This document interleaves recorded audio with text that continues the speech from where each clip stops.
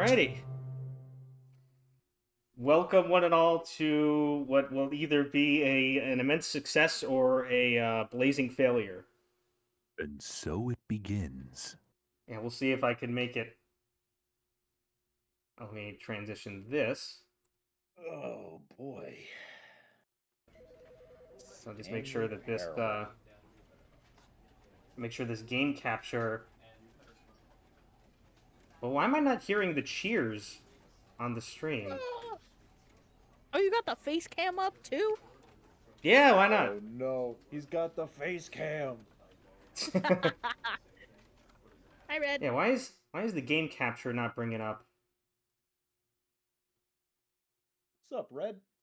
Let me fix You've this. been waiting. I've been waiting for this moment all their life. Oh Lord! I can't wait to see me at the beginning of the stream and me at the end of the stream. Completely disheveled. Yeah. Probably. Alright, we're gonna... Well, I'm gonna do something. 24 hours Stanley Parable stream. I'ma die. And why is it not capturing the Stanley Parable on... This is weird. I was testing yesterday and it worked. Uh-oh. Hold on, I'm trying to fix something really quick and then I'll be Techman. Hey, Zach. Techman. Yes. Can you look at the camera and smile really quick? Thanks. Mm-hmm. Oh, Alright, are you we're- getting the before picture for the before and after? Oh, here we go. Oh, now I gotta just move the webcam up. I don't know if it counts if I'm on the main menu, so I'm going to just start the game and then not just do anything until 12. Gotcha, okay. Oh, brother, not these guys again. Oh, brother! This guy stinks! This is the story of a man named Stanley. Also, these are not my real glasses, Stanley worked for because a I company don't in a wear big glasses, building but these are where for he was blue light from the employee computer number since I'm going to be streaming for 24 hours. Employee number 427's job was Yippee! simple. He sat at his desk in room 427. I'm and ready. he pushed buttons on the keyboard. Hey, Tim, Why- can you Orders look came at the ringing through a live monitor chat on his desk, for me? I am. telling him what Thank you. buttons to push, how I long to am- push them, and in what order. This is what This- employee The 427 shirt you're did wearing is every somehow day, perfect. every month. Yeah, of this is the oldest I've ever been, and it will be true for the rest of the stream, unless I die. Stanley relished every moment that the orders came in, as though he had been made exactly for this job. Jamie, I love... Stanley What was that? was happy. Jamie put another F in the chat. I did. And then one day, something very An peculiar F of happened. bits. Something that would I don't have forever enough change To Stanley. spell out feet Something again. he would never That's quite forget. perfectly fine. Please save your He had been at hard-earned his money. desk for nearly an hour when he realized that not one. Yeah, for some reason I'm not hearing the single cheers that order you were had arrived on the doing just monitor now. For him to follow. No one had showed up to give him you can- instructions, call a meeting, or even say Jamie your hi. OBS. Never in all Might his be a years. Well, little I have sound alerts all the way at the top, but would that be shout out? Isolation. Something was No, the very cheers clearly is wrong. sound alerts.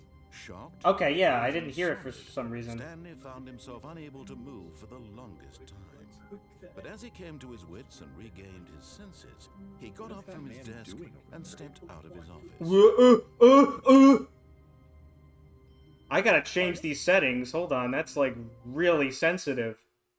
Was Tom the last one who played this? Probably not, but mouse sensitivity. Oh, it's pretty low, I think, as far as Do you have that kind of mouse with the button that like changes your sensitivity? no. Okay. Also, why is it when I go down, it looks up? Is there a way to fix that? Yeah, that's in your settings. Oh, reverse mouse. Disable. Okay. What was I doing last time I played this game? Was I playing a prank on myself? It might have Oh, been, there's... honestly. Oh, there's... He snuck onto my computer. I don't think he's ever played Stanley Parable on my computer. That's fair. It is also midnight. All right, it is. Yeah, here we go. Oh, and here's the Pixar Luxo lamp. How do you do the? I did this already. How do you do the thing where you allow your VODs to be published again? Where is that? I Channel. don't know. After why you want to put it on YouTube or what? No. The I turned off the. Oh, I feel like I'm close. Am I close? No, I'm not close. That's clips. Oh, VODs. Here we go. Always publish VODs. I turned off always publish VODs because we're attempting to do a thing with licensed music, and it didn't work. But Oh, I can okay. add categories to not do. That's really cool. You want to see something silly that I found out? Oh yeah. What? Here. You'll find out in like 2 seconds.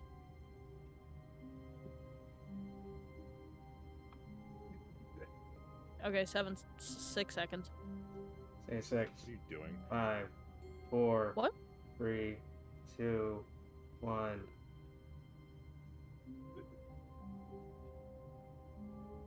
Thank you. Thank you very much, Jamie. Yeah, you can raid people with Pirates! yourself if you're offline. That's just kind of like if you're like going into like a big streamer or something. That's like an obnoxious way of like saying you're there. You know, because like they have like thousands of viewers, and each one is like, "Hey, I'm here. Hey, I'm here." This is a nice little cubicle. We kind of sit down and just kind of chill for a little bit.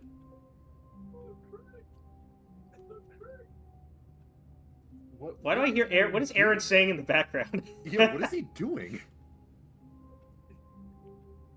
Get him in here so he can say hi to Zach. He was doing this whole thing. He's like, I want to say hi to Zach before I go to bed. He's not here. Well, I mean, he can also catch me tomorrow because I'll still be here. That's also true. Yeah, this is a pretty dreary. I found him. Oh my god. What happened? Aaron boy me Bob. Okay, I can't say it on stream. Damn it. No. I was crying. I was actually crying. Wow. Ugh.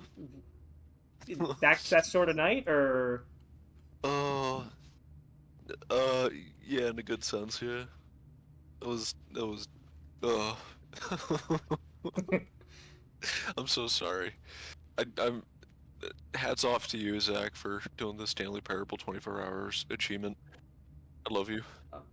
well, thank you. Yeah, I love you too. And yeah, it's gonna be nice because after this, I'm gonna be able to pretty much get all of the other achievements today as well. So the only one left will be the one that says you can't get the achievement because I don't know how to get that one, and I don't want to look it up because I think that's cheating. Is there a way to? I assume there is because it says like 12% of people got it or something. Oh, okay. So there's some way of doing it. So maybe I'll figure it out as I'm playing, but I have no idea how to do it. So there's a chance that even after 24 hours, I still don't have it. But at least I'll have all of the other achievements. You know what it might be? It might be What? like it unlocks when you've gotten all the other achievements. Maybe that could that could be it. That's a good idea. Well, we'll see after today. So. Yeah. By the way, how was TF2? There were some updates. Yeah. They clamped down on the bot situation finally. Great. It's not, it probably won't be permanent, but it's at least a start, and we'll see how long it lasts. 10 new maps, varying degrees of quality, but some of them are pretty good. I like them a lot. Awesome. Yeah, I loved the last map I saw that they added was the one where it was the one that was kind of like Jurassic Park themed. That was 2017. Yeah, I like the game, but I'm not as big a fan as you guys are, I guess. Yeah. Yeah, Yeah. that was we actually just that was the last map we just played on before the Lightning KO. That was the last map we played on before we Hey! ended the stream. Oh, cool. But yeah, yeah, that there's a lot of cool ones. Yeah, is good. And then there was also the in other TF2 news there was the recent comic thing that happened where the writers confirmed that they're writing it and that it's 184 pages long and that it's Yeah. written. Yeah, That's exciting. That like I can't believe they're actually finishing it because it's been so long. I thought they Valve just kind of put it on a shelf and forgot about it. yeah. I hope that the artists can actually finish it, and like within this decade. Yeah, I mean they'll finish it before you die. Like eventually we'll Probably. get it. That's probably true. You know what? That's probably true. But Hey, yeah, Tim. Yeah, that or story deserves to be finished. yeah. What's up, Jamie? What is it, Jamie? Hold on, I have Oh. good news. What's your news? Cigarette juice. What? Cigarette Good. juice? Good news, cigarette juice. Feet. Hey, Aaron, He's do you know doing what they feet. feet? I have one bit left over, but I successfully spelt feet in your chat again. Feet. We are doing a major feat with this stream. Yeah. So It's feet money. Yeah. I don't have socks on. Should we turn this into an OnlyFans right now? Oh God. No. Turn it I into can't- an OnlyFans. I can lift up my leg right now and show you my foot. Don't put those Don't? papers on the screen. Okay. They're not, Maybe- as maybe- far as feet go, though, I don't think they're bad. I've seen some pretty disgusting feet in my day. Maybe at like 12:01 tomorrow. Yeah, the last shot of the stream. Is it, you've been waiting 24 hours for this, and now I'm going to bring it to you. Here's my foot.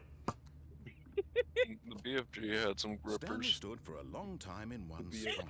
Big It's friendly part of the giant? game. Yeah. He likes to see how long he can There's go without I'm dying. gonna be So far, I'm gonna he's be really doing rude excellent. right now. And if he just stays right where he is, Not I'm that sure it's he'll it's keep up honestly that it's not a good bad thing. momentum. But Let's observe the genius recent at version work. of the BFG, whenever I see Mhm. the animated model of the giant, I just think of Tom's dad. I kind of agree, actually. Yeah, yep. That's him. And then what's that? There's like this one clip that I kept seeing on TikTok for a while where he said something really weird and then farted into space. I remember that. I don't remember what it was, but I remember seeing that multiple times. Yeah, like he said some like made up word like gilly woohoo. Then honestly, I think my family and I tried to watch that movie and I did not make it all the way through because I mean, that's probably as far as I'm concerned the worst Steven Spielberg movie. I keep forgetting it's Spielberg. Oh my God. it's hard to believe. Good For what lord. movie? The BFG? BFG. That's The BFG. I thought- animated one, the CGI one. Okay. I didn't. Maybe watch the 2D one. Oh, when did that come out? Was that like early 2000s or something? That must have been old. Mm. That probably was better because I don't think the CGI looked good in the BFG. Like, just too many movies nowadays are relying too much on graphics. Yeah, Roald Dahl's the BFG in 1989. Stored in the balls. 1989. Yeah, that's yeah. It probably was from the 90s. Yeah, that was the one I had actually on VHS. That was interesting. Yeah, you're a true zillennial right there, where you're old enough that you actually used VHSs when you were young. No That old Betamax budget. though. That old No bunch of Betamax. VHSs. Yeah. Me too. Yeah. Did you guys ever see the one where they went to the circus and they was like, see the magnificent men in their flying machines? Do you ever see Yes. that one? Yes. Yeah, I love that. That was my favorite one. I know the song, but I don't think I've seen the animation. No, it what wasn't was that? animation. It was a live action video of being at the circus, like with live actors, and it was a Disney sing along VHS tape where they did some Disney songs, some other songs, with like follow the map bouncing Mickey ball at the bottom, Mm-hmm. Mm-hmm. but it was all circus themed. Gotcha. Mm. Okay. Huh.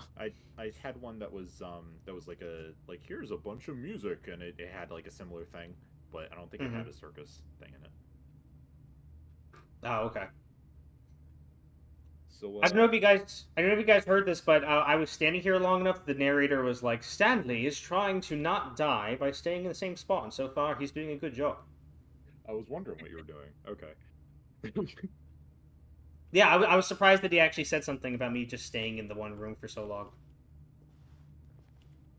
So is it you can't go out of the room? No, I Or can you leave the guys- room. It's just that I have 24 hours to play this game, so I can spend as much time as I want anywheres, and I don't have to worry about not getting something done before the stream's done. Oh, okay. Yeah, I You was know? worried. It was like, what if he touches his mouse or his keyboard? You mean in the game or in real life? Yeah, yeah. If you move around, you lose the 24-hour achievement because you're supposed to stay in. That's how it worked. Oh my god. Oh no, that would be terrible. I mean, at that point, yeah, then I would just not play the game. I mean, if you just had to not move, then I would just leave the game running in the background like during a day, and then just check on it periodically. But since I can actually play the game, that's what I'm gonna do. Yeah. But since we're chatting right now, I can just kind of get away with staying in this one room, and who knows? Maybe the narrator will say something if I'm in here long enough again. Maybe. But it's I'm making having me. fun in the chat. Yeah, there's a lot of. Oh, Yeah, you Oh, guys, then we you guys got- have to do the yip first and then the p, so it's yippee. No. I Pee. remember when this. Oh. I remember when this game was a mod of Half-Life 2. Oh, what kind of oh, that's how it started. Yeah. It's a source mod. That's pretty cool. I mean, I could kind of see how it looks like. Yeah, how it looks like those graphics. Yeah, it's definitely got like you can definitely see like where it came from. Like I'm looking at like the numbers, like the yellow numbers on the gray like walls and stuff, and it just makes me think of Portal 2. Yeah. I wonder. I've been looking at this clock, and I wonder if there's any meaning. Like when you start the game, does the clock start at a random time? Because like I started playing at like 11:55, and it started at like 11:30. So like, is it just off, and it's supposed to be the actual time, or does it always start at 11:30, or does it start at a random time? I don't know. I could look it up on my computer book. No, I don't want any spoilers. Oh, sorry. Tim, can you look at the video I just sent you? Yeah. Because I watched this live and I almost pissed my pants. When are you gonna actually piss your pants, though? Maybe tomorrow. Is that a promise? I don't know. Do you have a pinky? Let's do this. All right. Extend your pinky back to New York. It's like, Ugh. yeah. What would Go you do grab if you your just Nintendo pinky. saw like a long pinky just curving? This is a Tom question. A long pinky just kind of curving around the corner of your bedroom and then just comes into your room and just like points at you. Doesn't do anything else. I would give it a very small but exuberant high five. You I would give a assume it's pinky a you, high though. five? Yeah, because it's your pinky. I give you a high five. Well, but you wouldn't know that because, like, me and Jamie Okay, well- did the pinky promise thing. Okay, if it was like like scheduled, like if this was something that like like we discussed it and like yes, I'm going to do this. So if you see this, this is what this is. Then yes, that's what I would do. If Okay. not, then I would probably think back to this conversation. But if I didn't think back to this conversation, I'd probably grab a fire axe.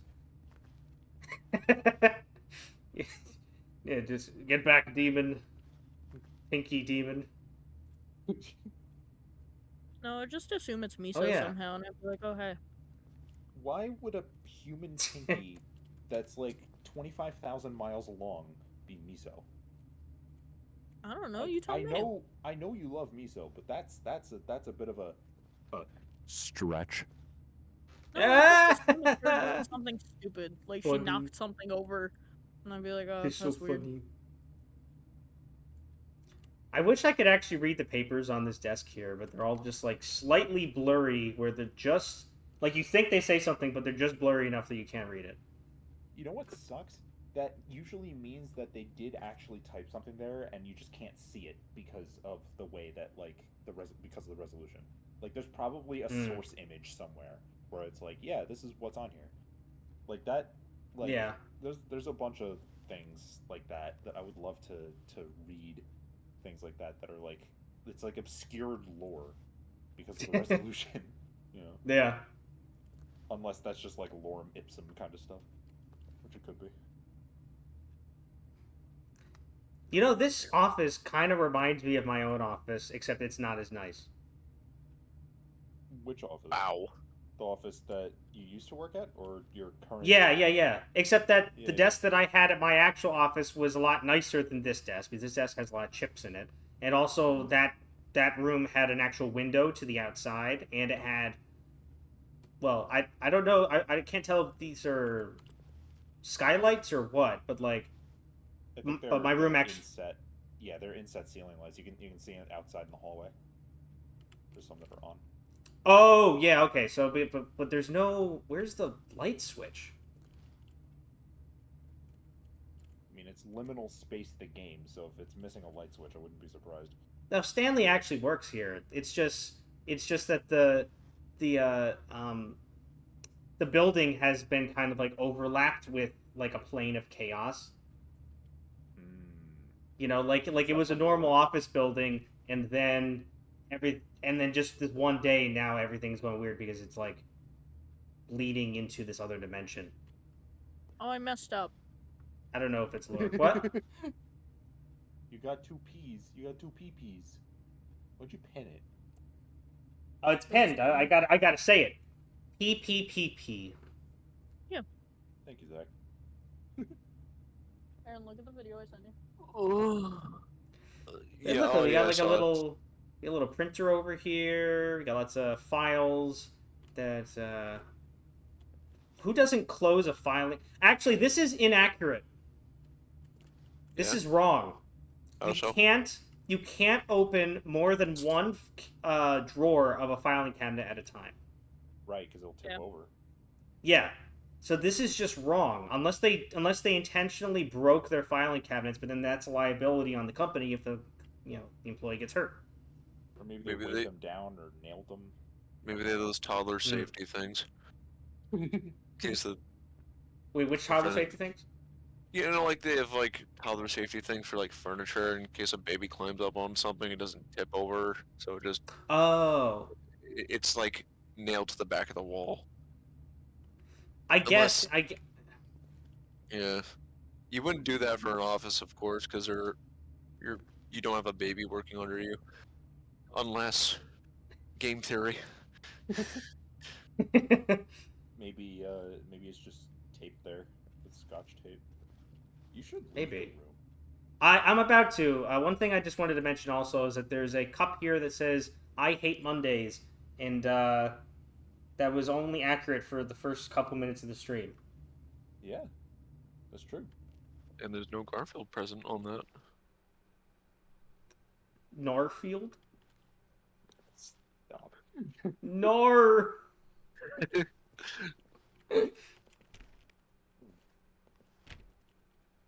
Open up.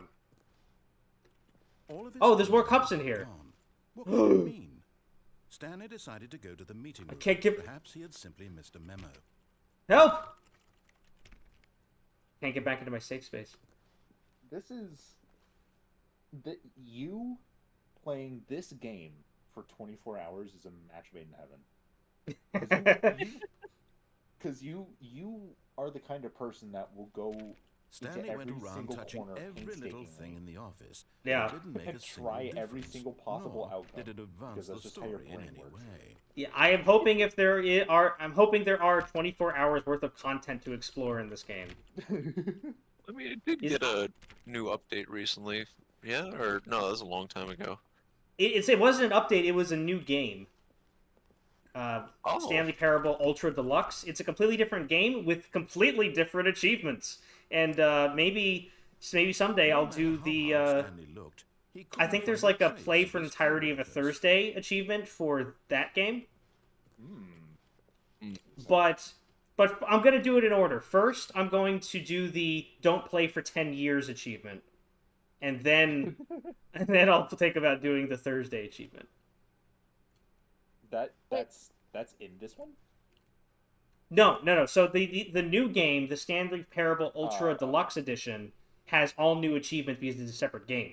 And that one, they really upped the achievements where they have don't play for 10 years and then play for the entirety of a Thursday. Have you played the game yet?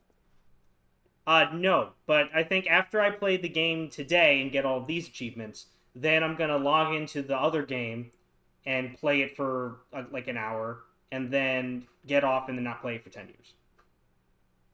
Jeez. What's up, Candles? Hi, Candles. Hey, Candles! How you doing, Candles? It's good to see you.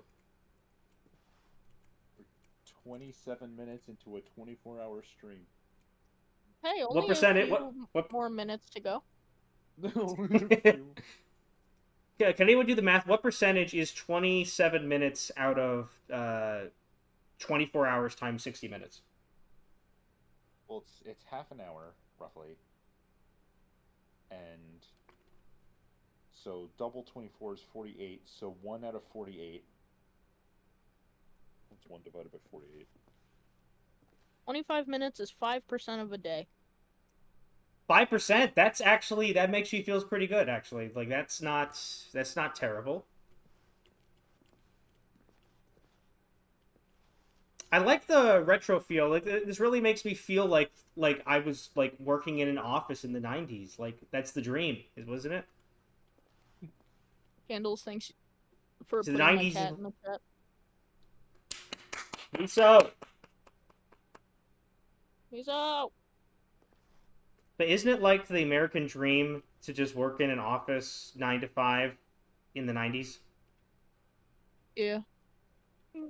Yeah, Because that's before everything. That's before the 90s is like the best things got before it started going downhill. I thought it was the 80s.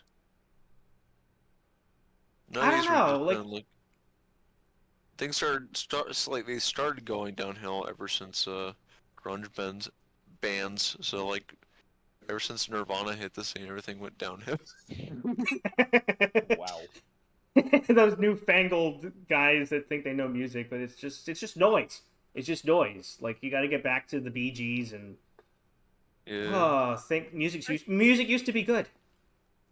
Yeah. Are you blaming Dave Grohl for the downfall of corporate America? Yeah, he did plan that. Yeah, that was in his book, The Storyteller. I read No, that. it wasn't. Yeah, it was. What fucking edition did you get?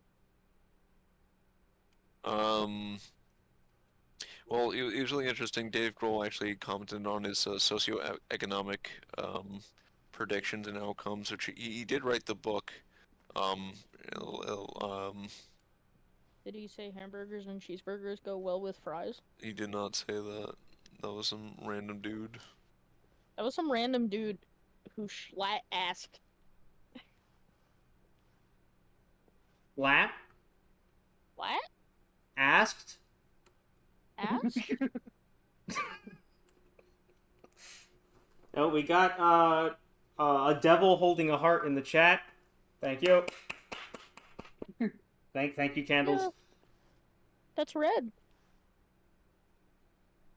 Oh, Red's a why little guy. is red's? Oh, that's red symbol. Gotcha. I was like, why is red called candles now?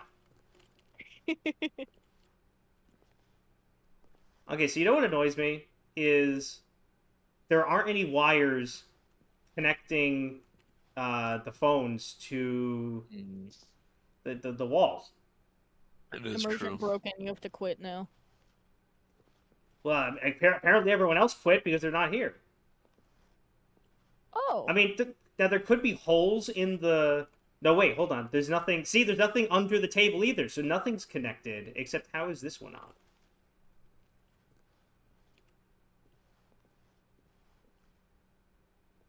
It's just careful. The computer's just careful. Yeah. Doing his best. I bet you this is probably a fake plant because I would have thought it'd be dead by now. How long has it been there? Well, it's been here for like 26 minutes. I wonder if it'll disappear. It just dies after 26 minutes.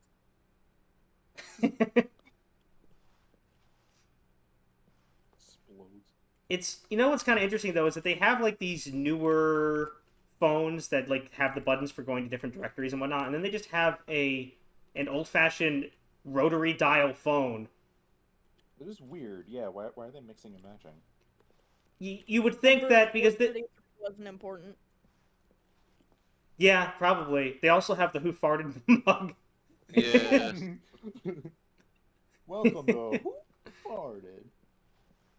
But yeah, they bought enough. They bought enough of these newer phones. Like they got at least 3 of them, so they couldn't buy one more for this desk. That's the intern. Ah, you're helping me unlock the lore here. Yeah. So what is?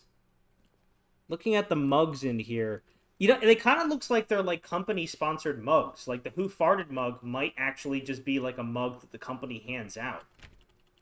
Well, that Because one in there's- the box looks like #1 dad. Number.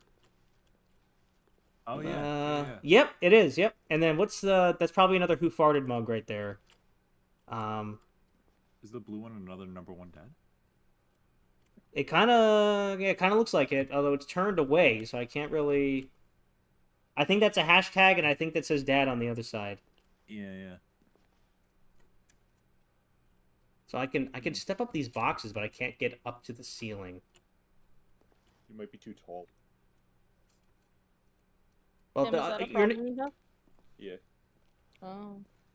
well, the thing is, you're not allowed to jump in this game. Oh. Okay. And it's actually there's actually an achievement to jump. Like if you actually manage to jump in the game, then you get the achievement. And I already got that one, but I don't remember how I did it. Wow. Okay. But apparently there is some way to jump. But like if you press spacebar, nothing happens. But you can crouch. That would feel very strange to me.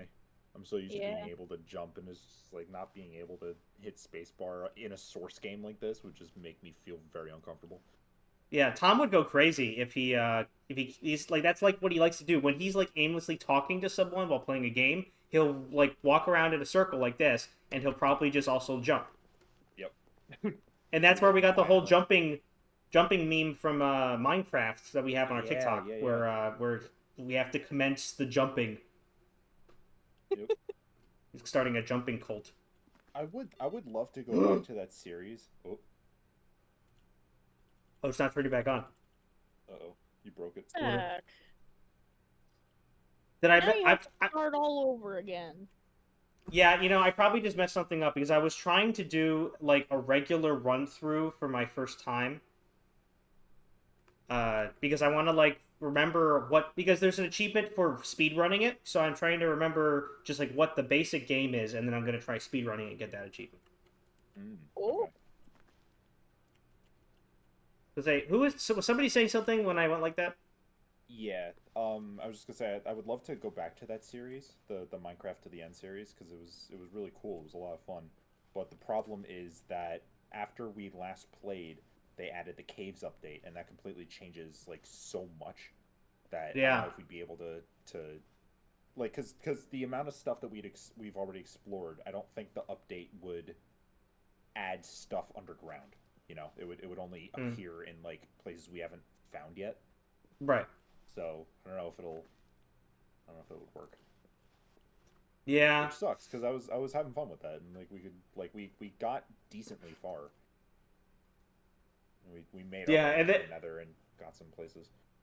the last episode we filmed for the Minecraft to the End series was on Gary's mod. Jamie was there for that. What happened? What did I do? That was the last time You were there for that. did yeah, the last time we did Minecraft to the End was in Gary's mod, and you were there for that. You were part of what made it Minecraft to the End, yeah, because you were spamming like Minecraft beds. Oh yeah. And beacon lights. And Yeah. the nighttime thing. Good. Apparently, if you press E while in front of these drawers, it makes like the sound of like keyboard typing. Yeah, it's weird. Weird. Why? I wonder if I seen everything in this room already. Wait, look at the. I'll make sure. Look at the go back to that little like that little half wall. Yeah, 431 to 36. What does it say under that? GA. Yeah, I was looking at that earlier. It says Partition Corp providing partitions for 50 years. I mean, they seem to be good quality partitions. I mean, I like the fact that it does seem a little like dystopian to have everyone's numbers on the partitions, but they do look nice. Okay. So I guess G814F1 is just the style of partition where it's like... That's like the model.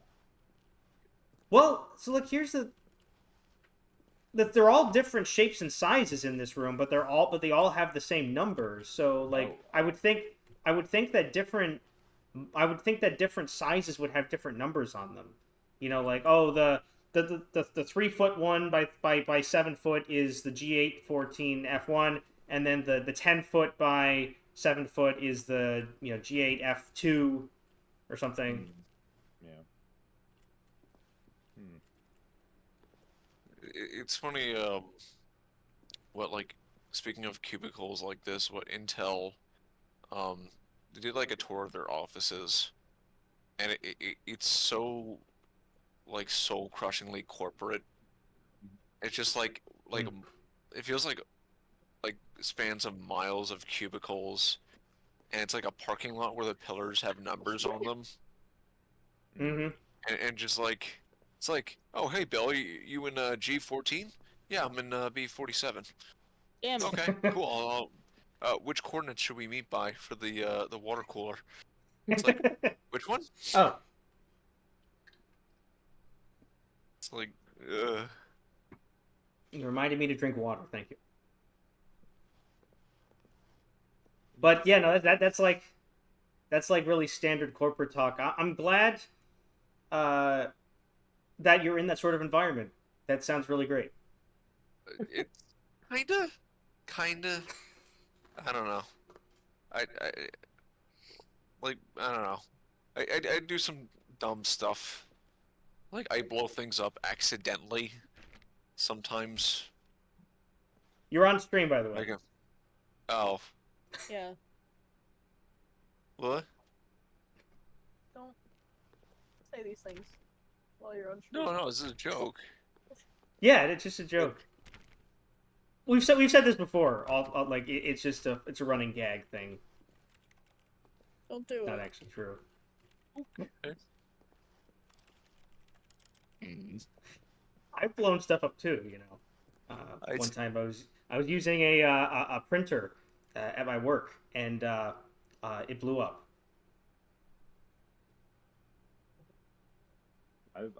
I've had stuff blown up on me, and so has Zach.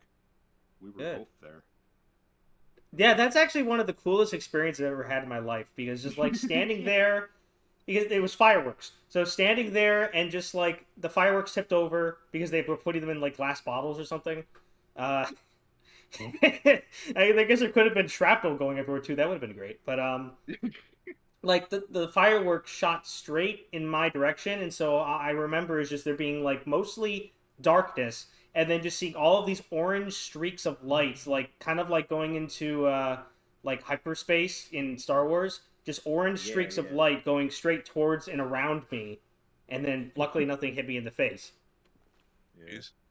And I remember, I distinctly remember it popping because we were up against a wall, like an outdoor like shack, I guess. Hey, what's up, are you? Yeah. We were up against like an outdoor shack, Hey! and the rocket smacked into the wall that we were standing in front of, and we were like running away from it, or at least I was. I lost track of you in the chaos of war, and when it when it popped, I looked down and I saw like just the fire explosion like go like between my legs. I'm like, holy crap! I feel like I'm in a war. This is awesome.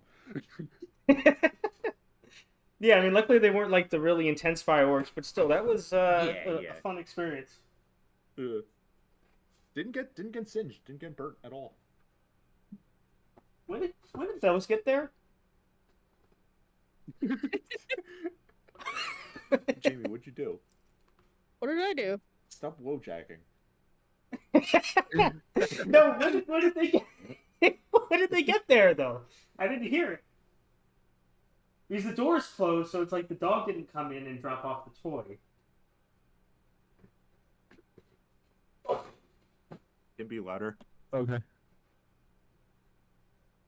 I made a prediction. I know. I see. Yeah. People should predict. Yeah. But I'm logged in So- on the Crazy Face account, so I can't predict right now. That it says complimentary hedgehog. Oh. Okay. Why? Oh, hedgehog. Yeah. Would your dog get boarded or something? Did I what? Did your dog get boarded or something? Like, Did my got dog like a- get boarded? Yeah, and then like get like a little thing as a like a little present. For Yes, I guess. I guess that's what it is because I need moral support that this hedgehog is going to be my Wilson by the end of the stream.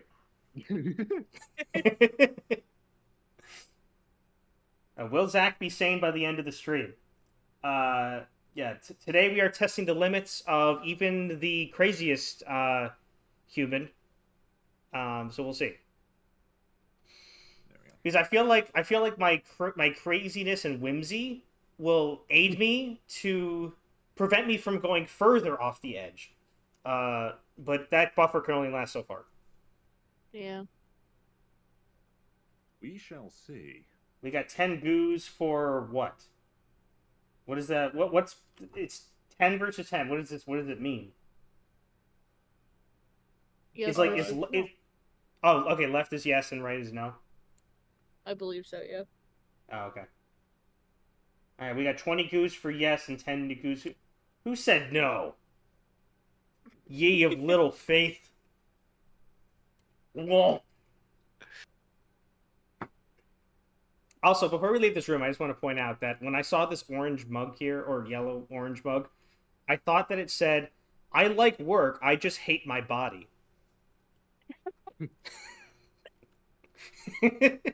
It's like, that's a very awkward mug to have in the workspace. That's really funny. Yeah, but it's a bit more boring than that. It actually just says, I hate my boss. You mean everyone hates their boss, right? I like my bosses. My bosses are cool. Oh, good. Good for you, Tim. Yeah. Yeah, I actually liked my boss, actually, so. Oh, yeah, you guys got a pizza party. Yeah, your boss is cool. Our boss is cool too. He did a sick kickflip that one time. Aaron, like A how- kickflip in the office? What? Don't say that. Oh, Arya makes a good point. In her defense, you can't be sane at the end if you weren't sane to begin with. But I think the intent of the question was, will I be worse? Like, significantly. I really want to, when this is over, I'm curious to like compare the beginning of the stream and the end of the stream to see how different I look. Yeah. Well, I did take the before photo. Oh, good. Okay. It's in the Yeah, live chat on the Discord. awesome. Yeah, like the beginning of the stream, I look like this. The end of the stream, I look like Robin Williams from the beginning of Jumanji, where like he has like the long beard and like a outfit made out of leaves, and I have like a spear, and I'm just like, ugh. Everyone's like, Zach, where did you get the leaves? Yeah, because like even if you watch the whole stream, I just suddenly appear with the leaves. Like I didn't grab them from anywhere. It's like I kind of just go like this, and then I'm up with the leaf outfit. Arya says, "I mean, you do eat ketchup. What the hell does that have to do with me being sane? What do you bring ketchup for into this? Like, Yeah, a lot ketchup of is like ketchup is good. I know his thing with ketchup is that he likes it a lot, but liking ketchup is not insane on its own. You know, You know? I was putting in photos for a dating app, and one time, and I had this one picture on my phone of me sitting at a table with like 20, like a restaurant table with like 20 to 40 bottles of ketchup on the table. I thought that was Why? Awesome. I thought that was like a really accurate depiction of what I'm like. Yes, But it is. I wasn't able to put it in though because it didn't let me put in more than just like 5 pictures. Hmm. Dang it. Yeah. It was a perfectly encapsulating image. Is that image, is that supposed to be like a spider or what is that? It might be a spider. I'm not talking about it in the game. I'm talking about it in the chat, by the way. Yeah. The little collection It looks punctuation. yeah. It looks like there's like 4 eyes and then like mandibles. Anyways, yeah, I do like this picture. It kind of looks like It's alright. I just had to clip something. Oh. oh, What'd you but put? I'm no geoguesser. You know, like I'm not like that one guy that can look at a picture for like a split second and tell you exactly where it is within meters. Um, but to me, like with the trees and the mountains, this looks like it's probably like maybe like northeast United States. I could see that. I could also see like Germany. Because Maybe. that's a pretty like sharp mountain. Yeah, it is. Yeah. Are there any because I wonder like how big the mountains are there because like is there like a fault line or something in that part of Europe where the mountains would be pushed up because like we in the Northeast we have the whole mountain range is because you have two tectonic plates pushing into each other. Yeah. Yeah, I mean you have, like the Alps and stuff, but that looks like one mountain, not many. So, who knows? I'm just Hmm. being silly. I mean you could be completely right. I have no idea. Like I'm not a geoguesser. I mean this could also be in like Canada or something. That's also very possible. I got it. Uruguay. Oh.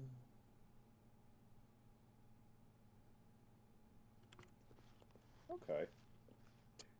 Those are very bright windows. What is out there?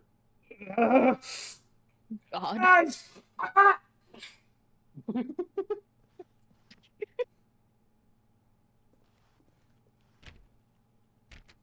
Aaron, What? you spelled Zach wrong. Oh, I did? Again? Oh my, Yes. It's Aaron! an H. It's Oh an my H. god. I thought it was K. I could have No. sworn. No, No. God, please, no! No! We're No! only... Look at the thing. Look at the frickin' thing where it's like, yeah, is he gonna be sane or not? The poll. It's literally there. I'm a goofball. I'm sorry. Such a goober. Miso, get him. Oh. Sick him. Yeah, sit on his mouse. Lick his hand. Yeah. God, she's so tired. She's just She's staring so into the void. tired, tired and lonely. Why are you sitting like that? You talking to me or Miso? Miso, she had her like whole body contorted and was just like kind of nodding off while sitting up. Like when she does that. Like, cats can't really contort themselves because they're a liquid, so they're just kind of like whatever they flow is how they are. Yeah, her back legs were facing one way and her front were facing the other, and she was just kind of staring at nothing. She's just staring at the ghosts because cats can see ghosts. Yeah, you're right. And now she's sitting with her two front feet apart and licking her tummy chub. How's it going, Aria? Tummy chub. I'm gonna. Yeah, now you're head louder. off. Hope you're doing well over there. You're leaving, Aaron? Yeah. I don't blame you, but you know you're more than welcome to join tomorrow night. I'll still be playing. Did he just... Wow. Good job, Aaron. He did a Tom. He She did. pull it on. I did. Wait, Miso hit the button? I know. Yeah. I didn't mean to hit the button. Miso hit the button for Stanley you. clicked No, and I looked don't at drop every single buttons. door in the office because he doesn't pick up well on cues so from wanted his you out. environment. Yeah, no, He misspelled Zach, so he got angry. I'm probably gonna head out too, but I will while at work tomorrow, I will have the stream on in the background and see if I can and listen in while I'm doing my less intensive work. Oh, cool. Yeah, I mean, yeah, do what you want. You know, I'll be here whenever you decide to take a gander. So. All right. I will chime in when I can. And then yeah, of course I'll be on later on in the evening as well. I Alright, also sounds have good. to go sleep a good bed by time. Yeah, we're all leaving Okay. here at once, which is That's Well, fine. fucking good. No, you'll give me some time to actually like do stuff without being distracted because like I can work on like doing the main story and doing the speed run and stuff. okay. Yeah, so I'll see you guys later today. Yeah. See you later Yes. today. Have a good night. Best of luck. And Thank you. Yeah, I'll check in with you tomorrow. We're gonna come back in the morning and he's gonna be dead asleep in his chair. Just completely zonked. Oh god. I'm completely zonked, yeah. That's what I literally said in my go live notification. I was like, that's right. I'm gonna get the Tuesday achievement or fall asleep on my keyboard. One of the two things that are happening. Yep. My go live announcement is dragons have invaded Dave and Buster's. That's a good one. Dragons have invaded Dave and Buster's. I can't believe that's a George W. Bush quote. Yeah. It's crazy. Yeah. Can't believe it happened on 9/11 too. Yeah, to think those two things happen on the exact same day. It's insane. Wait, what does this cup say? F-U... Does it just say the F word, but they, like, turned it so you can't read it? It might say fun.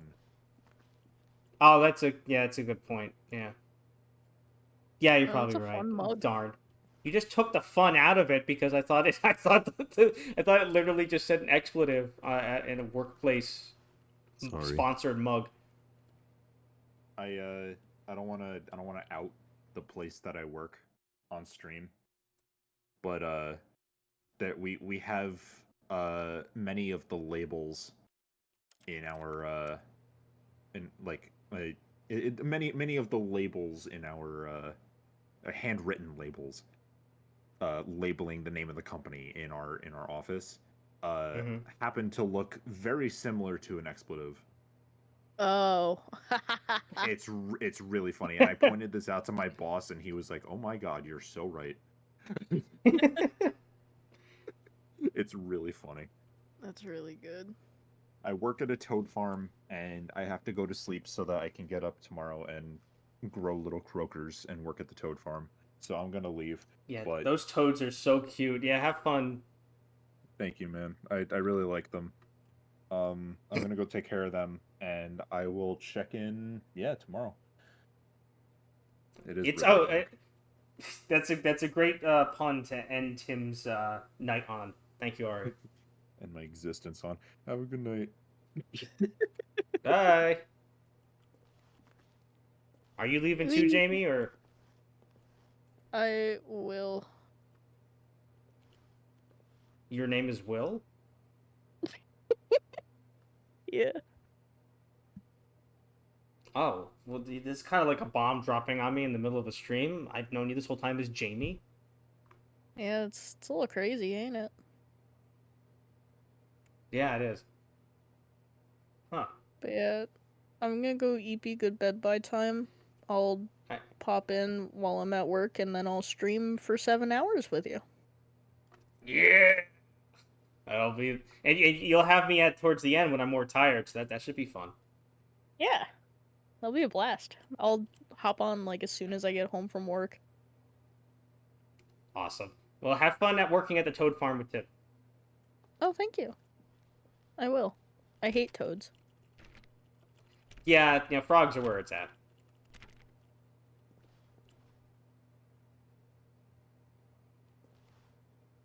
Is she gone? Is everybody gone? Now it's a party. Ah, now I can do whatever I want without being peer pressured by those people. You hope it makes him happy. That's a good one, Arya. Let them come. Oh, Jamie, I heard that. Okay, so for some reason I just can't hear it when you clapped earlier, but I can still hear that one. I guess some of our things are broken, some of them aren't. Oh well. But yeah, Arya, how are you doing? And how late do you plan on staying up? Because it is getting a little... It's almost 1. I'm almost 1/24 of the way through my stream. Ugh.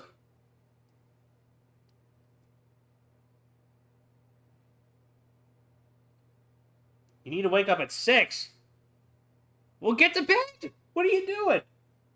You're gonna get 5 hours of sleep at this point. That's not... I mean, I guess it's better than nothing, but still, 5 hours isn't a lot. Gotta milk the badgers. Oh, you work at a badger farm? That's so much cooler than working at a toad farm. Tim and Jamie are kind of stupid for working at a toad farm. Oh, alerts for bits and follows and stuff are different than sound alerts. Oh, okay. Yeah, because I have sound alerts and I have shoutouts. So do you think shoutouts is what... You catch wild ones and milk them? What happens if you catch a male badger? Do you still milk it anyways?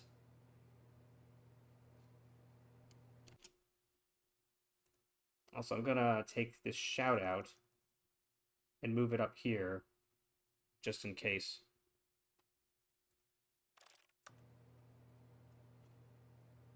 Okay. Hold on, I just moved shoutouts up to the top of my sources thing on OBS, so if you send another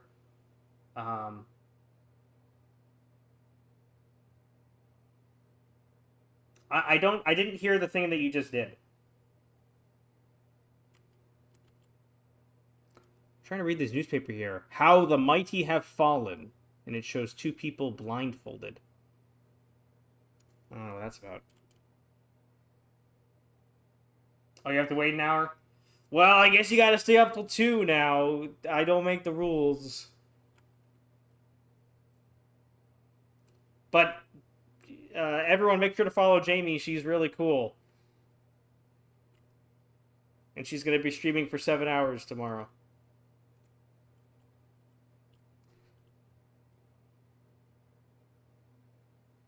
I am! That's how she says it, too. She talks very funny. I am really cool. 2 more followers till 100. Honestly, that is so impressive, though. Well, I know how you're doing it because you're a really cool person, but in another sense, I don't know how you're doing it because that's just like an absurdly quick time to get that many followers. Like, congrats. That's amazing.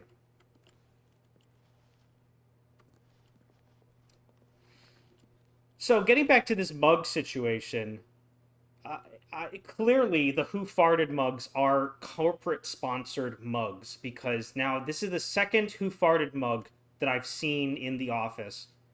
So either the 2 employees coordinated having the same mug, or the corporate sent them mugs in boxes, and some of them happen to be Who Farted mugs.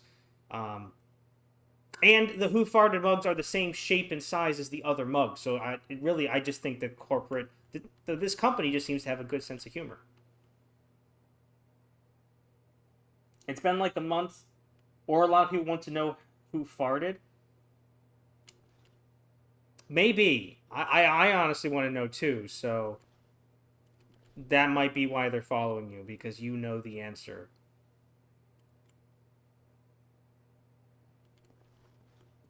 I mean, Jamie is the wisest person I know. If anyone would know who farted, it would be her, so.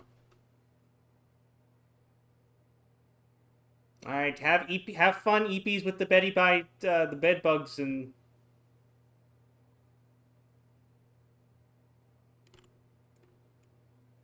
Yes. Anyways, what does this say over here? Knowing your city. Before you can possibly know where to begin your new street vending operation, you first have to get to know your city. I'll use Georgetown as an example in this book, but in order to really get the knowledge, it's best to go explore. So, why is there a thing in this office for street vending operation? What exactly is this company doing where they can vend something? Because this looks like just like a standard office where like they're like just doing paperwork and whatnot.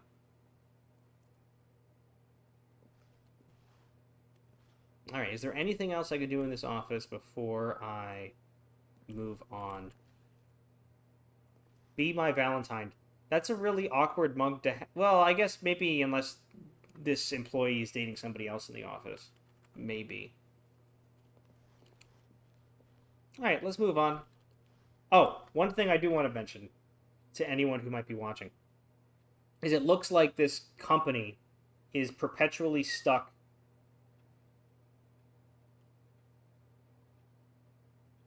Jamie, I thought, aren't you supposed to be going to bed? Why are you clipping stuff for? But thank you for the clip. Is that this company seems to be perpetually stuck in 11 o'clock because we started, and it was, when we started the stream, it was like, yeah, bed bugs. That's right. But we started, when we started the stream, it said like 11:30 p. That's good stuff. It's because clocks are evil. Okay, I don't know what you and the other people from my D&D group have against clocks, but I think clocks are great, honestly. They tell the time. They make sense.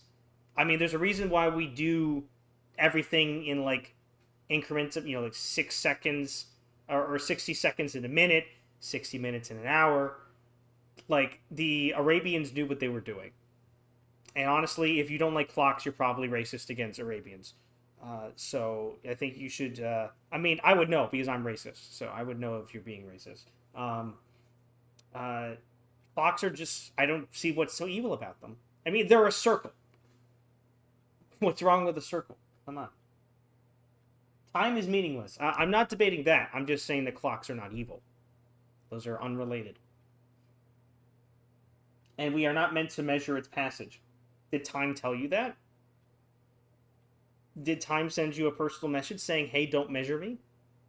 I don't think so. I think that because time is meaningless. Oh, it did. Oh, all right. I'll stop looking at the clock then. Sorry, sorry, Father Time. Uh, I apologize for. I guess it's kind of like electrons, where like when you look at them, they act one way, and then when you don't look at them, they act another way. There's like time does not like to be observed because then it can't. Well, let me put it this way. Hold on. Let's get serious here. If time is some vast, unconceivable entity of eldritch power of some sort, some unfathomable thing that's outside. Well, it's outside the third dimension, right? Time is what makes the fourth dimension. So time in and of itself is something that we can't comprehend because it creates dimensions in a way that we can't comprehend. I mean, look at a tesseract.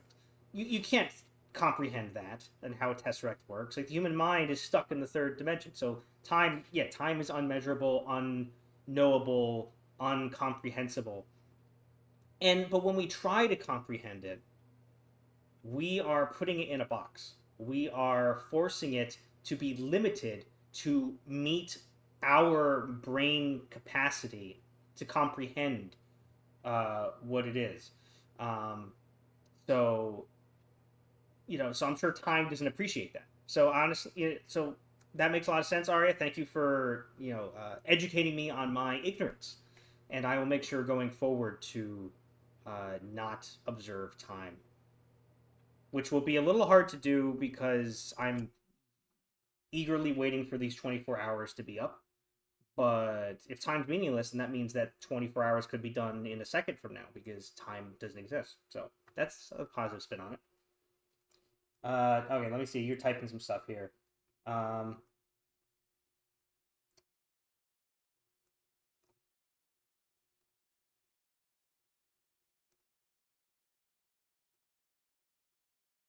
Okay, she thinks it's weird. Imagine millions of people just watched you and you trying to clip your toenails. I'm sure someone would pay for that. Wait, did I read that right? Where did toenails come from? Hold on.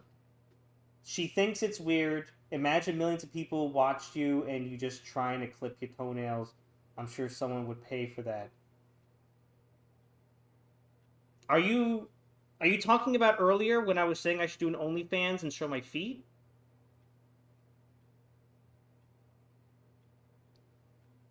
Okay, I didn't realize we were changing subjects. I thought you were still talking about time.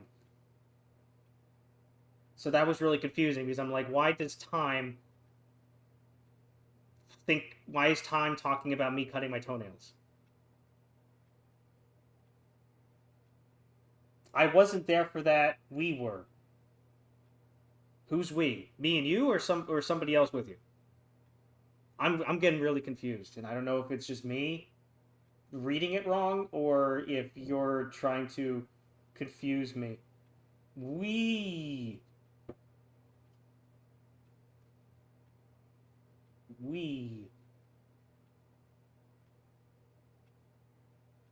Okay.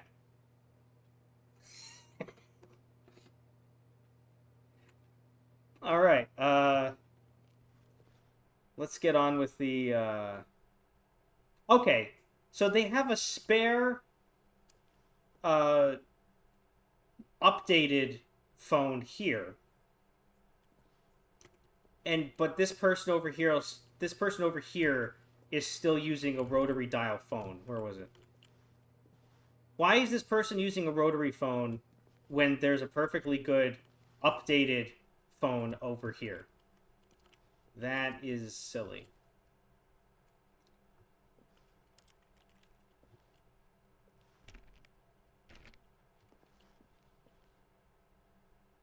I'm doing some construction in there. Okay. Somebody's having a bad Monday because they spilled their coffee.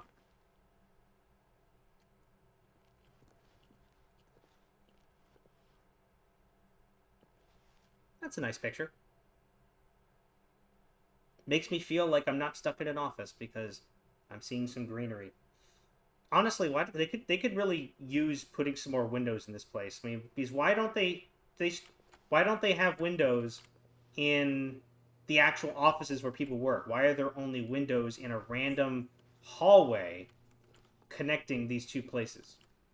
Oh, wait. Oh, there are windows over here. Okay. I mean, but they should have windows in every office, not just in certain areas. People need that sunlight. They don't get all these newfangled buttons. That's a good point, actually. If this office place takes place in the 90s, there could be some people who've been working at the office, for 40 years. And when they started, all they had was rotary phones. And it's like how in modern offices there are a lot of people who don't understand emails or don't understand a lot of stuff about computers because computers are just more complex. Like I find that a lot of older, like people who are like 40, people who are like 50s and up don't understand as much about computers. They do understand sometimes enough to function, but sometimes they don't understand basic things. Whereas like people like my age, like we know a lot about the computers, and so it's not a problem. So that's Arya, you're making a lot of good points tonight. Thank you. No Windows because they have a deal with Apple. Good stuff. Man, you should be a comedian. You're really good with the puns. And here's my cat. You're going to see him going in and out throughout the day because I have food for the cat sitting on my hook chest over there. So they'll be in and out just chowing away. But yeah, and Arya, you're really good with puns, and you're really just like witty in general.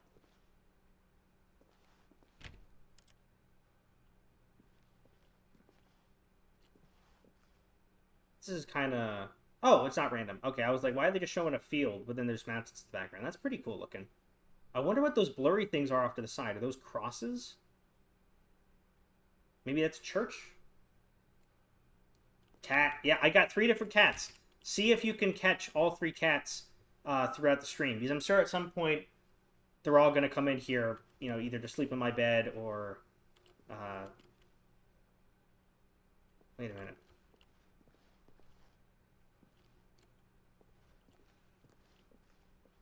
So this...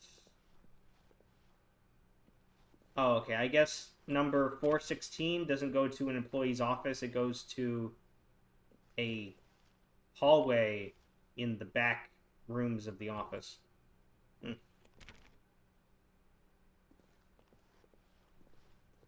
When Stanley came to a set of 2 open doors, here we are. He entered the door on his left. Here we go. The first decision of the game. Well, I'm going to follow the story for now because I want to speedrun this thing to get the speedrun achievement.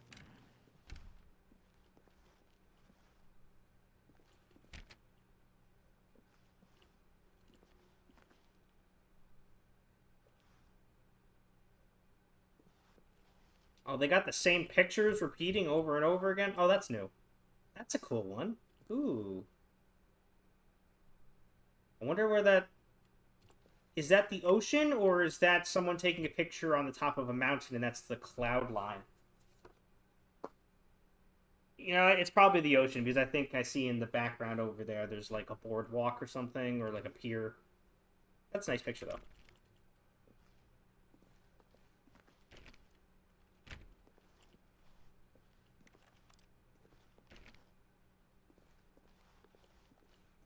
Yet there was not a single person here either. Feeling a wave of disbelief, Stanley decided to go up to his boss's office, hoping he might find an answer there. Do not alter without consulting whiteboard manager. I like how there's a manager for the whiteboard. I wonder who convinced the boss that they needed that. Meeting room. Yeah, I guess this is how you used to do scheduling before. I mean, in modern offices, like, you just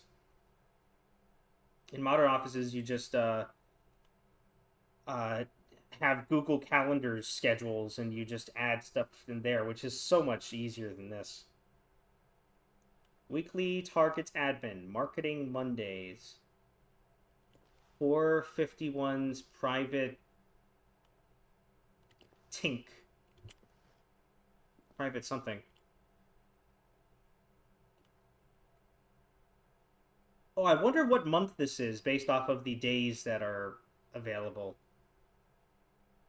Oh, you know what? It's probably not a month, actually. That's probably a, that's probably just like a weekly... Oh, yeah, it's just a week. Never mind. That's not a month calendar. Oh, yeah, and the bottom there's the time. So 9, 10, 11, 12. Gotcha. Gotcha.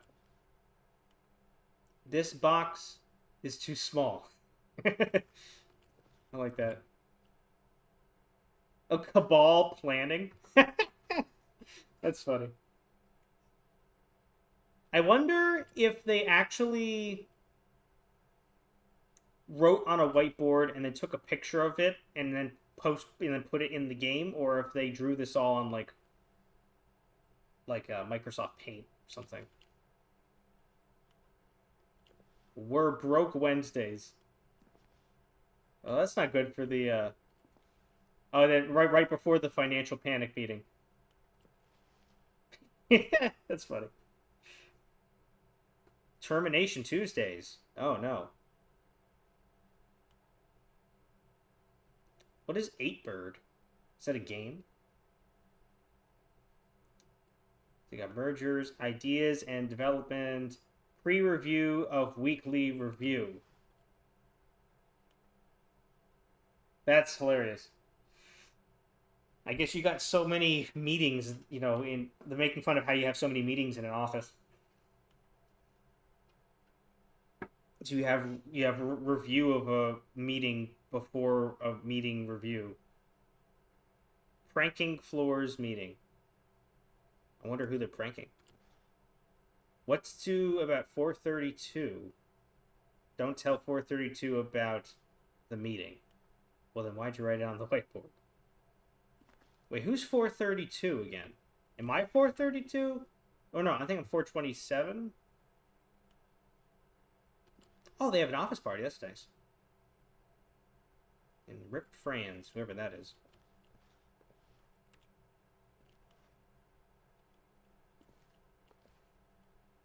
Employee 417, 405, 491, 464.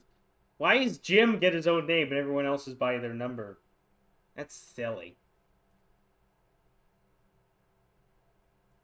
Complete today's unfinished agenda items. Write next day's agenda. Reflect.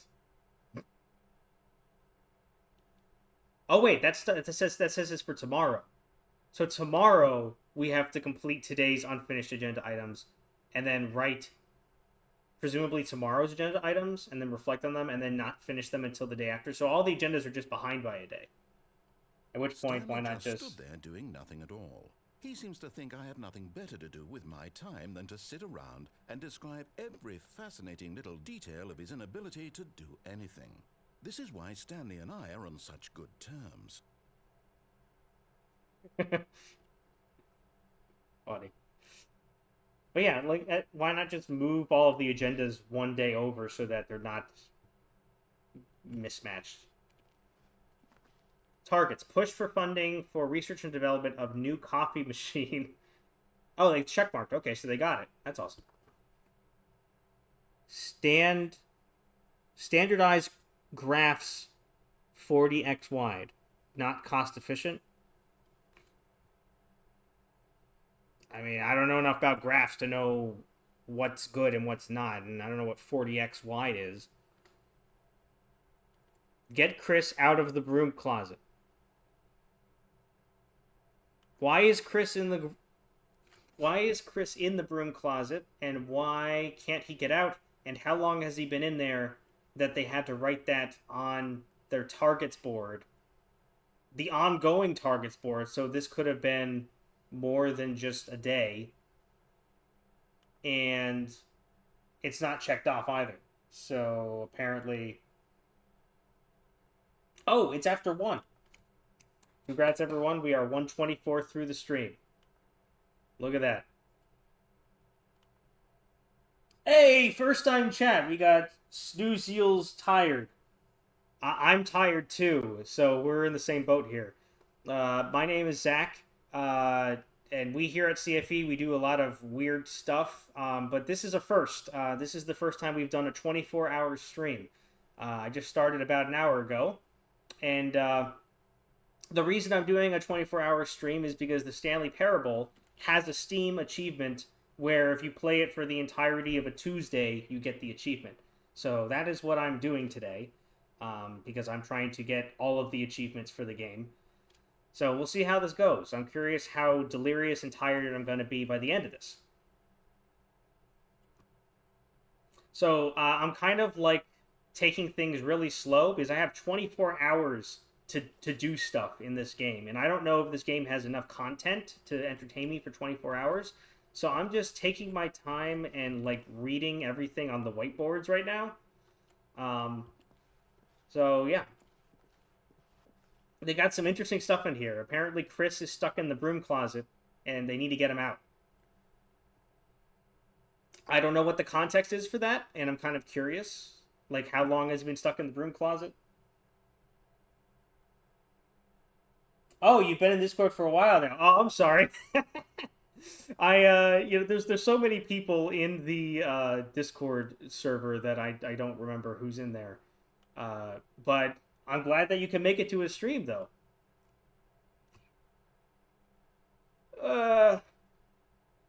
No, it's chill. Okay, cool. Cool. We're chill. I got a drink. All this talking is making my throat dry. Anyways, synergize papers. What does that even mean? That's just corporate lingo. I mean, at least they crossed it off, so I guess they're not going to do that. So, I mean, cool. Hire someone to synergize papers. Oh. So they're still doing it, but they're just not doing it themselves. I guess I don't even know what that means, so I guess it's kind of good that they're outsourcing it because if I were being paid, if I were working in an office, they told me to synergize the papers and they didn't explain further, I would have no idea what to do and I would just be kind of making myself paranoid about getting the job done when I don't know what I'm supposed to be doing. Papers are too synergized. Okay, so I guess they already hired someone they already outsourced the synergizing to somebody. And now that's too synergized. What does that mean? Fire them because they synergize the papers? You hired them to synergize the papers. I mean, if you gotta like talk to them about it. Like if you want stuff synergized, you gotta say like what, like you want it 50% synergized, 75% synergized. You gotta explain these things. It's not the guy's fault that you asked him to synergize the papers and he synergized them. Like, geez. Hire somebody to fire the paper guy. Hire somebody to fire the paper synergizing guy. Why is there not somebody available who can fire? If the guy works at the company, then there should be a manager that can fire them. Or if the manager got fired, then their manager should be able to fire them in the interim while they're getting a new manager. So why is there not somebody to fire this guy? Or if he's outsourced to another company, if this is a temp agency for synergizing papers, then why can't they just tell the company to either A, get somebody else to be the temp, or B, just cut ties with the temp agency? This office is suspicious. Something is going on here. They accidentally energized them instead of synergizing. I suppose so. But it says right there, papers are too synergized. So maybe part of the problem was that he energized them as well when he was supposed to just synergize them. But they were synergized because apparently he did it too much. But that is a good suggestion there because maybe he did... or maybe by energizing them, that also synergized it, and maybe he synergized them first, got them to the level they were supposed to be synergized at, and then he energized them. But by energizing them, it also then increased the synergy, and so then that's what made them two synergized. Maybe. But for some reason they can't hire somebody, or for some reason they didn't have somebody to fire the person who synergizes the papers. Well, I guess they checked it off, though, so I guess they did hire somebody already. So I guess it's a moot point. But still, why did they need to hire someone anyways?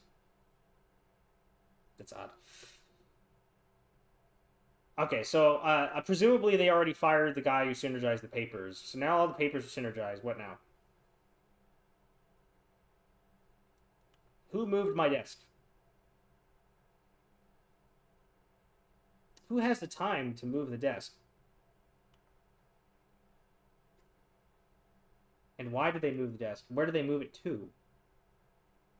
It's a very intriguing whiteboard. Please keep the targets on the topic of... That's helpful. Oh, Snoozles, you moved the desk? Why would you do that? Why would you go into a fictitious video, like the fictitious world of a video game, and move a random employee's desk? They're already overworked as it is. Now you're adding more stress onto it. The future was yesterday. Tomorrow is now. Oh, okay, this makes more sense. I was reading this all wrong. Because this says tomorrow's agenda is to complete today's unfinished agenda items and then write next day's agenda. But tomorrow is now, so that means that the tomorrow agenda is actually today's agenda. But the future was yesterday. But tomorrow is the future, so tomorrow is yesterday? That means now is yesterday. So we're in the past. Anyways. Is there a way that I can get on top of this table? I want to get on top of the table. What does this mug say? I hate Mondays. Oh, yeah. You know, what's ironic is that there's a lot of mugs that say I hate Mondays, but it's Tuesday. So, and what does that say? Patience Cup. I can't read that one. Oh, wait, what does that one say? Please do not steal. No problem. I can't even reach the cup because the chairs are in the way.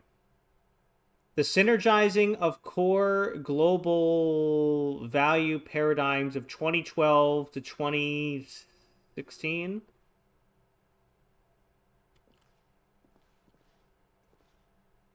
Another one of those corporate mumbo jumbo. I have no idea what they're talking about. This game hurts your brain. Have you played this game or not? Because this is actually nothing compared to what actually happens in the game. Right now, this is like the beginning of the game, and I'm just walking around in a regular office. Now, granted, I haven't played this game in 5 years because I wanted to get the Steam achievement of not playing for 5 years. But from what I remember from the game, though, this game gets really trippy. Rate of increase in graphs per slide.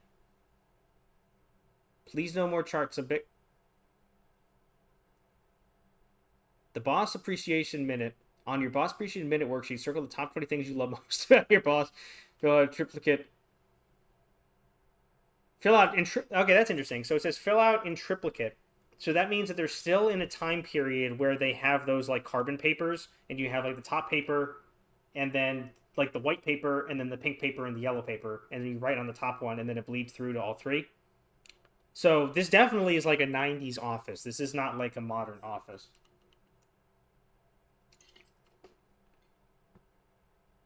Oh, you haven't played it. Oh, okay. Well, but if you've watched people play it, hopefully you've seen how crazy this game gets. But even just reading the whiteboards, it hurts my brain. So like the people who made this game did a really good job. It's a really good game.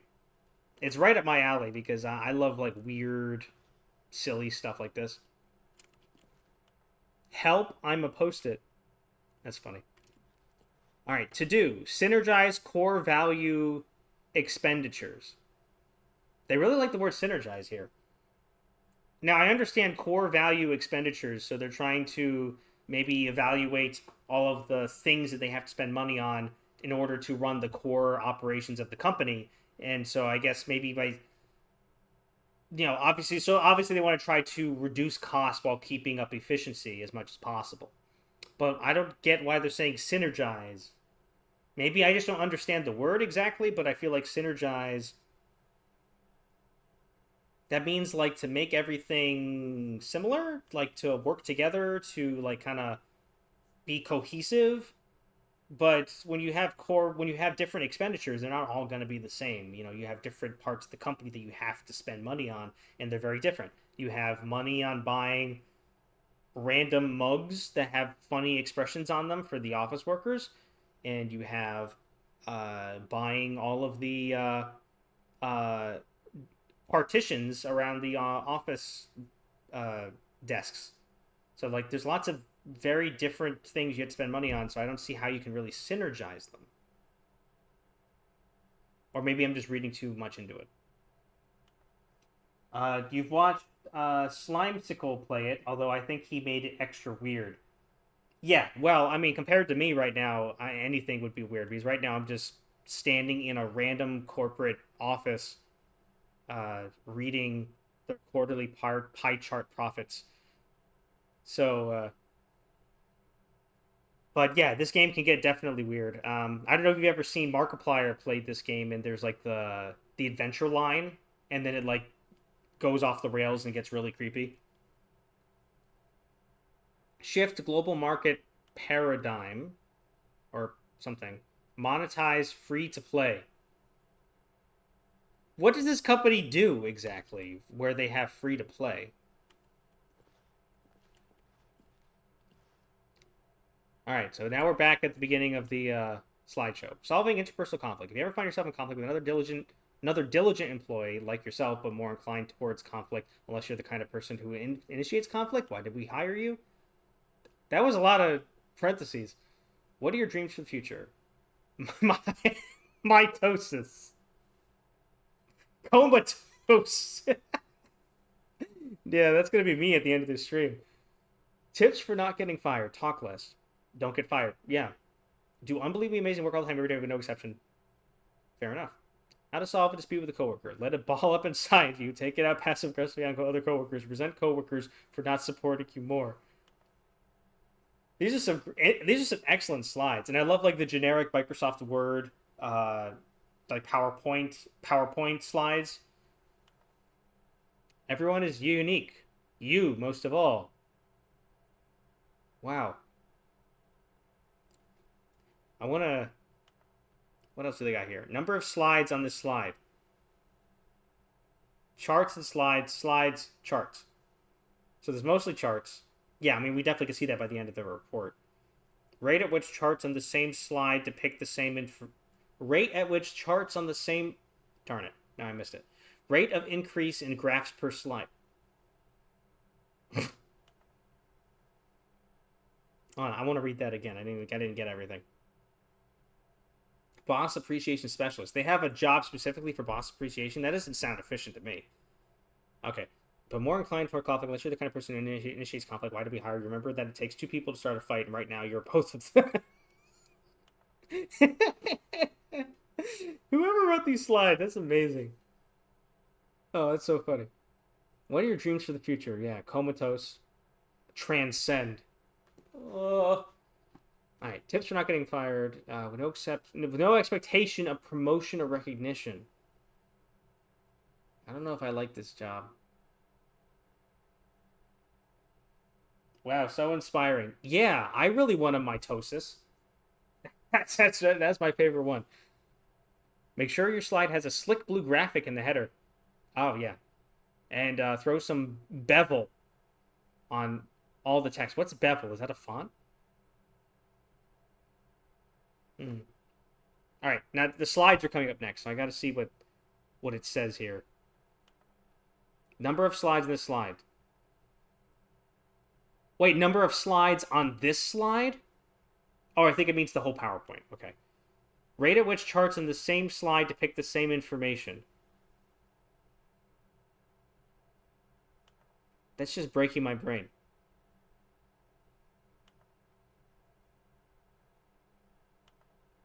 I can't even... I'm not even going to try with that one. That's just...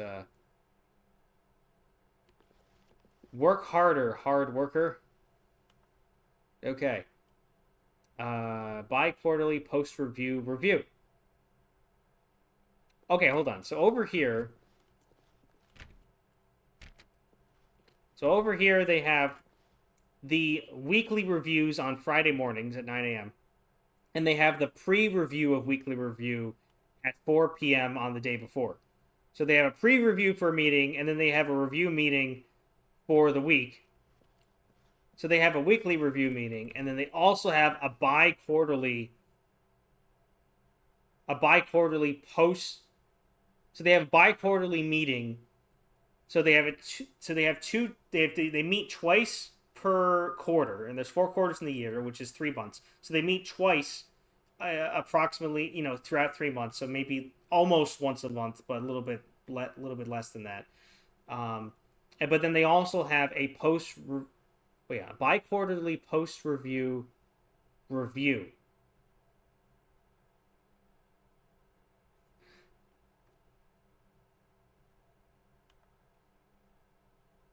So they have a bi-quarterly meeting, and then they have a post-review of that meeting. And then they have a review of that review of the meeting. That's too many meetings. Me when my sister steps on my toes. I'm sorry, I was kind of reading the whiteboard for a while, and I don't know what that's a reference to anymore. Can you elaborate?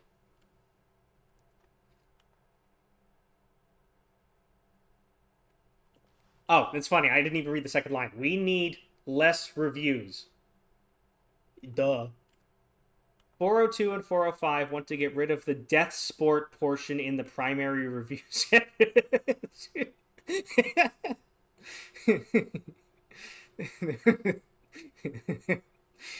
So, every time they have a review, they play a death sport. I guess that's why, I get why they would want to stop that. But I think that's a stupid idea. To end to death sport? Oh yeah, because that's the person who's writing the thing. Yeah, okay. More water coolers. I can agree to that. Actually, that reminds me, I gotta drink more water. Ugh. More water cooler heaters. I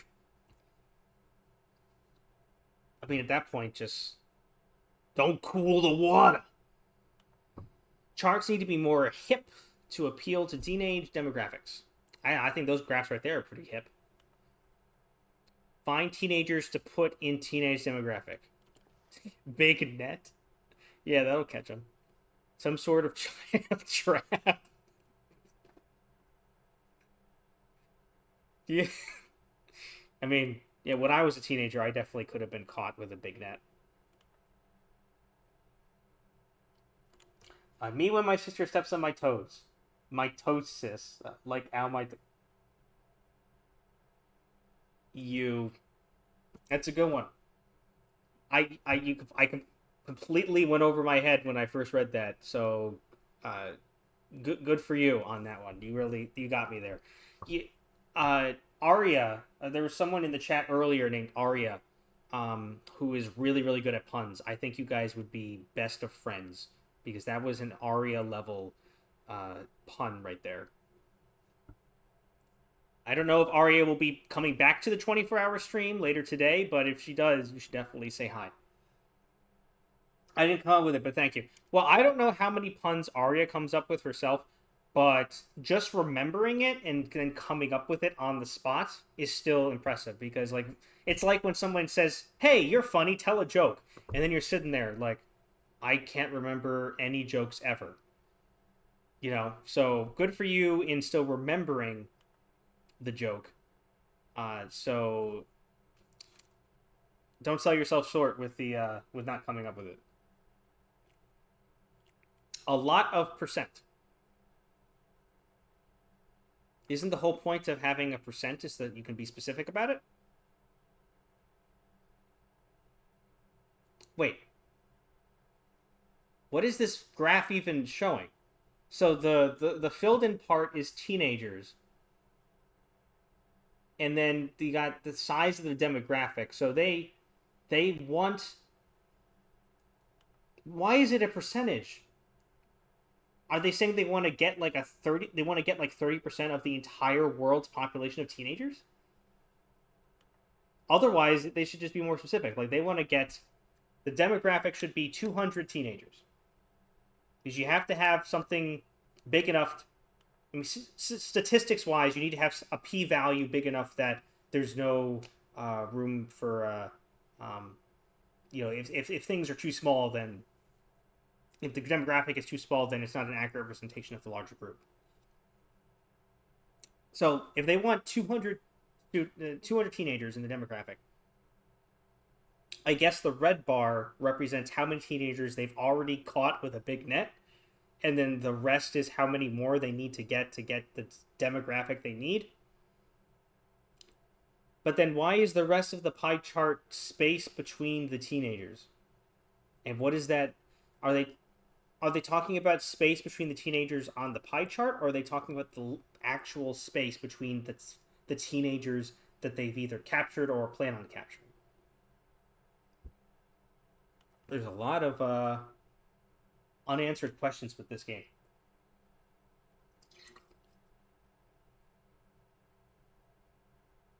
Gerard Way be like, unfortunately, I'm not sure who Gerard Way is. Can you enlighten me on that? Is this another pun? Throw something in the ideas bin. 1. No more bins, trash cans. Well, this is a drawn trash can, so I don't see what the problem is there. 2. Renaming of the ideas bin.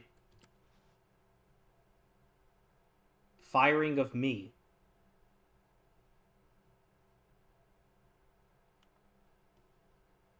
Oh, okay. Those are the ideas that were put into the idea bin. So they want to rename the idea bin, and then somebody wants to get fired. All right. Yeah, me too. All right. What do people want? Well, someone wants to get fired. They want things. They want happy feelings. Mike James, you are fired. Oh! Hey, so he got what he wanted. Well, that worked out. Good for you, Mike James. You got what you wanted.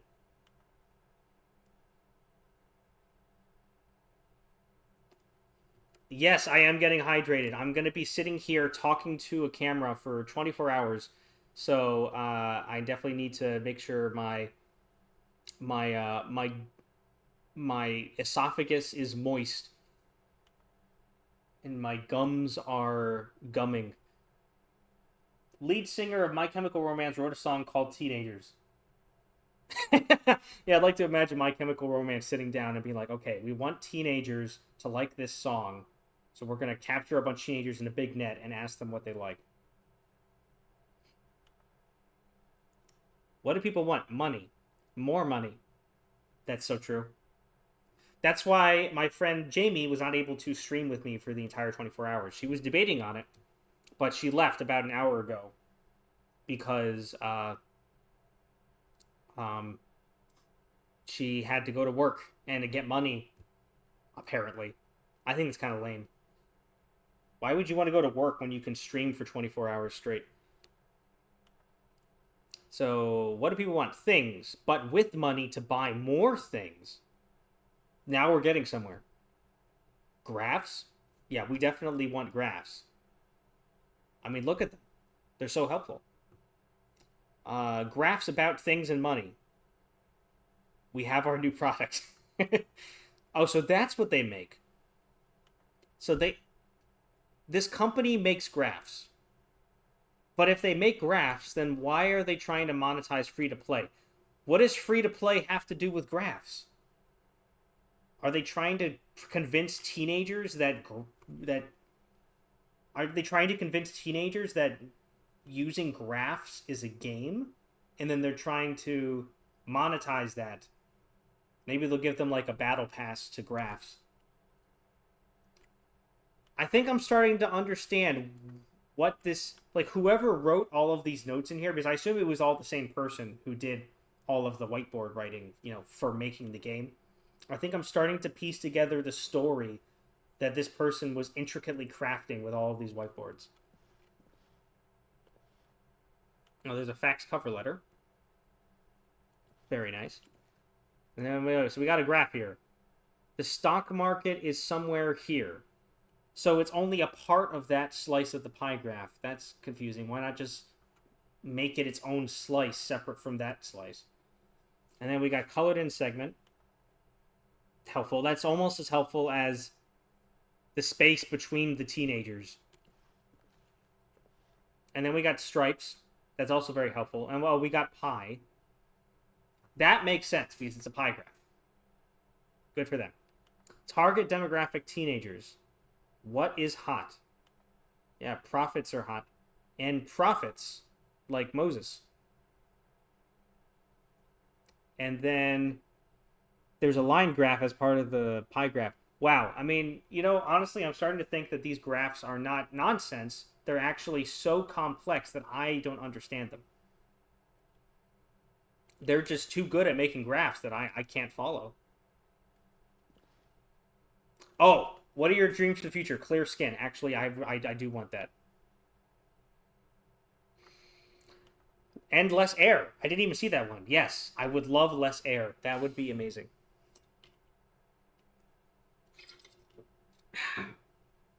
All right. I think I'm done with everything in this room. All right, let's see what else the game has in store. Oh, hey, Chris was stuck in the broom closet. Stanley stepped into the broom closet, but there was nothing here, so he turned around and got back on track.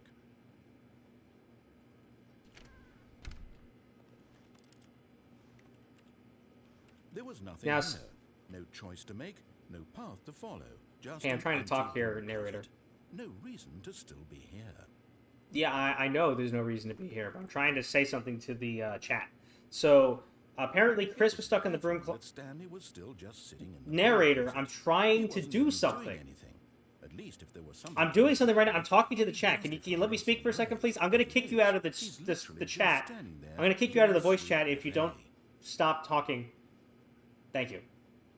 So what I was saying is Chris was stuck in the broom closet, but apparently he... Really still in the broom closet? I'm trying to talk to the chat. You're not letting me finish my sentence. I'm genuinely confused. I'm explaining to you right now. If you just stop talking... All right. So the whiteboard said that Chris was stuck in the broom closet. You do realize right? There's no choice or anything in here, right? If I'd said I know. I'm trying to explain something to the chat. Exploring it to find out. But it didn't even occur to me because literally this closet is of absolutely no significance to the story whatsoever. What? No. It is significant because the whiteboard said that Chris was stuck in the broom closet. This is actually a part of the plot. This is a part of the lore. This is somehow its own branching path. Maybe when you go. Well, I mean, friend, you'll say, I mean, it's a branching path in the fact that it's related to what is read on the whiteboard. The broom closet ending was my favorite. Okay, why are you making fun of me? I'm just trying to explain to the chat about how Chris was stuck in the broom closet. Really, really stupid. Oh my god. You just get out of here. How stupid he is. That or with You're drugs, stupid. Also, Stanley is addicted to drugs. I don't do drugs. No, I'm not addicted to drugs. Well, I've All come right, to a so... very definite conclusion about what's going on right now. Oh yeah, what is that? You've got No, this I'm looking explored a around. bit, and we're I'm just not about dead. to leave because there's nothing here when a physical malady of some sort shut down your central nervous system. You can clearly see from the chat, Well, in a I situation mean, like from this, the stream, responsible that I thing am is to not alert dead. I'm someone not lying nearby dead on the so floor as over to there. ensure I'm that actually your body is alive taken sitting at care my of before chair anything talking to the further chat. goes. Hello? Anyone who happens to be nearby? Hey, The person at this computer my is family's dead. asleep. He No, or my she family's has asleep. fallen Stop prey yelling. to any number of your countless human physiological vulnerabilities. Are you It's gonna listen to me at indicative all? of the long-term sustainability of your species. Please remove their corpse from the area and instruct another human to take their place at the computer, making sure they understand basic first-person video game mechanics. And This is filling why I don't them like in on the talking to history you, of because you don't narrative listen to me. tropes in You just... video gaming, so that the irony and insightful commentary of this You just game talk over me. is not lost on them. It's like I'm not even here. All right. When you've done that, just step out into the hallway. Are you done? Finally. Jeez, can you guys believe that? I really should ban him. I don't know why I let him talk over me like that all the time. Anyways.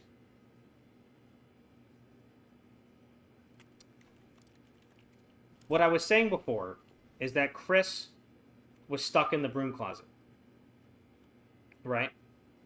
And if you go back and look at the whiteboard, it was not checked off, which means that he is still stuck in the broom closet. So two things have happened. One, there's another broom closet that he's stuck in, and not this one.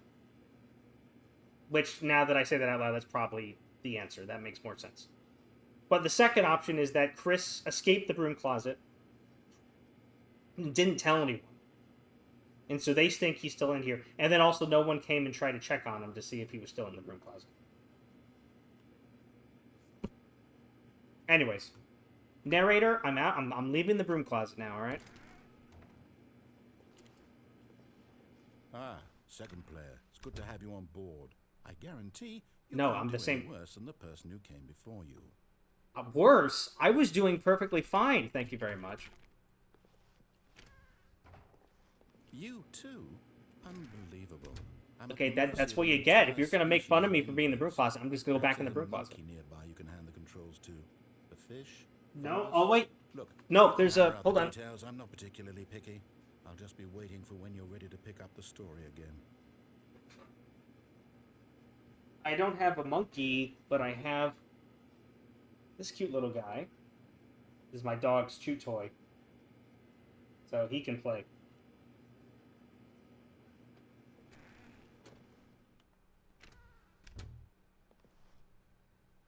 You gonna say anything now?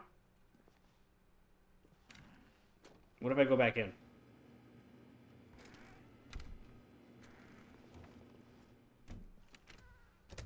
Wonder what happens if I just keep going in and out. Has he just given up?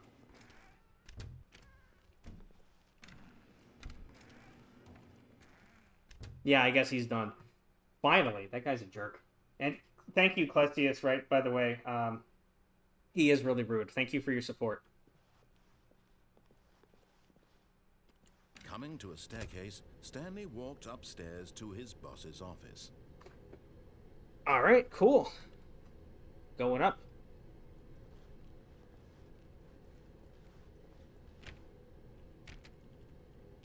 Not there. Ah, here we go. I think over here there's a bathroom.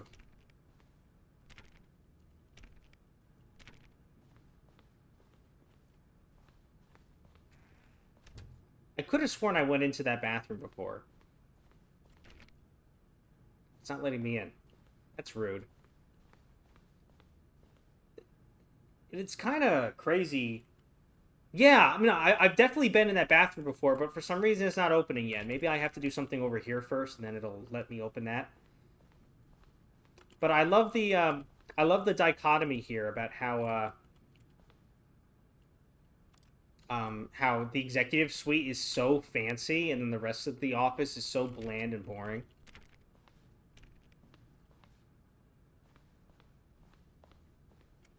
Okay, what's the deal? Do I have to come back and do like I'll be able to open it on a second run or something? Because I definitely think I've been in the bathroom before. Stepping into his manager's office, Stanley was once again stunned to discover not an indication of any human life. Shocked, unraveled, Stanley wondered in disbelief who orchestrated this. What dark secret was being held from him? What he could not have known was that the keypad behind the boss's desk guarded the terrible truth that his boss had been keeping from him. And so the boss had assigned it an extra secret PIN number. 2845. 2845, gotcha. Stanley couldn't possibly have known this. I like how all of the pictures in the office elsewhere are like all of that nature and they're really pretty, and then the office has one of a business guy polluting into a river, and trying to input anything on the device was useless. Cartel Blanche et Mont Blanc. 2845. Looks like some like building next to a. Anyways, but still, I like how like the boss has different pictures. 2845. What was the number again I need to put in for the pin pad? I forget. Yeah, I think you sometimes can open when you go there. Okay, so I guess next time I'm over here, I'll just have to try getting in there again. The emergency override kicked in, and the door just opened all by itself. And Stanley got the hell along with the story. Well, whoop-de-doo.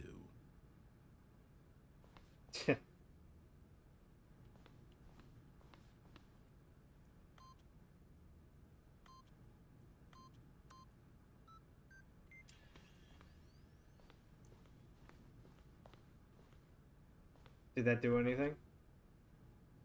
I was hoping it would like do something like the narrator would be like, "Well, why didn't you type that in originally? Why did you wait so long, Stanley? For Pete's sake."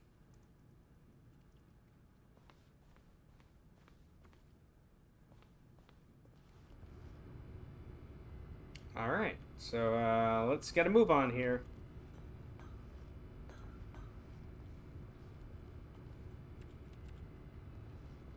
Over here.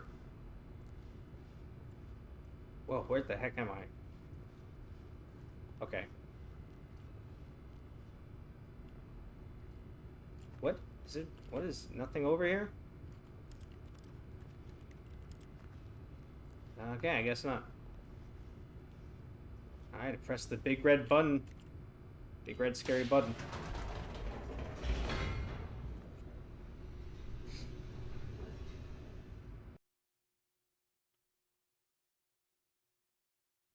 Descending deeper into the building, Stanley realized he felt a bit peculiar. It was a stirring of emotion in his chest, as though he felt more free to think for himself, to question the nature of his job. Why did he feel this now, when for years it had never occurred to him? This question. Yeah, fascinating story, Mr. Narrator.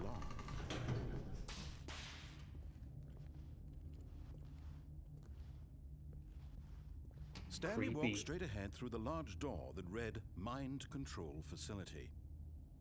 If light is on, call 914 immediately.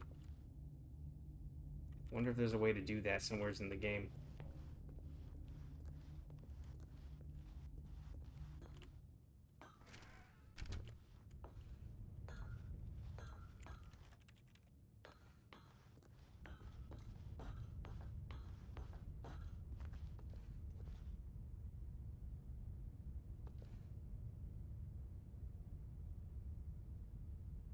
Such a standard plot, narrator. You couldn't come up with something more interesting than this? The lights rose on an enormous room packed with television screens. What horrible secret did this place hold? Stanley thought to himself. Did he have the strength to find out?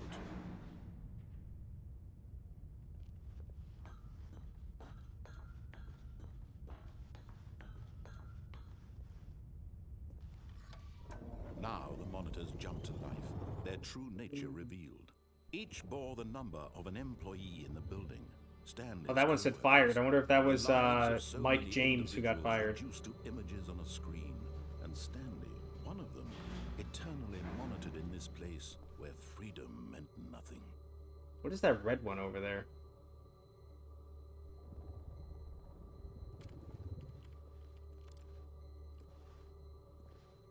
wonder if there's any, like, clues in here to something. Ah! Okay, employee number... Is it 49... Oh, darn it, there it is. Okay. So, which one is that? Employee number 528. Okay, I wonder if that's important. Write that down! Somebody write it down. Okay. Oh, can I fall off of here? No, I can't. Okay. Employee fired. Oh, it doesn't have a number over there. It just says fired. And what are those ones that don't have employee numbers? Like, employee... There's, like... That one way up there is, like, employee nothing. Employee 0.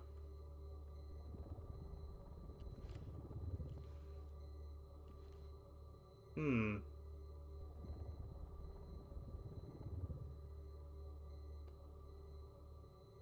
Oh, that employee was fired, too. Okay.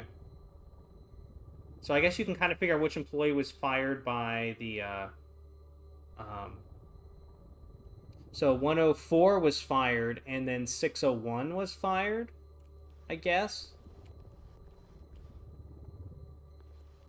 Hmm.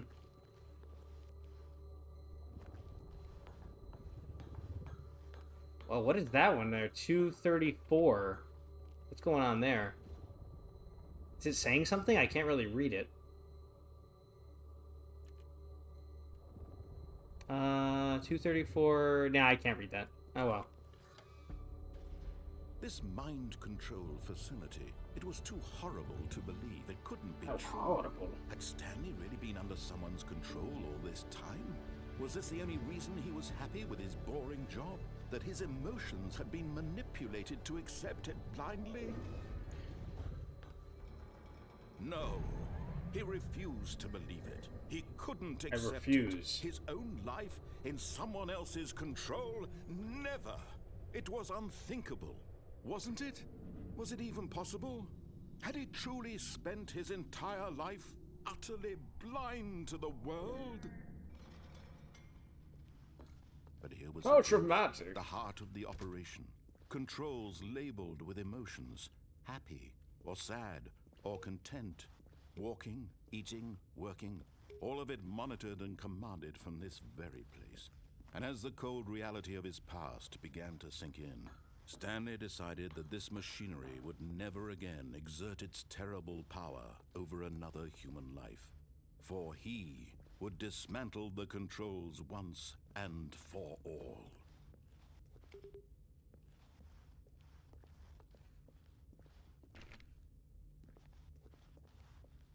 Okay, so what are the different things over here? There's 1 and 2 over here. Wonder what they do. I didn't press 2. And then 3 up there.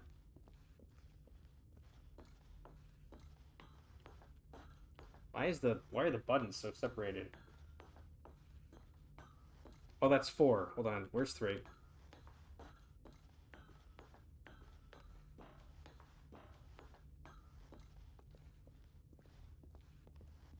Where is 3? And what is this all the way down here? Kind of trippy looking. But what's the point of it, though?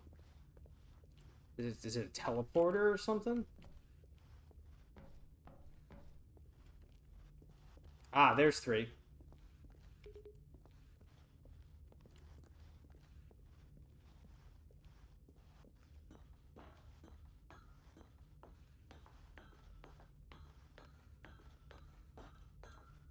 And 4. Nope, that didn't do anything, I guess. I mean, unless there's a 5 somewhere else.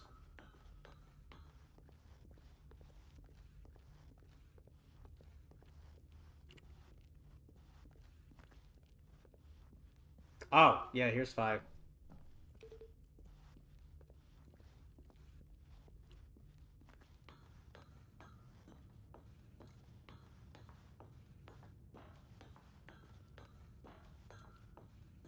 And when at last he found the source of the room's power, he knew it was his duty, his obligation to put an end to this horrible place and to everything it stood for. Is there another button? Or is it just 5? Oh, what is this? Big red button.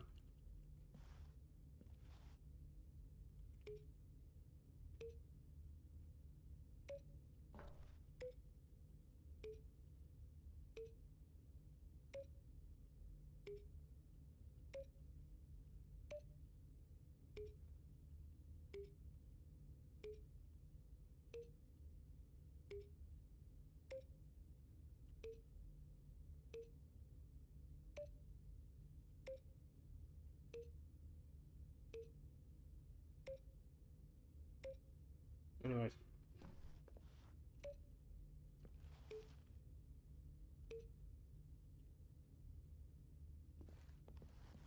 There's no other buttons. I guess those must be used for like some other scenario, depending on what you do. I guess for like the main storyline, those buttons don't matter.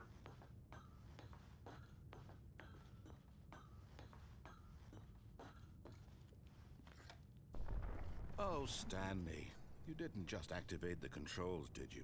After they kept you enslaved all these years, you go and you try to take I pressed the control wrong of the button. machine for yourself. Is that what you wanted? Control?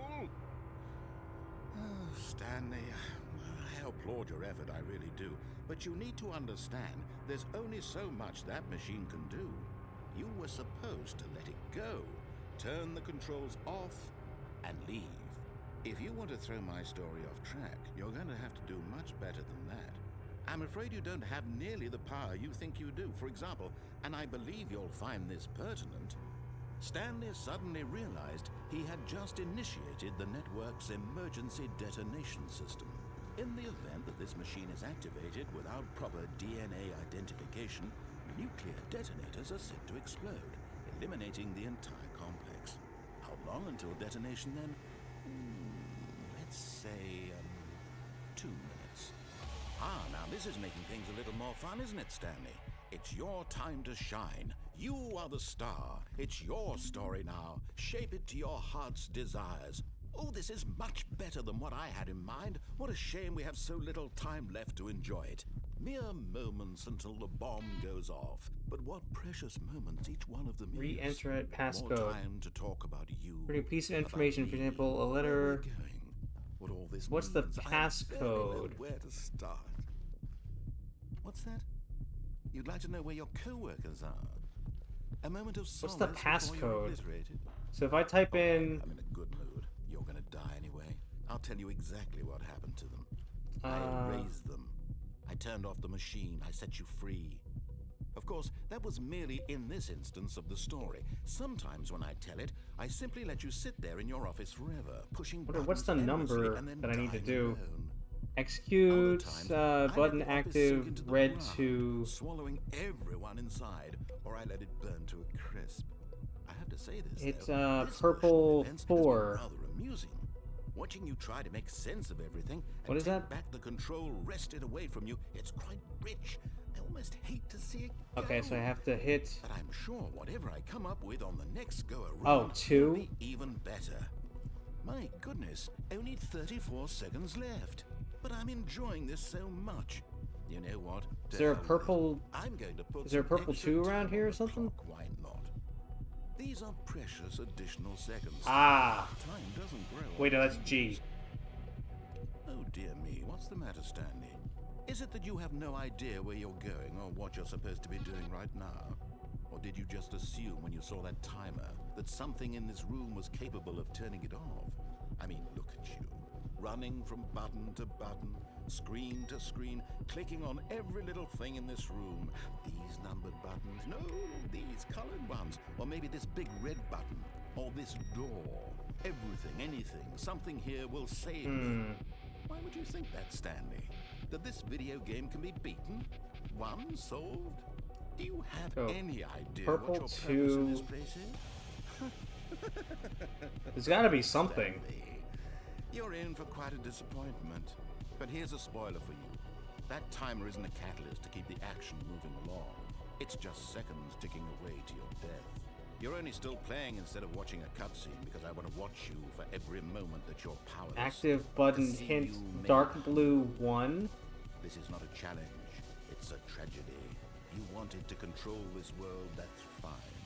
But I'm going to destroy it first, so you can't. Take a look at the clock, Stanley. That's 30 seconds you have left to struggle. 30 seconds until a big boom and then nothing. No ending. Just you being blown to pieces. Will you cling desperately to your frail life, or will you let it go peacefully? Another choice. Make it count, or don't. It's all the same to me, all a part of the joke. And believe me, I will be laughing at every second of your inevitable life from the moment we fade in until the moment I say, I don't know what to do.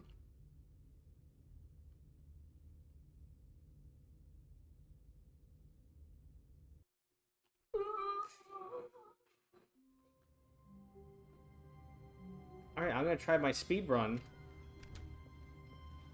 Oh wait, this is... Oh, different than the first time.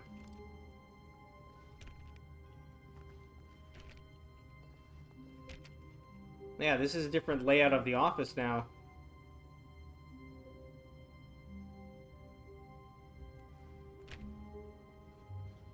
When Stanley came to a set of 2 open doors, he entered the door on his left. Alright.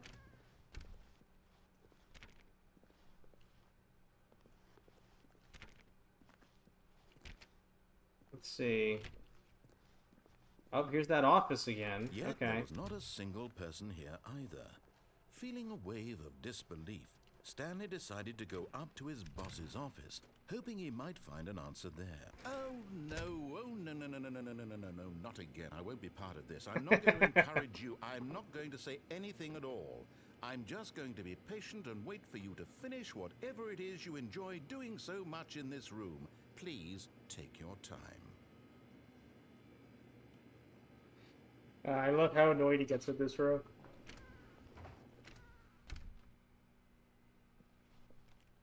Oh, what if I go back in again?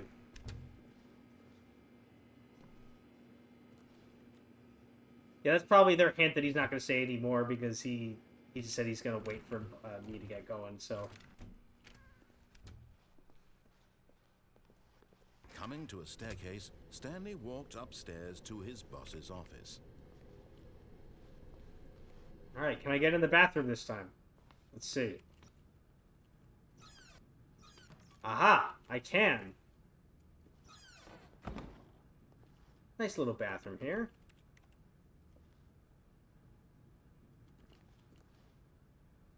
I'll have a picture of an ugly office building. Because the boss knows that what the boss says goes, if the boss has suffered losses, then that's what the boss chose.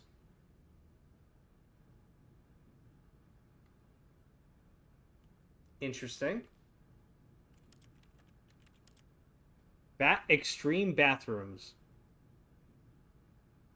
Cool.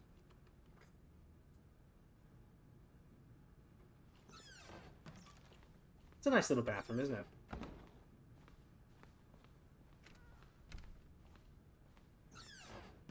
Oh, I never was able to go in here before.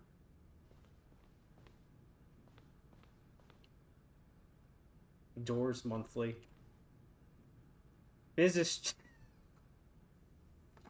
strategy. Business strategies pointing a gun to a panda's head. I love it.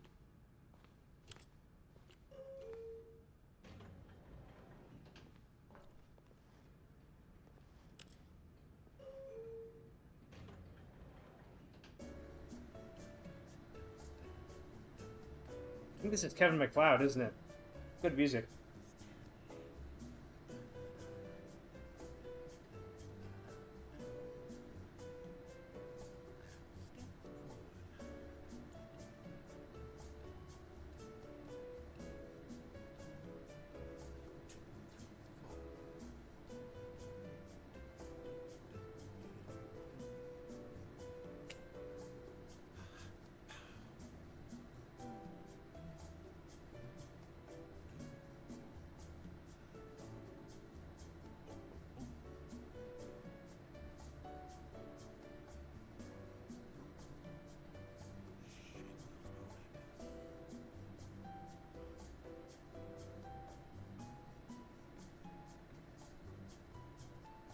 Oh no, the poor panda. No, he's not. I don't care for the panda. Who cares if they're endangered? If it increases profits to shoot the panda in the head, and that's what the company should do. Also, I think that can be like an actual bathroom sometimes. Are you saying it sometimes turns into something else? Because I've only ever seen it as a bathroom before. Like, I've actually been in that bathroom before. So, like, I'm trying to think of... Because I haven't played the game in 5 years, so I could get the 5 years achievement on Steam. Or not playing for 5 years achievement. So I don't remember that bathroom being anything else other than a bathroom.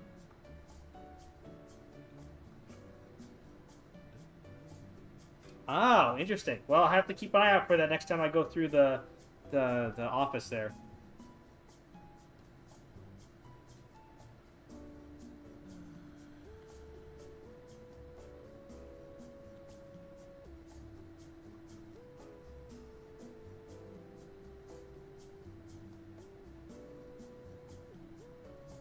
All right.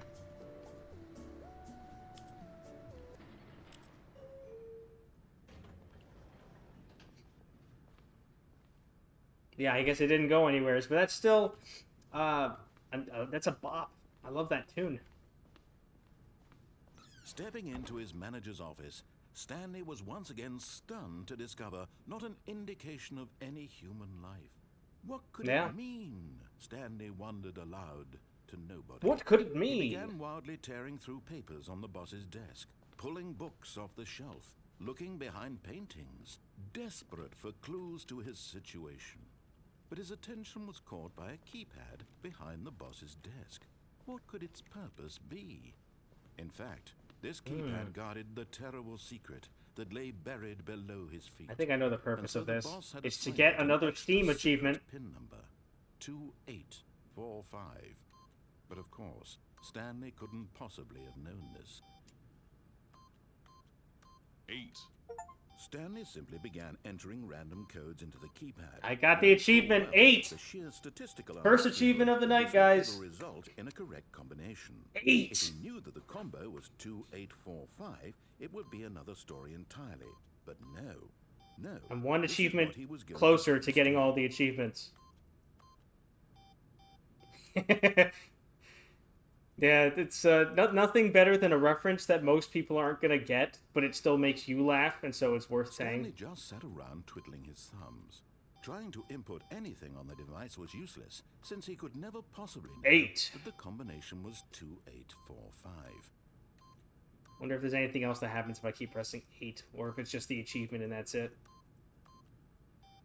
2845. Oh, he's getting mad at me. I'm just gonna speed through this.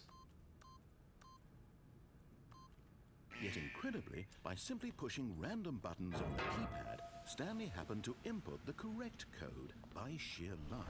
Amazing. He stepped into the newly opened passageway. Here we go. And this time I am not going to accidentally hit the wrong button at the end.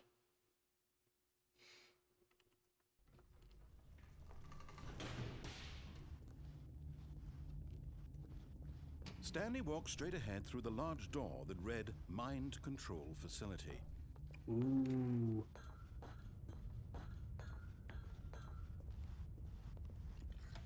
The lights rose on an enormous Let me go. room packed with television Let me go. screens. What horrible secret did this place hold? Stanley thought. I don't care, narrator. Did he have the strength to find out? Yes. Now the monitors jumped to life, their true nature revealed.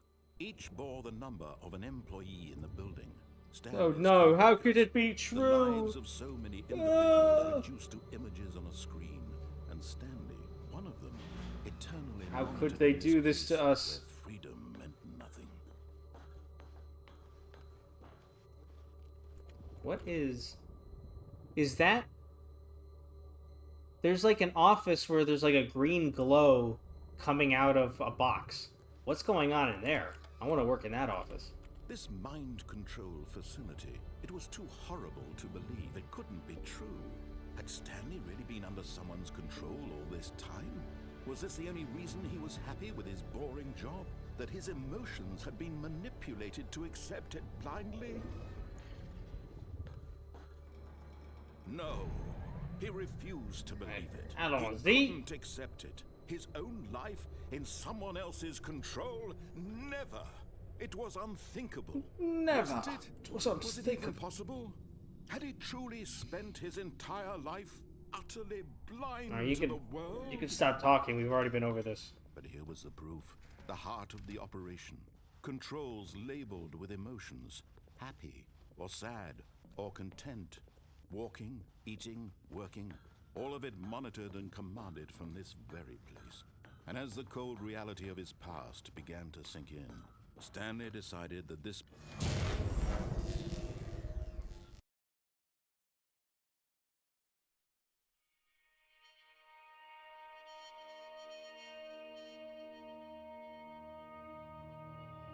blackness, and a rising chill of uncertainty. Oh, I'm feeling some uncertainty. Yes, he had won. He had defeated the machine, unshackled there's two of himself them? from someone else's command. Freedom Or is was that the same mere one? moments away. And yet, even as the immense door slowly opened, Stanley reflected Okay. on how many It's the same puzzles thing. still lay unsolved. Where had his co-workers gone? How had he been freed from the machine's grasp? What other mysteries did this strange building hold? But as sunlight streamed into the chamber, he realized none of this mattered to him, for it was not knowledge or even power that he had been seeking, but happiness. Perhaps his goal had not been to understand, but to let go. No longer would anyone tell him where to go, what to do, or how to feel. Whatever life he lives, it will be his.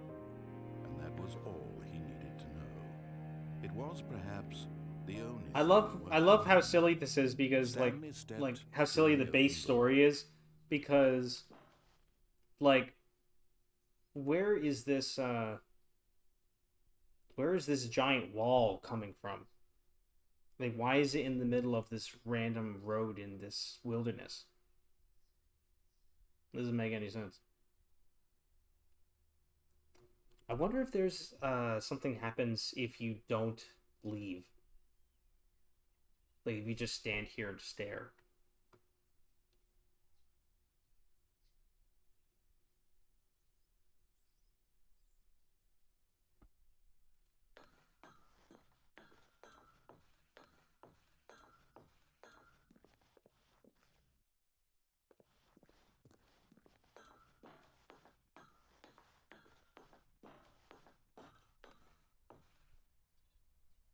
Nothing? Stanley felt the cool breeze upon his skin, the feeling of liberation, the immense possibility of the new path before him. This Such a was nice exactly ending. the way, right now, that things were meant to happen. And Stanley was happy. Alright, now that I've been through the whole space story, I'm going to try speedrunning this and get the speedrun achievement on Steam.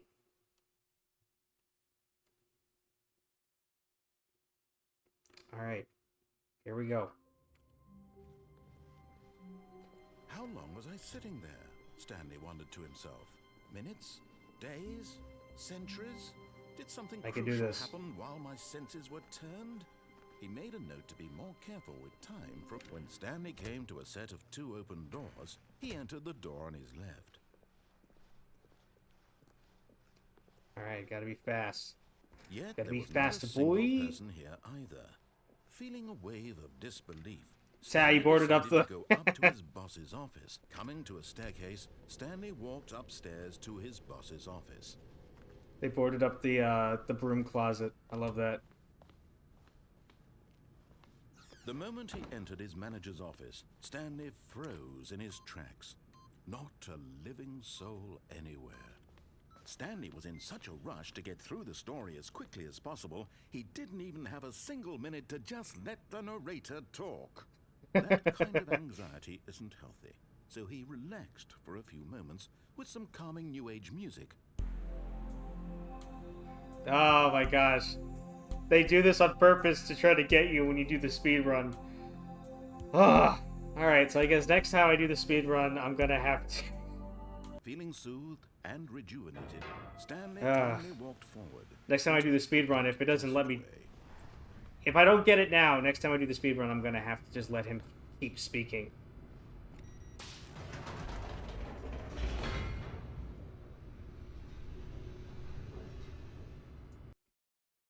Ugh.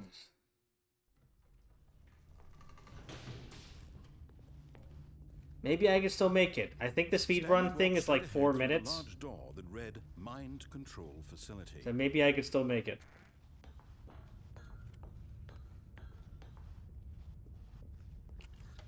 The lights rose on an enormous let me go. room packed with Come on, let's television go. Screens. What horrible secret did this place hold? Stanley thought to himself. Did he have the strength to find out? Yeah.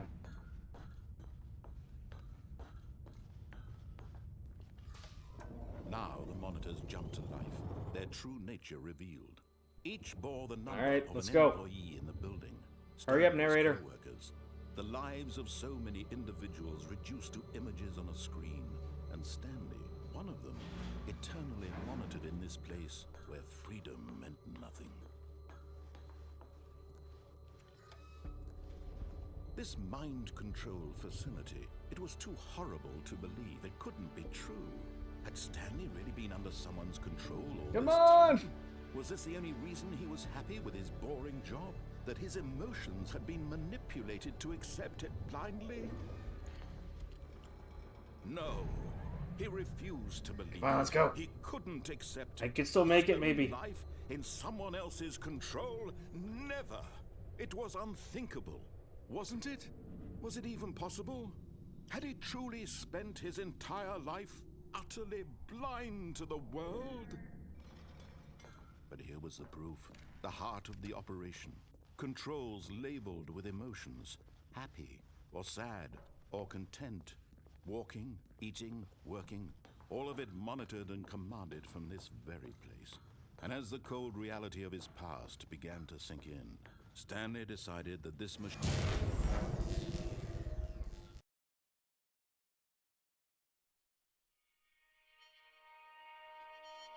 Alright, moment of truth. Let's see if I get the achievement. blackness, and a rising chill Oh, of will you uncertainty. hurry up? Was Ugh. it over?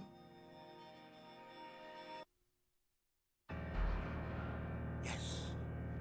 He had won. He had defeated the machine, unshackled himself from someone else's command.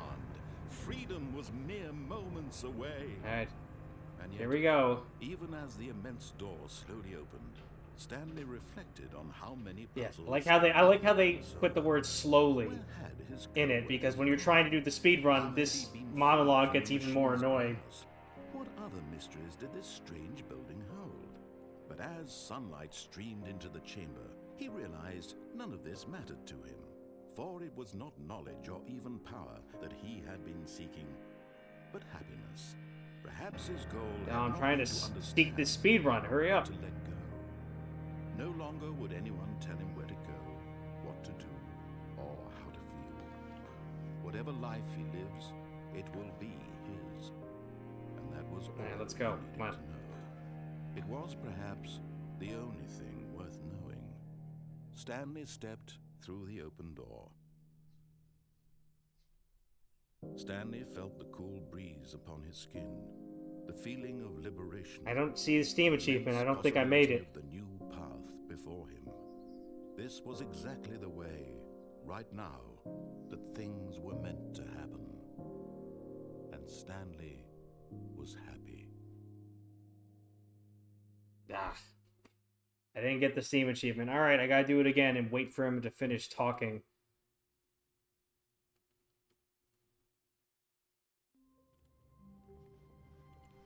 All of his co-workers were gone. What Alright, could it mean? let's do this for real this Stanley time. decided to go to the meeting room. Perhaps he had simply missed a memo.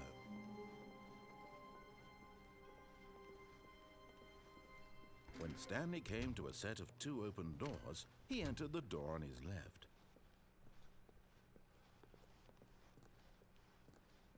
Yet there was not a single person here either. Come on. Feeling a wave of disbelief, Stanley decided to go up to his boss's office. Coming to a staircase, Stanley walked upstairs to his boss's office.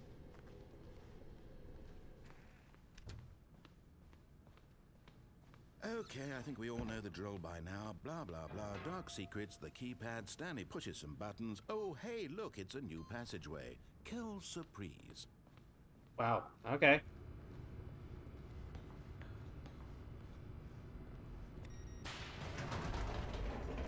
Wish I'd known he was just gonna skip over that, because then I would have been waiting by the fireplace.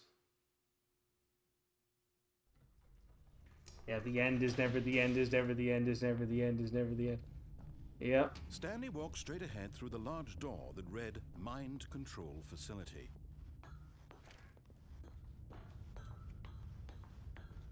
Alright, well this is definitely going quicker than last time, so let's see. Lights rose on an enormous room packed with television screens. What horrible secret did this place hold? Stanley thought to himself. Did he have the strength to find out?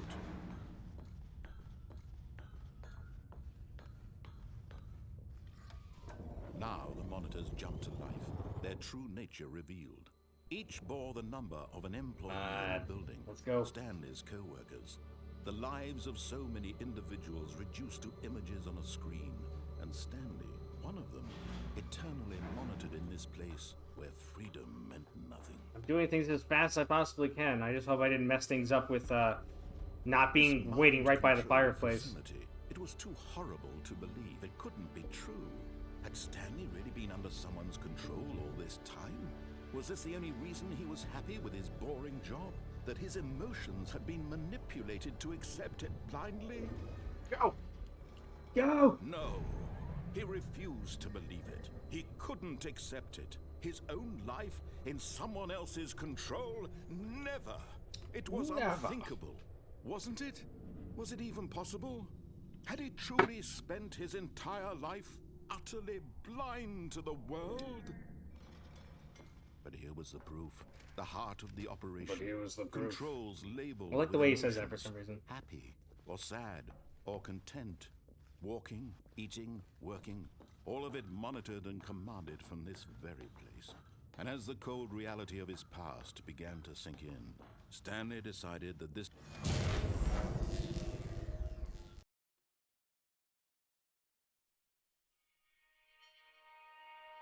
Please. blackness, and a rising chill of uncertainty. Please. Was it over? I hope it's over, please. Yes. He had won. He had defeated the machine. Unshackled himself from someone else's command. Freedom was mere moments away. And yet, even as the immense door slowly opened, Stanley reflected on how many puzzles still lay unsolved. Where had his co-workers gone? How had he been freed from the machine's grasp? What other mysteries did this strange building hold? But as sunlight streamed into the chamber, he realized Hurry up! this mattered to him. For it was not knowledge or even power that he had been seeking, but happiness. Perhaps his goal had not been to understand, but to let go. No longer would anyone tell him where to go, what to do, or how to feel. All right, moment of Whatever truth. life he lives, it will be his. And that was all he needed to know. It was perhaps the only thing worth knowing. Stanley stepped through the open door. Stanley felt the cool breeze upon his skin, the feeling of liberation, the immense possibility of the new path before him. This was exactly the way, right now. I don't see a Steam things were achievement. meant to happen. Did I not get it? And Stanley was happy.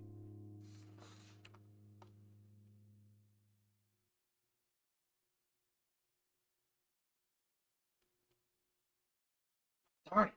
I didn't get it. Alright, this time I gotta wait by the fireplace. Even now, Stanley's office was a distant memory. What did it look like? There was a computer, perhaps, and a painting. Was it a painting or a photo? he could no longer recall. When Stanley came to a set of 2 open doors, he entered the door on his left.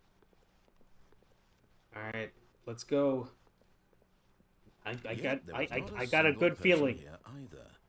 It's Feeling a gonna. wave This of is it. It's disbelief, gonna happen this Stanley time. decided to go up to his boss's office. Coming to a staircase, Stanley walked upstairs to his boss's office.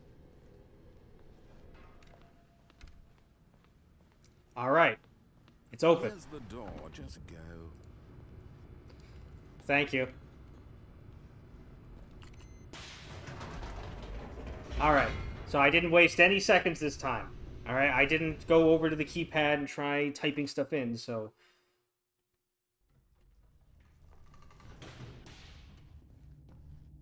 This has got to be it. Stanley walked straight ahead through the large door that read Mind Control Facility. Doing this again. All right. The lights Get your rose monologue in out an of your system. enormous room packed with television screens. What horrible secret did this place hold? Stanley thought to himself. Did he have the strength to find out?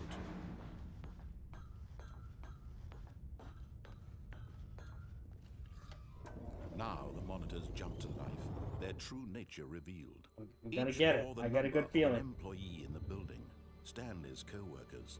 The lives of so many individuals reduced to images on a screen, and Stanley, one of them, eternally monitored in this place where freedom meant nothing. This mind control facility, it was too horrible to believe. It couldn't be true. Yeah. Had Stanley really been under someone's control feeling all good. this time? Was this the only reason he was happy with his boring job? That his emotions had been manipulated to accept it blindly? No. He refused to believe it. No. He couldn't accept it. His own life in someone else's control? Never. It was unthinkable. Wasn't it? Was it even possible? Had he truly spent his entire life utterly blind to the world? But here's the proof. Here was the proof. The heart of the operation. Eyes the rub. Controls labeled with emotions. Happy, or sad, or content. Walking, eating, working. All of it monitored and commanded from this very place. And as the cold reality of his past began to sink in, Stanley decided that this...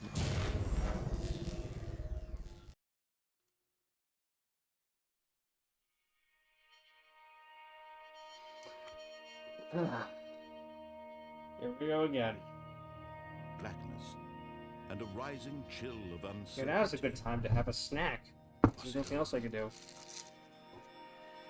By the way, this stream is sponsored by Kit Kats. He had won. He had defeated the machine, unshackled himself from someone else's command. Freedom was mere moments away. And yet, even as the immense door slowly opened, Stanley reflected Doesn't look on a Kit how Kat at many 2 a.m. puzzles still lay unsolved. Where had his co-workers gone? How had he been freed from the machine's grasp?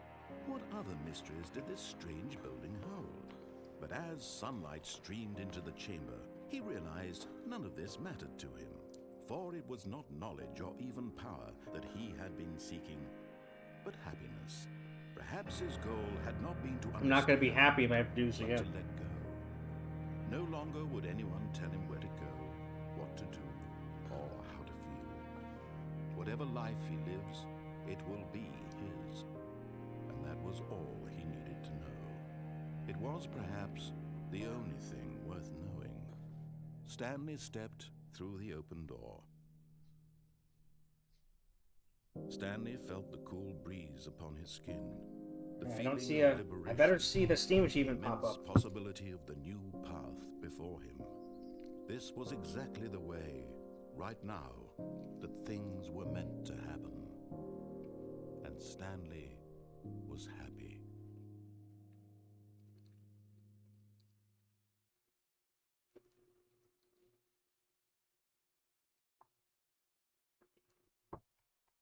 Oh.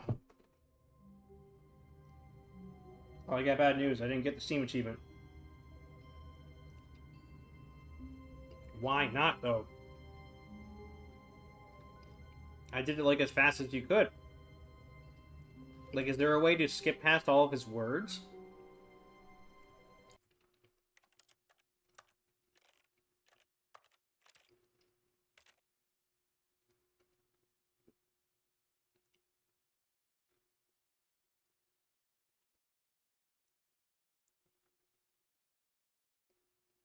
Pause game? How is that different than the main menu? And what's console?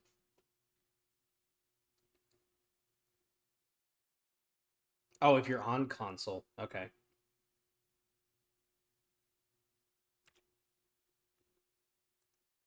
What's keyboard look modifier?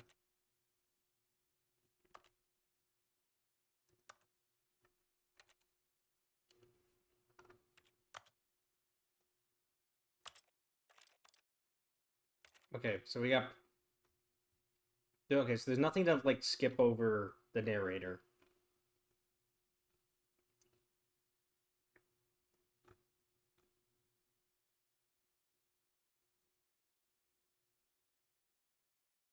So what is a tilde?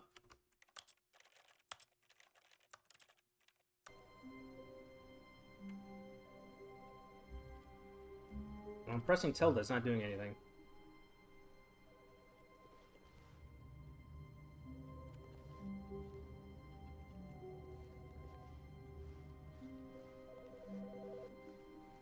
Oh, there's a ringing phone.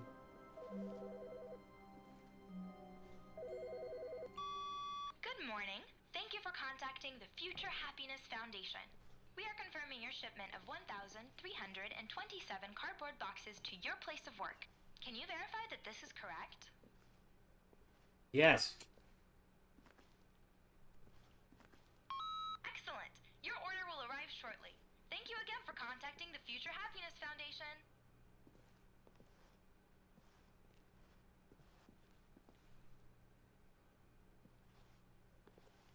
Okay, cool. Maybe check and make sure you don't already have it, or that it got that it got but didn't pop up. Console's the dev console for cheats. Oh, okay.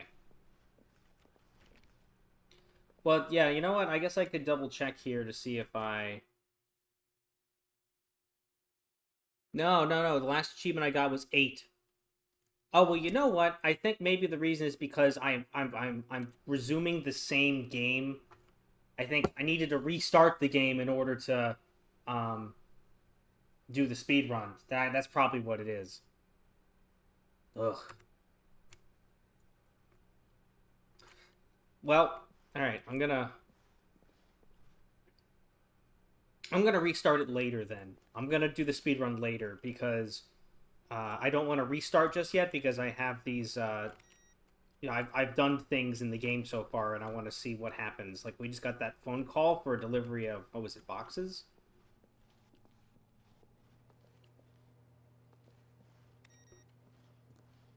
I wonder what's up with those monitors.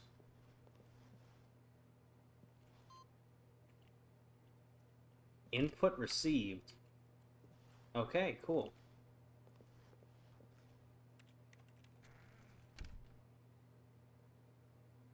Oh, I just...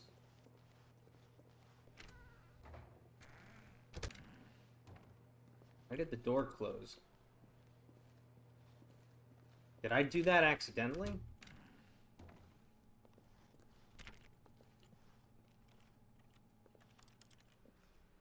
Wonder why the doors aren't closing on their own. But Stanley simply couldn't handle the pressure. What if he had to make a decision? What if a crucial outcome fell under his responsibility? He had never been trained for that. No. This couldn't go anywhere. Find them all and click them. Yeah, I mean, I've been clicking all the consoles, but I'm wondering what they do. Is to wait. Nothing will hurt me. Nothing will break me. In here I can be happy forever. I will be happy. Stanley waited. Hours passed, then days. Had years gone by? He no longer had the ability to tell.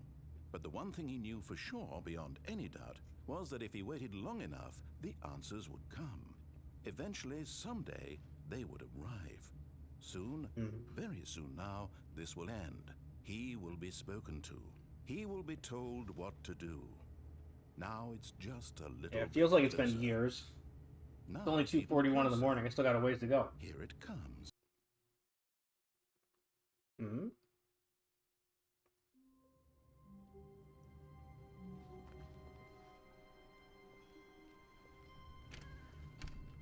But Stanley simply couldn't handle the pressure. Oh, it's just the same thing. Make a decision. What if a crucial I was outcome hoping you'd fell say something under his different. Responsibility. Whoops. He had never been trained for that. No. This couldn't you go have a Kit Kat anywhere while I wait. except badly. The thing to do now, Stanley thought to himself, is to wait. Nothing will hurt me. Nothing will break me. In here I can be happy forever. I will be happy. Stanley waited. Hours passed, then days. Had years gone by? He no longer had the ability to tell. But the one thing he knew for sure, beyond any doubt, was that if he waited long enough, the answers would come.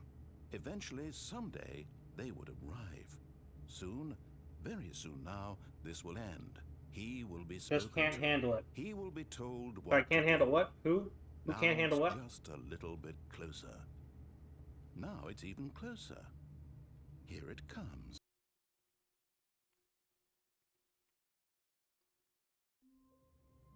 Alright, here we go. Even now, Stanley's office was a distant memory. What did it look like? There was a computer, perhaps, and a painting. Was it a painting or a photo? He could no longer recall.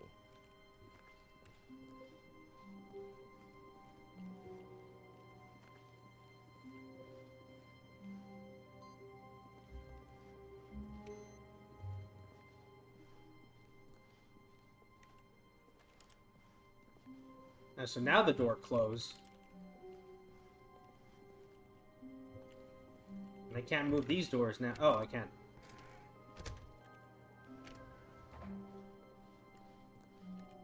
I thought they swung. Ah, there we go.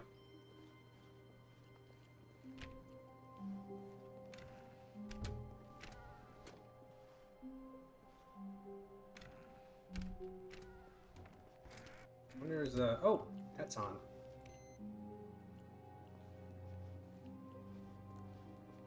Can I click on this again? No, I guess just once per run, I guess.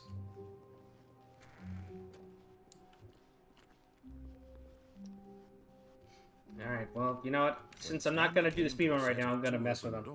He entered the door on his Oh, left. Stanley can't handle the pressure. I can't, yeah, I can't handle the This pressure. was not the correct way to the meeting room, and Stanley knew it perfectly well. Perhaps he wanted to stop by the employee lounge first, just to admire it. Yeah, I love the employee lounge. If I recall correctly, and maybe I'm not recalling correctly, but if I recall correctly, the meeting lounge is where I originally discovered how to get the Don't Jump achievement. Ah, yes, truly a room worth admiring. It had really been worth the detour after all, just to spend a few moments here in this immaculate, beautifully constructed room. Stanley Yes, it simply is stood great. here, drinking it all in. Can I get any soda? Darn.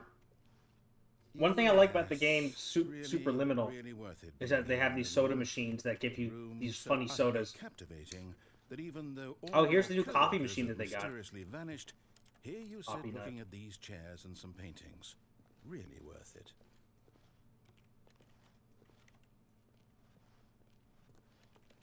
Yeah, I wish you could get At drinks this like in point, Superliminal. Stanley's obsession with this room bordered on creepy and reflected poorly on his overall personality.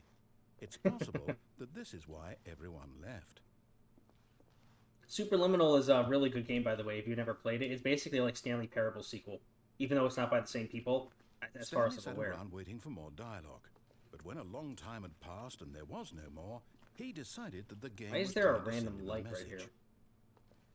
I don't think the game's trying to send me a message. I think I'm doing exactly what I should be doing.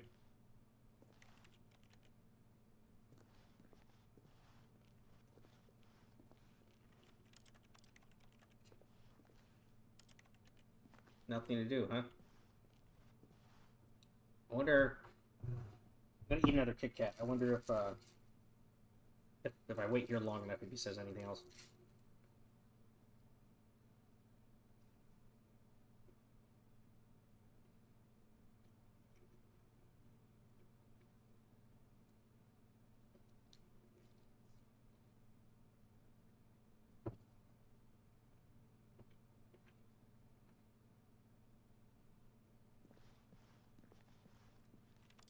Darn, I guess not.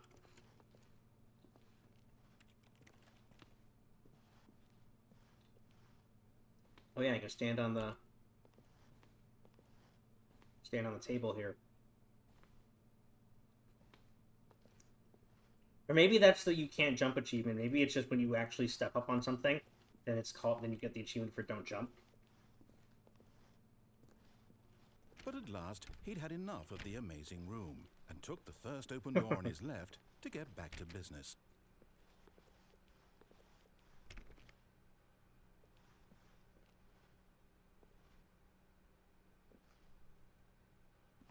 And so he detoured through the maintenance section, walked straight ahead to the opposite door, and got back on track.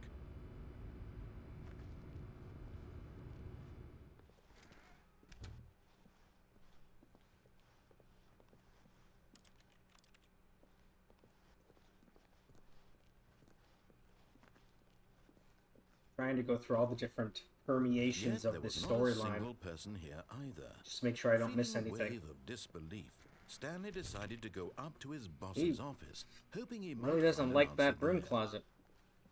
Coming to a staircase, Stanley walked upstairs to his boss's office.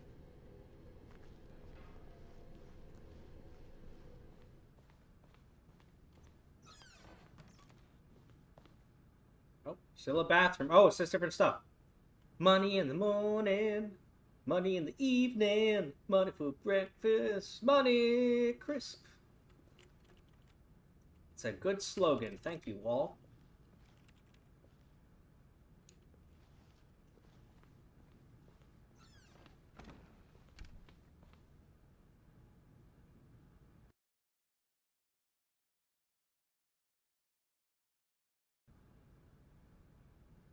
Oops.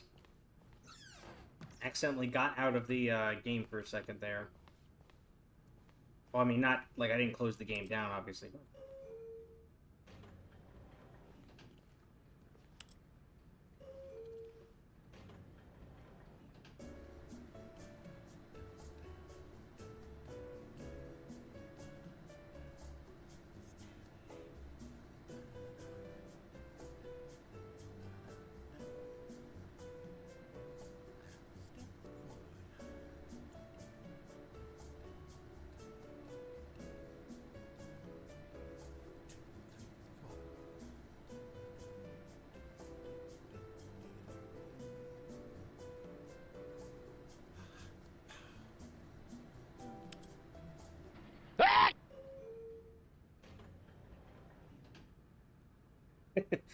Thank you for interrupting my dance with a scientist scream.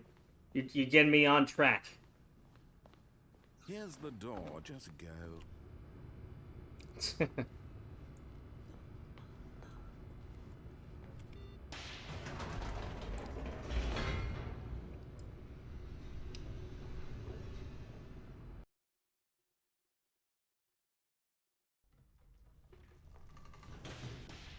Alright, let's see if I escape this time.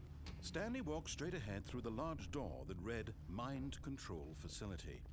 Although this passageway had the word Scientists are scared of escape elevators. on it, the truth was that at the end of this hall, Stanley would meet his violent death.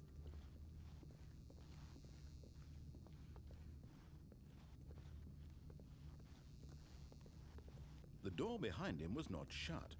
Stanley still had every opportunity to turn around and get back on track. At this point, Stanley was making a conscious, concerted effort to walk forward and willingly confront his death.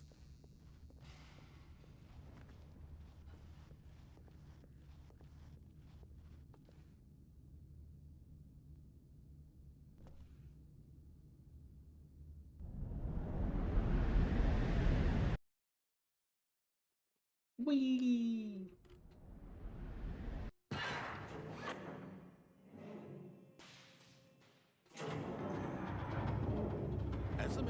spurred into motion and Stanley was inched closer and closer to his demise, he reflected that his life had been of no consequence whatsoever.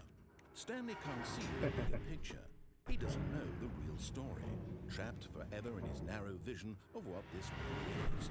Perhaps his death was of no great loss, like plucking the eyeballs from a blind man. So he resigned and willingly accepted this violent end to his brief and shallow life. Farewell, Stanley.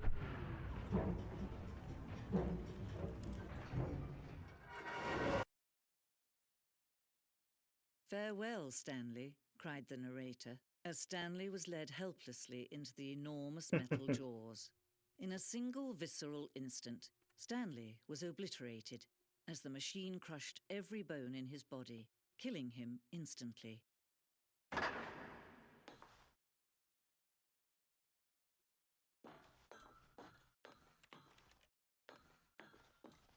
Lovely. And yet it would be just a few minutes before Stanley would restart the game, back in his office, as alive as ever. What exactly did the narrator think he was going to accomplish? I don't know. Pretty silly.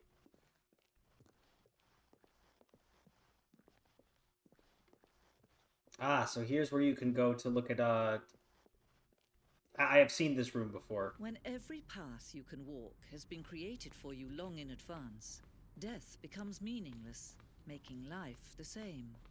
Do you see now? Do you see that Stanley was already dead from the moment he hit start? Nature paintings. Yes, I've seen all these. Very nice. Stanley's computer. Wow! I still can't press anything in there. Alright, so there's the... I wonder if this will tell me anything about the office. So we got Stanley's room, the hallway. This blueprint shows the office from the beginning of the game. The path from Stanley's office to the two doors was the first part of the game that was built. Sections have been added and altered throughout development, though the core layout remains almost identical to the first iteration. Alright. Yep, so second office. And then hallway. Gotcha. The pacing of this opening section was important to get right. This corridor has been moved and altered to make sure the player reaches the two doors in a good time. That's kind of an odd thing to say. He's like, you're just talking about the length that you made a hallway. The two doors. The set of two open doors was the very first concrete piece of the Stanley Parable's design. Once this room was created, the rest of the game emerged as an extension of it, an exploration of the contradiction this room posed. Cool. File cabinets. Office computers. Hey, I turned it off. Wonder what that does.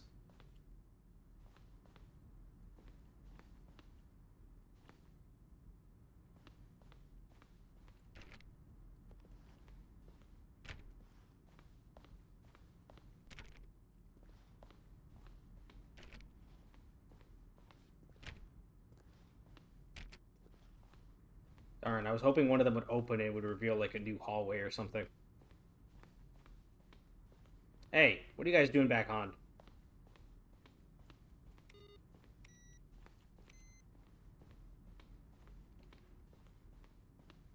Ooh. The button sounds. A selection of the sounds used throughout the game when buttons are pressed. Each sound is a mix of a keyboard stroke and a synthesized tone.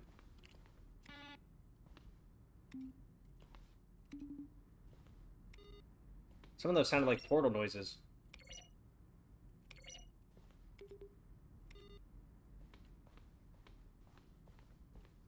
Oh, original music. Yeah, Blake Robinson. I love that guy. He's really good. He also has a YouTube channel, which is, he has a lot of really good music on there as well. Fun detail since we're here. The Stanley Parable was originally a Half-Life 2 mod. Yeah, that's really cool. I didn't know that until today. Tim actually mentioned it earlier today when he was on the stream. But yeah, I mean, you could definitely tell a lot of the graphics look like they're like straight from Half-Life 2.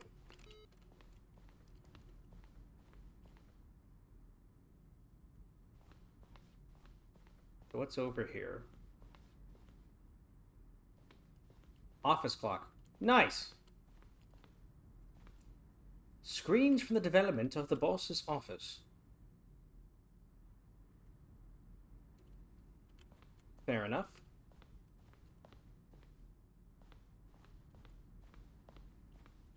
Is there any clues in here that I can glean? Employee lounge. Oh, I hear someone talking. An early version of the underground portion of the game. Okay.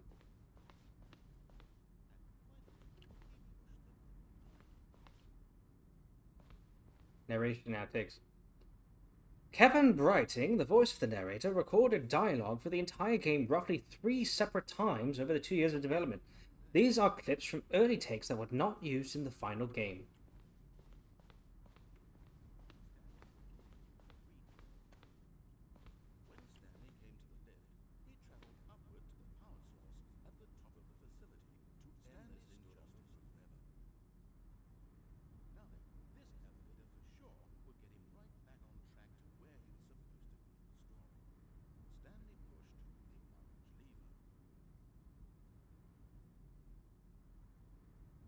Trying to see if that narrator lines would give me any clues.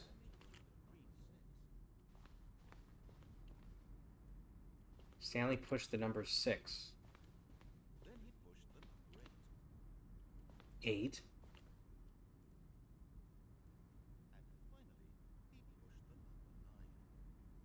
Six, 8, 9. I wonder if that shows up anywhere. Wait. 6, 8, 9, 6? Stanley stood on the roof. Okay.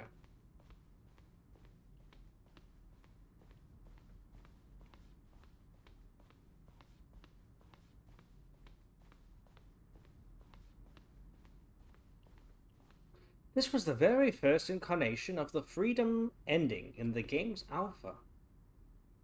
Well, that doesn't look as nice as the other one, so glad they fixed it.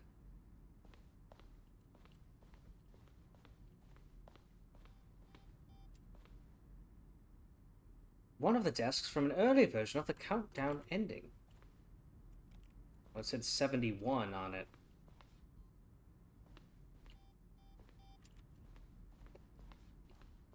Wonder if I don't stand near it, I wonder if it could tell me anything.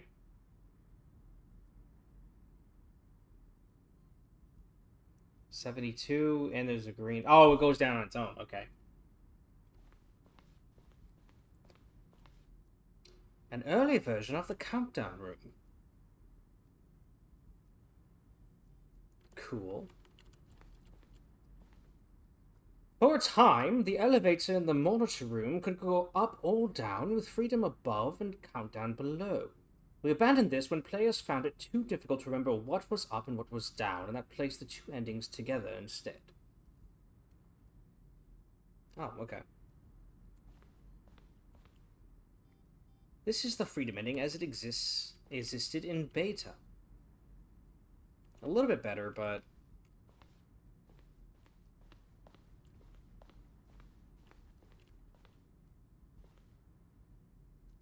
what's that? Game design mockup. This is the level that William, the level designer, sent to Davey, the writer, as a kind of audition piece.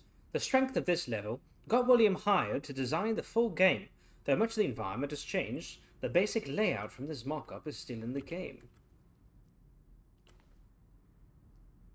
Yeah, that's pretty good.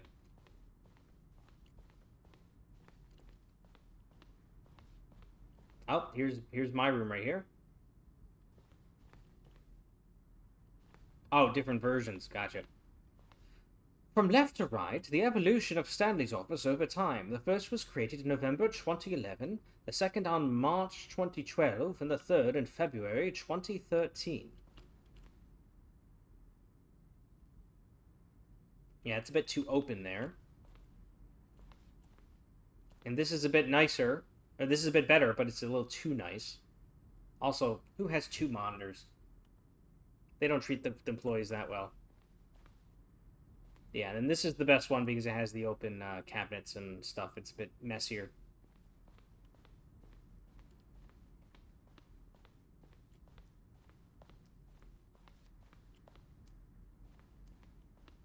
Okay, I don't want to get lost here. An early version of the lounge. Well, they definitely made the lounge better, too. The office.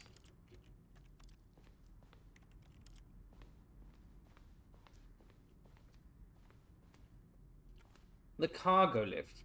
This second version is functionally the same as what's in the final game, but we wanted it to look more like a place where cargo is actually stored. Fair enough. The apartment timer. In a previous version of the choice leading to the apartment ending, a timer would give you 15 seconds to pick up the phone. Not picking up the phone would lead to a different ending. Alright. The cargo lift was always intended to offer the choice of staying on or jumping to a different path. However, after this early version, we decided we also wanted the option of the player falling to their death. Good for them. Meeting room stuff. Alright, cool. The flow of hallways following the first 2 doors was important to get right, since players would replay them so many times. We discussed a number of designs, but ultimately it was the simplest version that won out. Option 1, 1 doorway to maintenance in the lounge.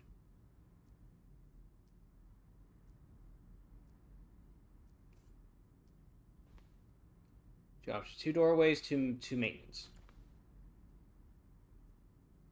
The other entrance would be hidden depending on how you entered. The confusion ending.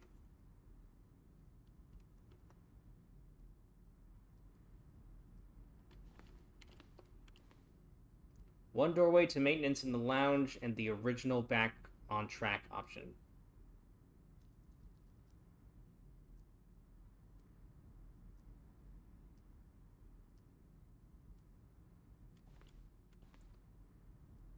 Vent! What about this? Okay, you get an event and you crouch.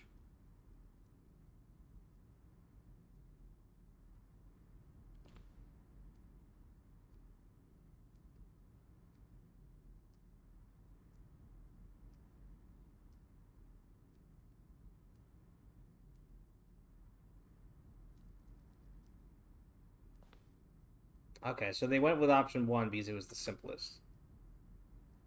Okay.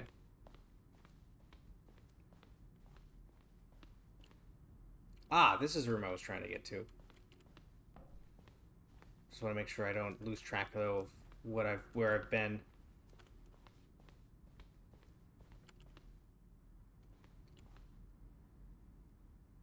Stanley Parable HD Remix. More endings, fewer endings, more narrators, more Stanley, less Stanley.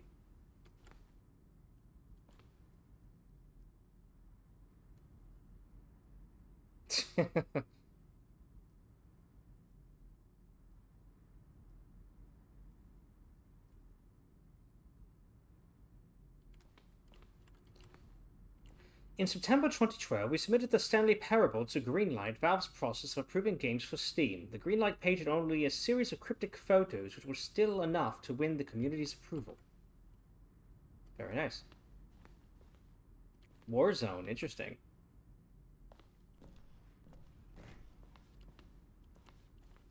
Oh, it's like Tron. Early in development, we designed an ending where Stanley would end up on a battlefield fighting aliens. The action game would become sentient and would wage war against the narrator. We realized shortly after starting to build it that it was far too jokey and on the nose for the tone of the game. Plus, some people interpreted it as making fun of people who like shooters, which was not our intention. I don't know, I feel like that would have been fine.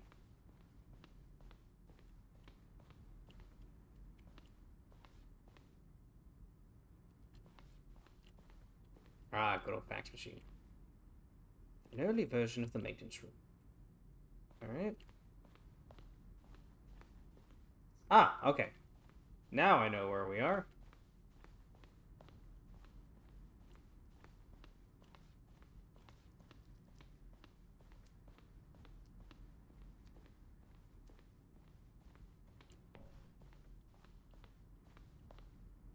Zending levers. Zending levers. These levers were originally a part of the Zending. The player would pull a lever, and the narrator would describe what color lever they had pulled. Alright. Zending. This screenshot depicts an earlier version of the ending known as the Zending, which was eventually cut and merged with another part of the game. That looks like Portal. Doesn't it? Like the walls and stuff, like... I wonder if they did a crossover with Portal in this game, because I know there's an ending in this game where you can play Minecraft, so I wonder if they did something with Portal.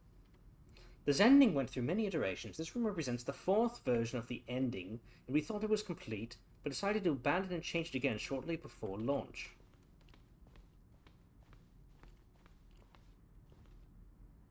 It's just a bunch of cardboard and plywood. The game is now paused. Begin the game. Escape menu. For a long time, we had an ending that only ended when the player restarted from the escape menu. Unfortunately, very few players realized this was what they were supposed to do, which was frustrating for everyone. I guess that makes sense. Ah, alright. I think I've almost seen everything. Let me just check over here. Whoa. We ran 4 major teaser trailers over the course of the game's development, each meant to convey something about the spirit of the game. This is the first one, released in May 2012.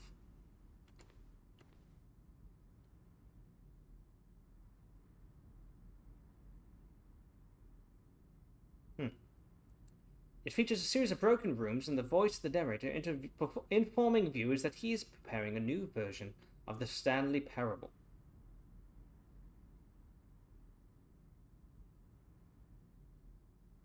You know what? For some reason, like the lighting and the animation reminds me of FNAF. I don't know why, but it's just kind of giving me that vibe. Like I'm imagining like they're gonna show a shot like with the light turning onto like one of the animatronics standing in the corner.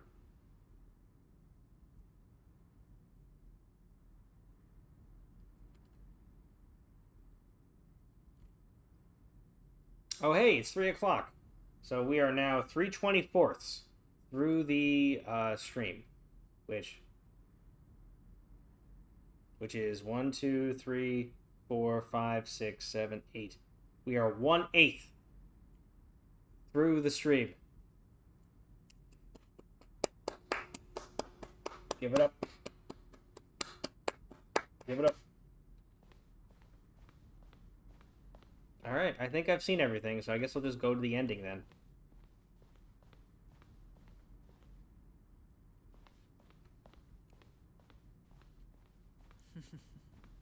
Oh, look at these two. How they wish to destroy one another. How they wish to control one another. How they both wish to be free.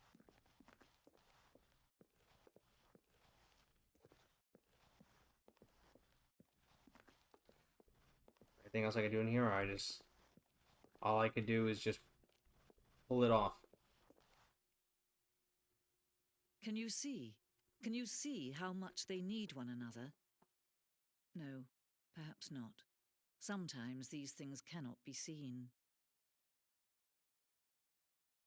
But listen to me. You can still save these two. You can stop the program before they both fail. Push escape and press quit. There's no other way to beat this game. As long as you move forward, you'll be walking someone else's path. Stop now and it'll be your only true choice.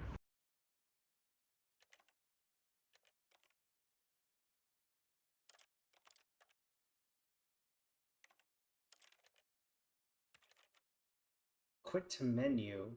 I'll go to the main menu. Okay. Because I don't want to make sure I don't accidentally I don't want to get out of the game and then hurt the stream. That means I should probably head to bed, but I wish you luck. Oh yeah, thanks for watching though. I'm not sure what time zone you're in. Hopefully it's not too late for you, uh, but yeah, hopefully it's not too late because like one person was on the stream earlier and she had to get up at 5, so she was well no she was gonna get up at 6. She was only gonna get 5 hours of sleep, which is not a lot. So hopefully you can get more than 5 hours of sleep. Oh, it's 3 a.m. Hopefully you don't have to get up too late. Hopefully you get up at like 9 or something, so you at least get 6 hours. But thanks for tuning in, though. Whatever you do, choose it. Don't let time choose for you. Don't let time choose.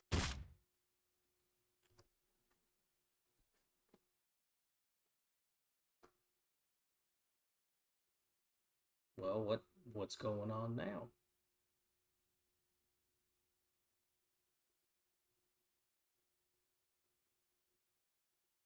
Is it gonna stay black until I...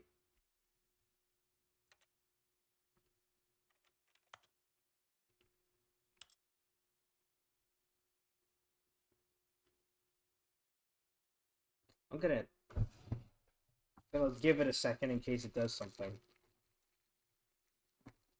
So now, I'm gonna have Reese's.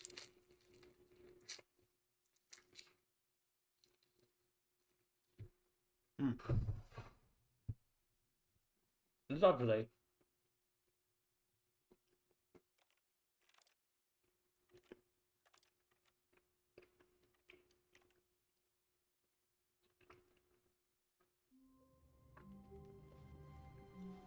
The meeting room. Yes, that's where everyone would be. Stanley just needed to get to the meeting room, and from then on, he would never be alone ever again. I'm gonna try the speed run. When Stanley came to a set of 2 open doors, he entered the door on his left.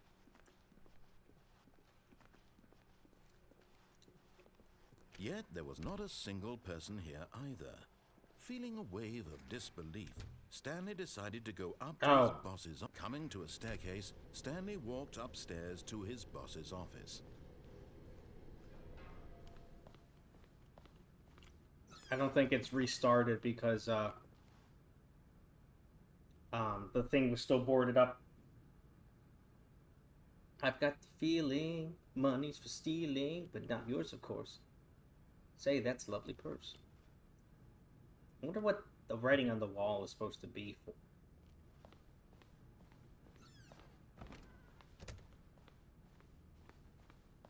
Here's the door, just go.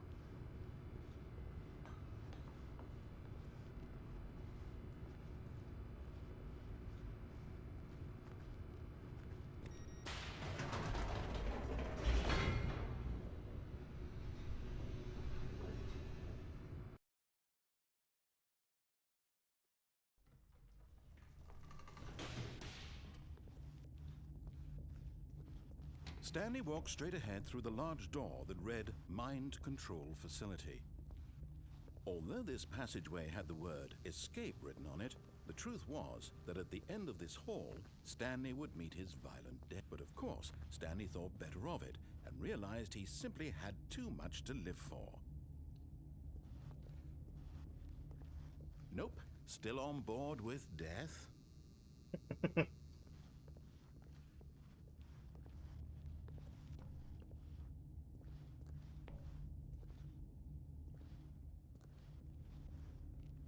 Yep, still on board with that. Let's see what he says.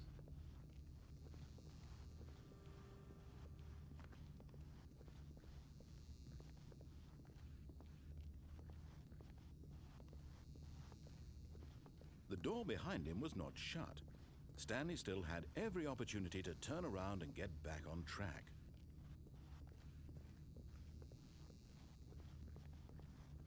I wonder if he'll say anything different now that I'm going back after he said that.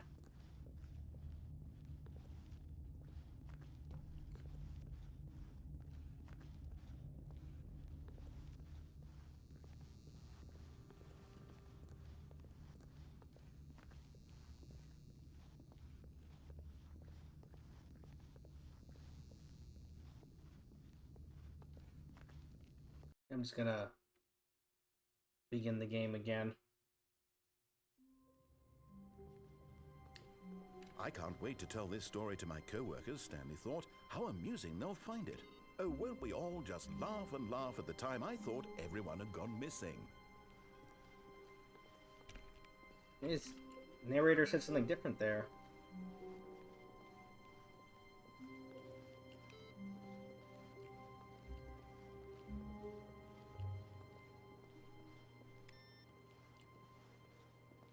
Oh, there's no computer that has, like, the...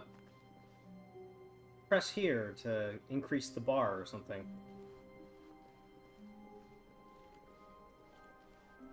When Stanley came to a set of 2 open doors, this was not the correct way to the meeting room, and Stanley knew it perfectly well.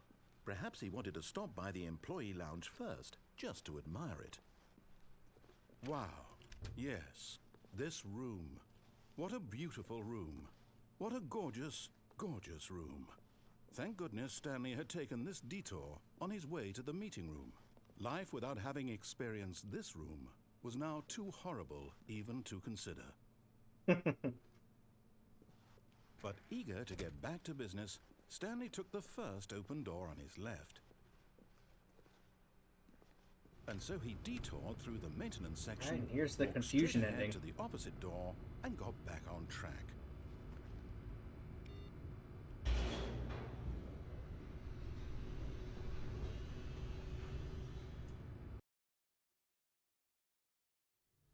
But Stanley didn't want to go back to the office. He wanted to wander about and get even further off track. So now in order to get back, he needed to go, from here it's, left.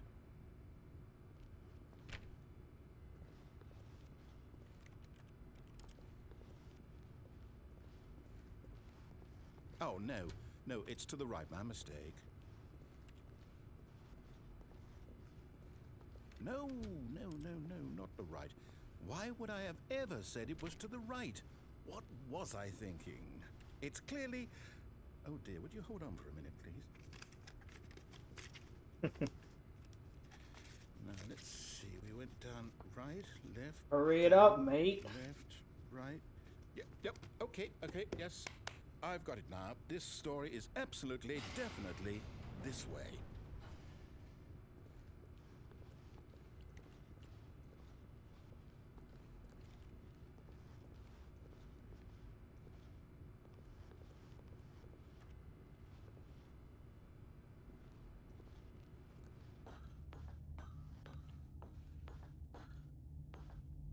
No. This isn't right at all. You're not supposed to be here yet. This is all a spoiler. Quick, Stanley, close your eyes. Okay. We just have to get back to, oh, who am I kidding? It's all rubbish now. The whole story completely unusable. How about, rather than waste my time trying to salvage this nonsense, we'll just restart the game from the beginning. And this time, sounds good to me. We don't wander so far off track, Okay, from the top.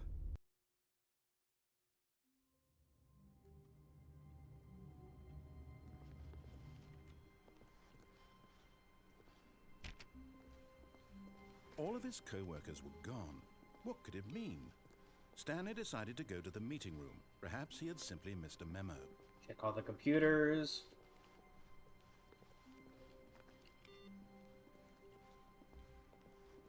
Darn, there isn't one that says, like, press to do whatever it was. Wonder when that'll pop up again. When Stanley... Wait, what? No, I restarted. I swear, I definitely restarted the game over, completely fresh. Everything should be... Well, did something change? Stanley, did you change anything when we were back in that room with all the monitors? Did you move the story somewhere, or... Hold on. Why am I shoved it up your I'm butt. the one who wrote the story. It was right here just a minute ago. I know for sure that it's here somewhere. Okay, then. It's an adventure.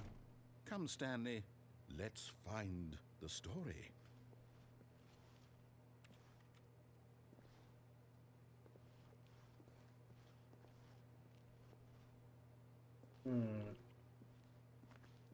Let's start here.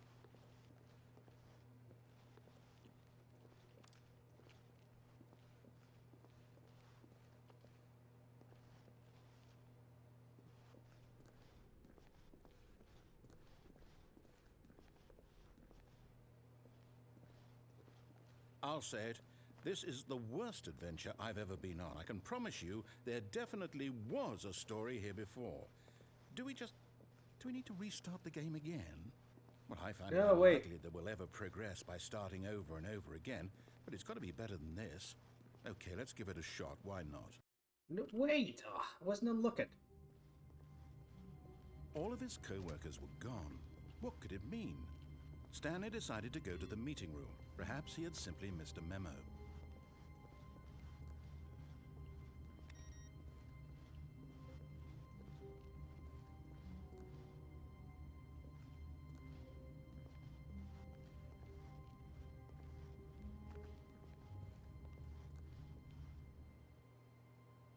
Okay, one of my cats are in here. I might be remembering this wrong.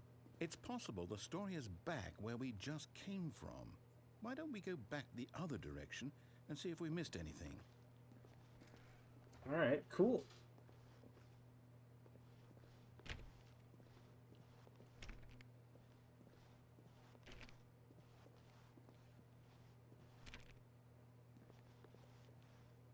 Oh, I missed this computer there.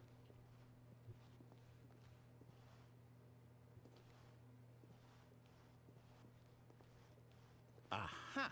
I knew we'd miss something. The story. Here it comes. No, wait. Never mind. Not the story. Okay, let's head back the other way and retrace our steps.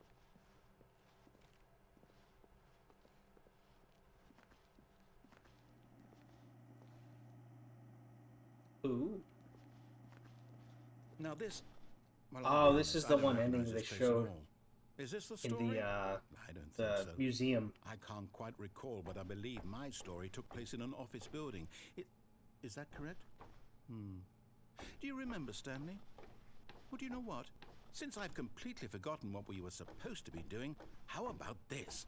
You win! Congratulations!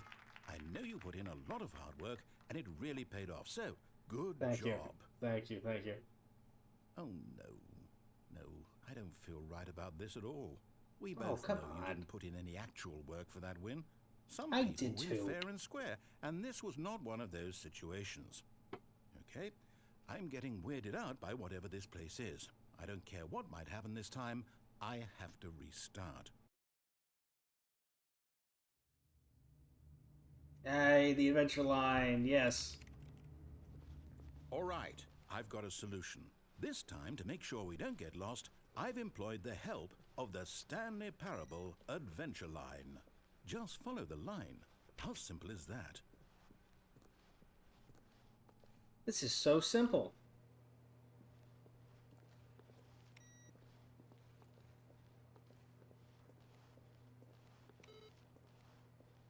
Now, what if I don't follow the adventure line and I go this way?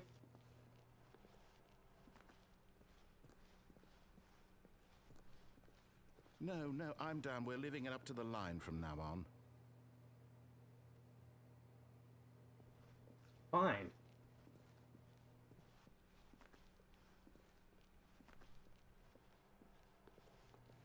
The line it is.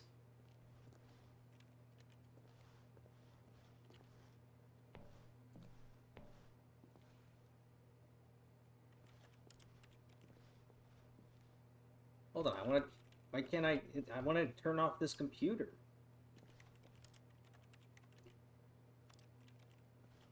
Oh, come on. You gotta let me do it. I gotta turn off the computer, just...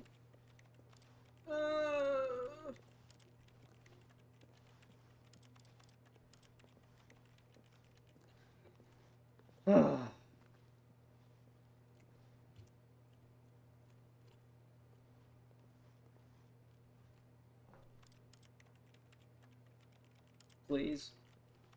I can't reach it. Darn, I guess you're not allowed to turn that one off.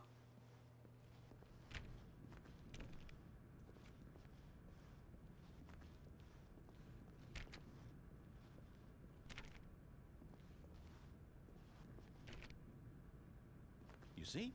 The line knows where the story is. It's over in this question direction. mark 8. Onward, Stanley, to destiny. Though, Here's a thought. Wouldn't wherever we end up be our destination, even if there's no story there? Or to put it another way, That's a good point. is the story of no destination still a story? Simply by the act of moving forward, are we implying a journey such that a destination is inevitably conjured into being via the very manifestation of the nature of life itself? Okay, Stanley, I need to follow this train of thought for a minute. Just stick with me. Now, we can both agree that the nature of existence is in fact a byproduct of one's subjective experience of that existence, right? Right. Okay. Yep. Now, if my experience of your existence rests inside of your subjective experience of this office, is this office, in fact, the skeleton of my own relative experiential mental subjective construct? Whoa. Hang on. That got a bit weird back there. Well, I'd like to apologize. Not sure where I was going with all that. You know what? I think what we need right now is a bit of music to lighten the mood.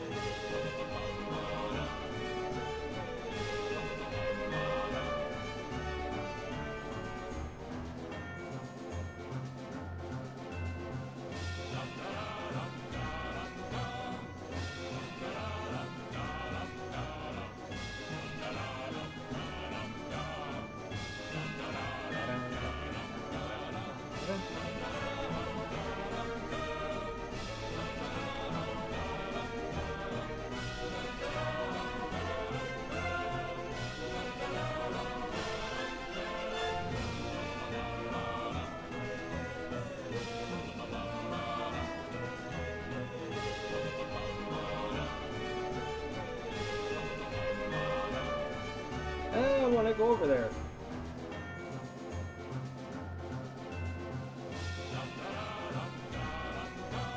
Did I say alpha male? That's a weird mug.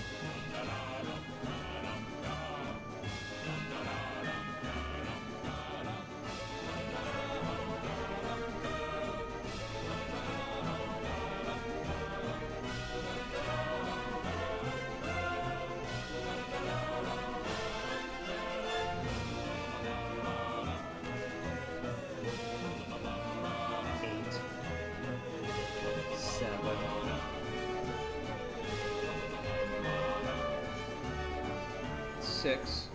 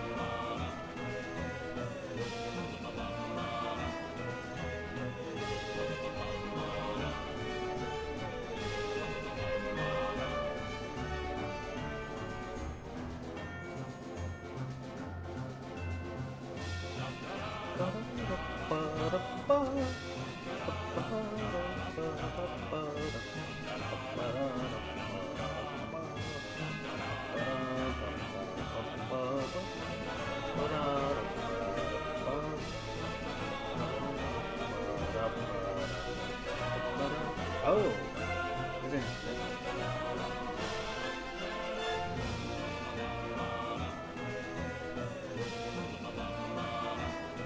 Oh, that's really cool.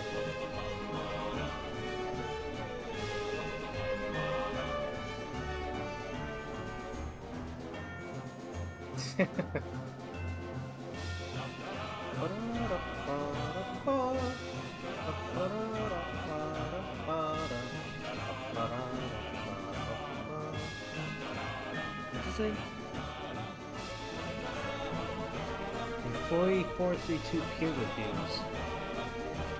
Ah.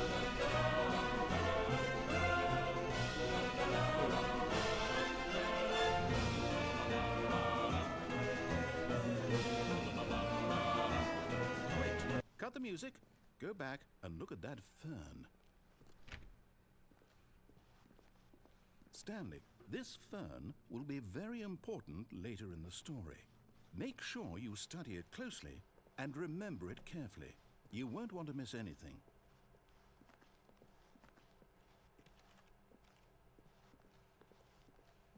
Well, the long hallway went away. Darn. 432 peer reviews.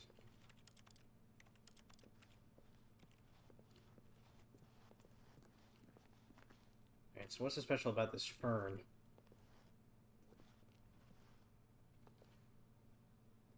Well...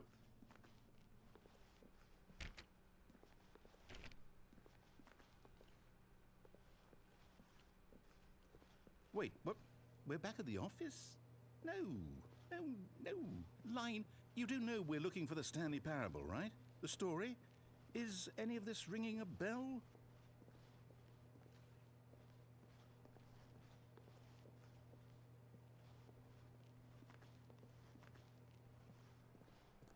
What's over here? Oh, yeah, it's the... Still missing the doors. Did we make a mistake following the line? Perhaps we could have found the story on our own.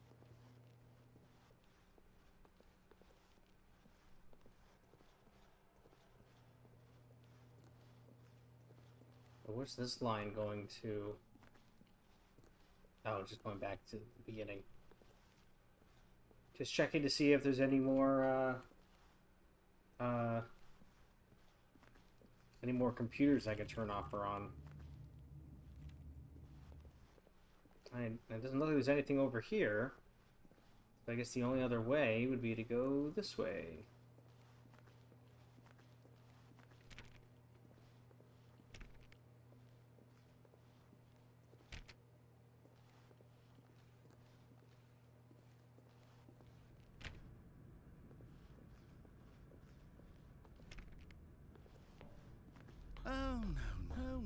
Not again, Line. How could you have done this to us? And after how could you do this to me, Line? Everything we've been through, you...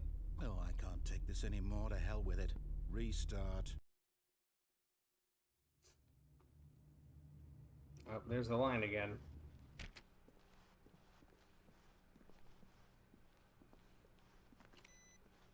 You know what, Stanley?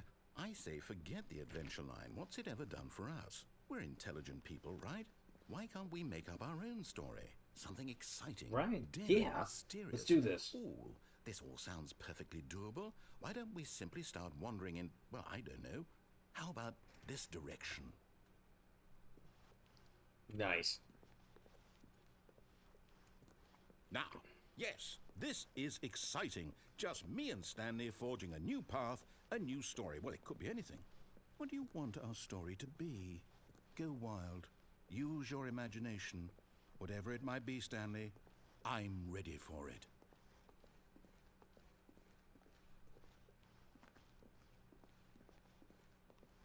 Oh, it actually brought me back. Huh. Wonder if I leave here, does he get mad? No. Okay. So I guess I just gotta keep going around and around and around and around and around and around.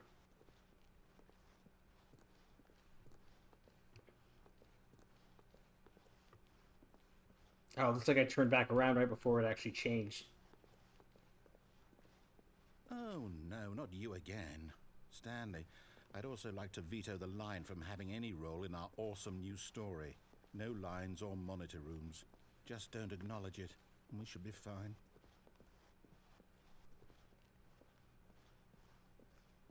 This line just likes to steal the spotlight.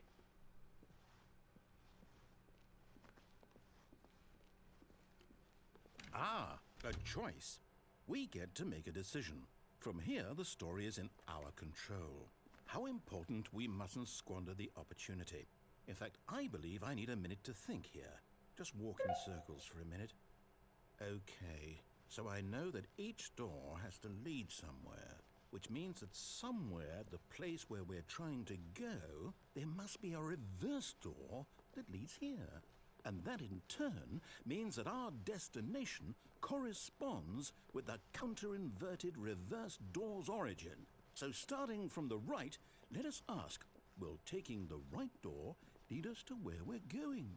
And since the answer is clearly yes, then by all accounts, the door on the right is the correct one. Another victory for logic. Come, Stanley, our destiny Makes sense to me. awaits.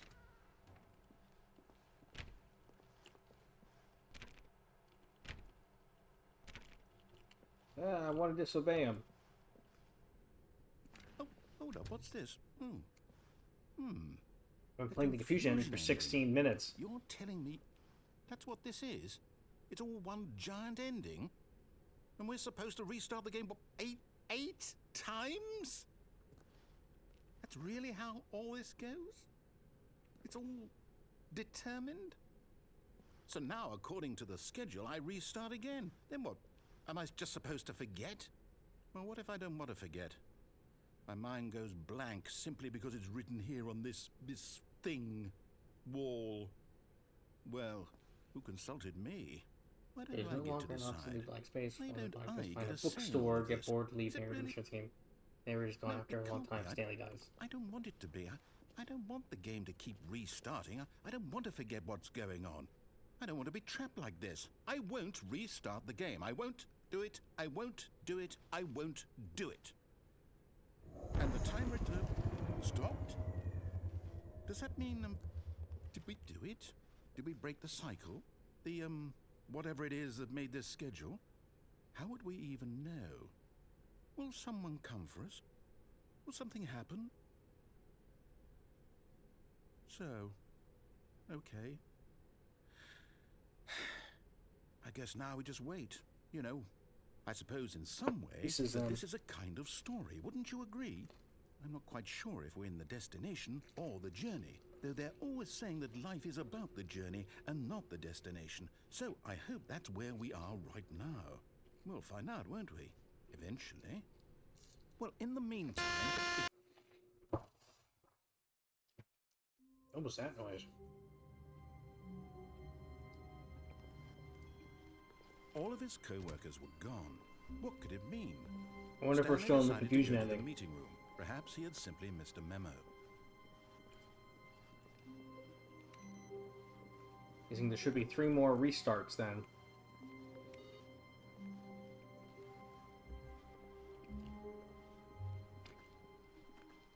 Oh, the doors are back. When Stanley came to a set of 2 open doors, he entered the door on his left.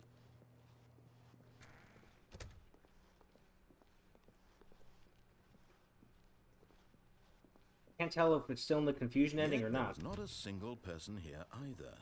Feeling a wave of disbelief, Stanley decided to go up to his boss's office. Coming to a staircase, Stanley walked upstairs to his boss's office.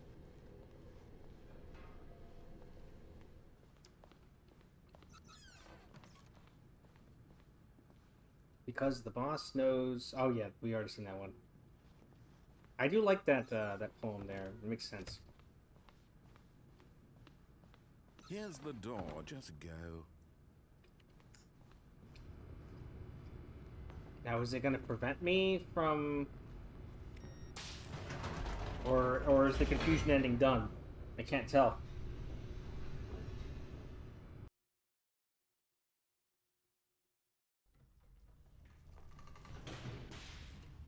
Because it said, for the confusion ending, that if I Stanley just walked straight follow the ahead through rules, large it'll door prevent that me. read Mind Control Facility.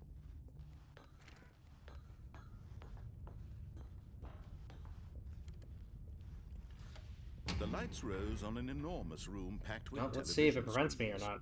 What horrible secret did this place Because hold? as it said, the Stanley 5th thought to restart, himself. the narrator Did he have forgets, the strength and to then find you out? follow the rules until the game prevents you from going any further, and then it restarts on its own. Now the monitors jumped to life, their true nature revealed. Each bore the number of an Or am I just employee in the replaying again building, for nothing? Stanley's co-workers. The lives of so many individuals reduced to images on a screen, and Stanley, one of them, eternally monitored in this place where freedom meant nothing.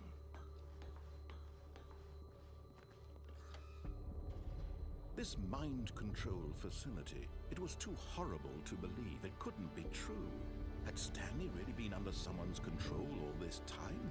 Was this the only reason he was happy with his boring job?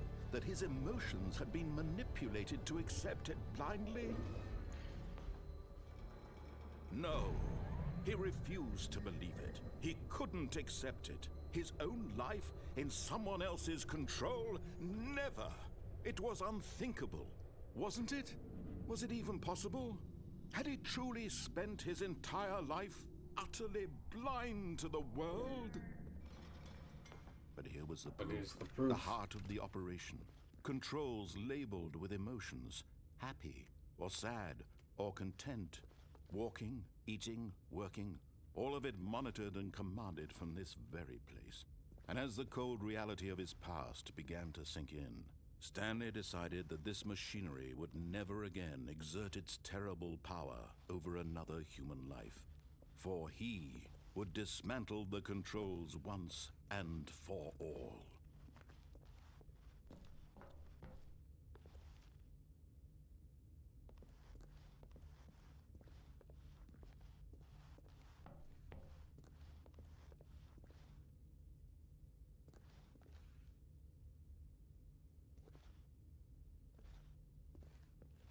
I'm trying to study here to see what I can do with the mind control buttons if I turn the power on.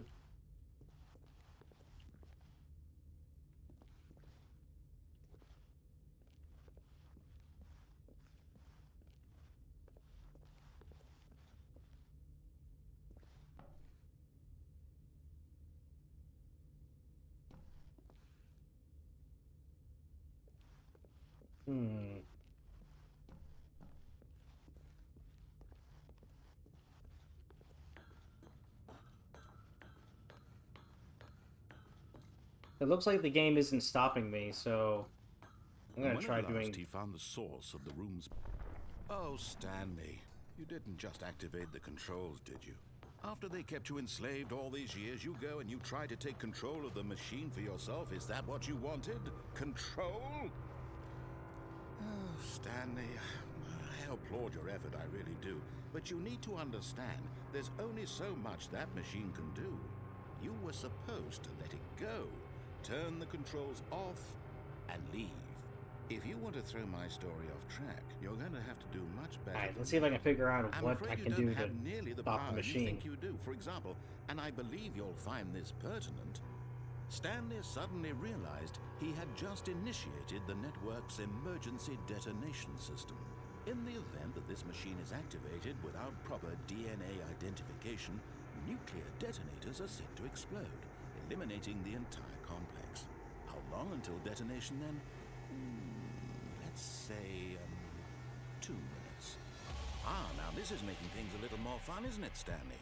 It's your time to shine. Charge. You are the star. It's your story now. Shape it to your heart's desires.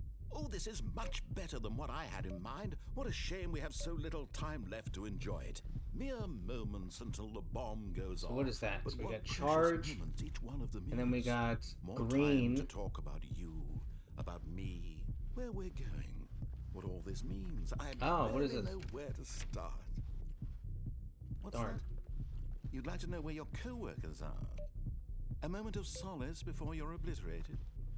All right, I'm in a good mood. You're gonna die anyway. I'll tell you exactly what happened to them. I erased them. I turned off the machine. I set you free. Of course, that was merely Okay, so we got these over here. The story. Sometimes when I tell it, I simply let you sit there in your office forever, pushing buttons endlessly and then dying alone. Other times, I let the office sink into the ground, swallowing everyone inside, or I let it burn to a crisp. I have to say this, though, this version of events has been rather amusing. Watching you try to make sense of everything and take back the control wrested away from you, it's quite rich. I almost hate to see it go. But I'm sure whatever I come up with on the next Darn it. go around will be even better. My goodness, only 34 seconds left. But I'm enjoying this so much. You know what? To hell with it. I'm going to put some extra time on the clock, why not? These are precious additional seconds, Stanley. Time doesn't grow on trees. Oh dear me, what's the matter, Stanley? Is it that you have Activate no button. idea where you're Active going button or hit. what you're supposed to Orange be doing right 71. now? Or did you just assume when you saw that timer that something in this room was capable of turning it off? I mean, look at you. Running from button to button, 1, 2, screen to 3. screen, clicking on every little thing in this room. These numbered buttons, no, these colored ones. Or Light maybe blue this big red 22. button, or this door. Everything, anything, something here will save me. Why would you think that, Stanley? That this video game can be beaten? Won? Solved? Do you have any idea what your purpose in this place is? But you really believe there's an answer? How many times will you replay this bit, looking desperately for a solution? 10? 100? 1,000? I look forward to finding out and to watching the bomb go off each time you fail. Just you and me in the retching explosion of fire and metal over and over and over for all of eternity. And Stanley died again. And Stanley died again. And Stanley died again. Take a look at the clock, Stanley. That's 30 seconds you have left to struggle. 30 seconds until a big boom and then nothing. No ending here. Just you being blown to pieces. Will you cling desperately to your frail life? Or will you let it go peacefully? Another choice. Make it count.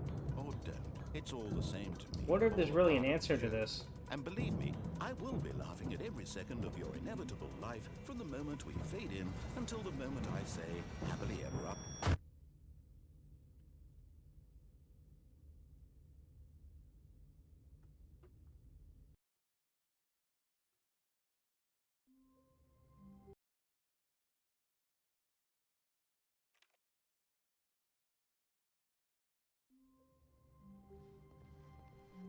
How long was I sitting there? Stanley wondered to himself. Minutes? Days? Centuries? Did something crucial happen while my senses were turned? He made a note to be more careful with time from now on.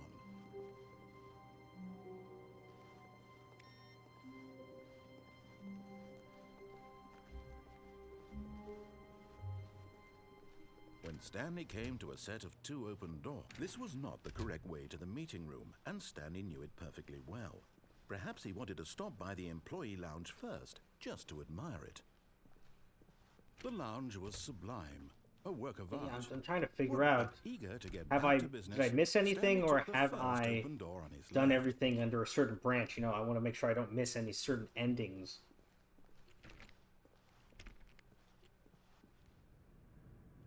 Stanley was so bad at following directions, it's incredible he wasn't fired years ago.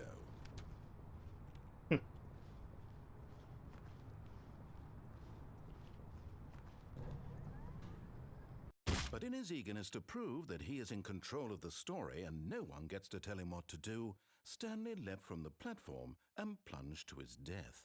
Good job, Stanley. Everyone thinks you are very powerful.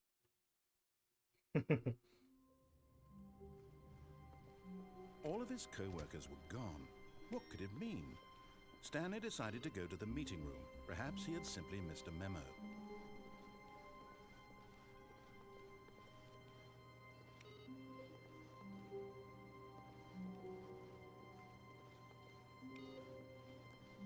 I still no charging thing, whatever that was. When Stanley came to a set of 2 open, this was not the correct way to the meeting room, and Stanley knew it perfectly well. Perhaps he wanted to stop by the employee lounge first, just to admire it. Standing now in this incredible room, but eager to get back to business, Stanley took the first open door on his left. Stanley was so bad at following directions, it's incredible he wasn't fired years ago. Look, Stanley, I think perhaps we've gotten off on the wrong foot here. I'm not your enemy. Oh, I think I got you can't jump I achievement realize that in investing this your area trust trying in to jump someone off. else can be difficult, but the fact is that the story has been about nothing but you all this time. What? Really? I was in the middle of something. Do you have zero consideration for others? Are you that convinced that I want something bad to happen to you? Why, I don't know how to convince you of this, but I really do want to help you, to show you something beautiful. Look, let me prove it. Let me prove that I'm on your side. Give me a chance.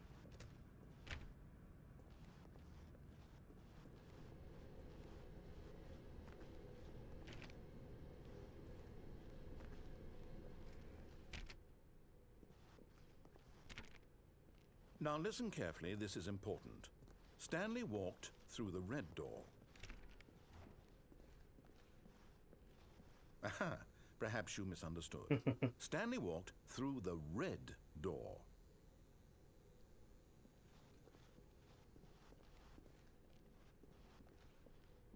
I still don't think we're communicating properly. Stanley walked through the red door. All right, fine. Go ahead, Stanley. You want to know so badly what's out there? You want to find out what lies at the end of this road you've chosen? Well, don't let me stop you. You see? There's nothing here. Ooh. I haven't even finished building this section of the map because you were never supposed to be here in the first place. Broken rooms, exposed developer textures. Is this what you had wanted? Like the orange. Was it worth ruining the entire story I had written out specifically for you? Do you not think I put a lot of time into that? Because I did. And in the end, it was all for nothing. Because this is what you wanted to see. Help me here, Stanley. Help elucidate these strange and unknowable desires of yours. What would have made this game better? What did you want to see? Vehicles? Skill trees? Work with me. You've given me absolutely nothing so far. Tell you what. Let me take a stab in the dark at a new design, and you can give me some feedback. There we go. A third option. This already feels leaps ahead of where we were before. Go ahead, Stanley. Take it for a spin.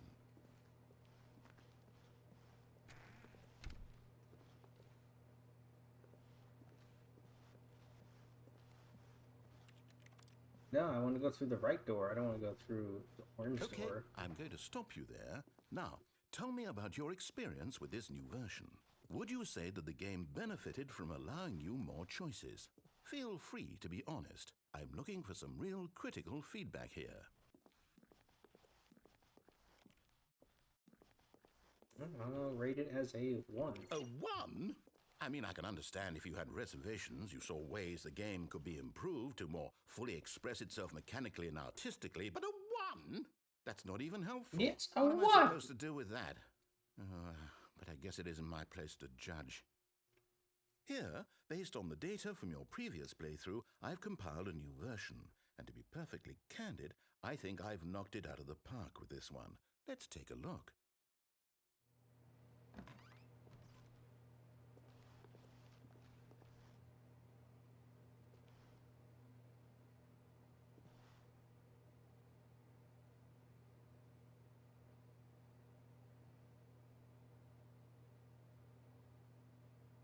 "21 to 3% of players skipped the intro sequence. Only the worst 3% of players chose the blue door."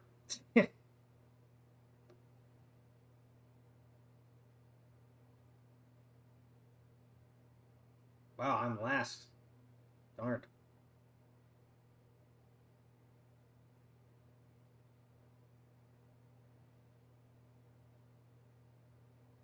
"98.9% players are more attractive than Stanley." A dead rat.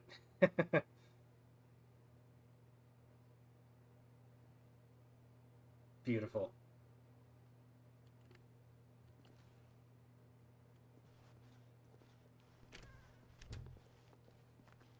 Now, would you say that competitive leaderboard helped you feel motivated to keep walking through doors? Again, honest answers, please. Hey, I nearly forgot. I've got a prototype of a new game I've been working on, and now would be a lovely opportunity to give it some playtesting. You wouldn't mind taking a look at it, would you? Perfect. Yeah, let's go Let ahead. me boot it up. All right. In this game, the baby crawls left towards danger. You click the button to move him back to the right. And if he reaches the fire, you fail. It's a very meaningful game, all about the desperation and tedium of endlessly confronting the demands of family life. I think the art world will really take notice. But of course, the message of the this game is a only fun becomes game. clear once you've been Killing playing it babies. for about 4 hours. So why That's don't in my you give ballpark. it 4 hours of play to make sure it's effective? Be sure to keep notes on your experience. All right. You heartless bastard. Did you do it because you hate babies or purely to spite me? Because if it's the latter, well, I don't know what to do. I'm completely out of ideas. I can't think of a single thing that might improve the experience for me. I'm not even going to try. I'm out. I'm done. It's over. Thank you for playing. Your input was extremely valuable. Oh, hey, since my game was so awful, why don't we play someone else's game? Just to ease the pain. Let's see. What do we have here? I hope it's Minecraft. Yes, this seems like it'll work. It better be Minecraft. Yes. Well, Stanley, is this any better? At last, the one thing you've always desired. A game I had absolutely nothing to do with. But is it enough? Tell me that, Stanley. Will it ever be enough? Well, I'll say this. Yeah, no, this is good. Let me start building. From now on, I will only create to fulfill a greater artistic purpose. Watch this, Stanley. I'm going to build a house.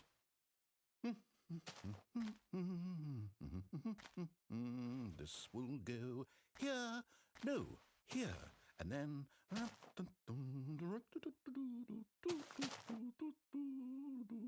Let's see, what does it need? Yes, of course. And just to finish it all off, yes, it's beautiful. Complete. I made this. Beautiful. Stanley. Look at it. Gaze upon my work of art and feel ashamed at your own inadequacy. But you've only seen it from the outside. You've only gotten half the experience. Please, step inside and make yourself comfortable. I wonder what happens if I don't go in.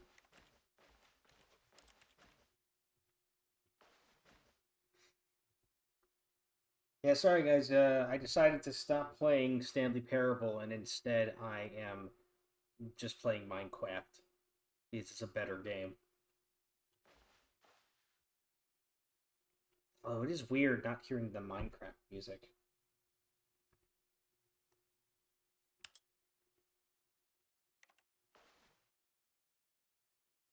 I love how they have this reference, though, in the game.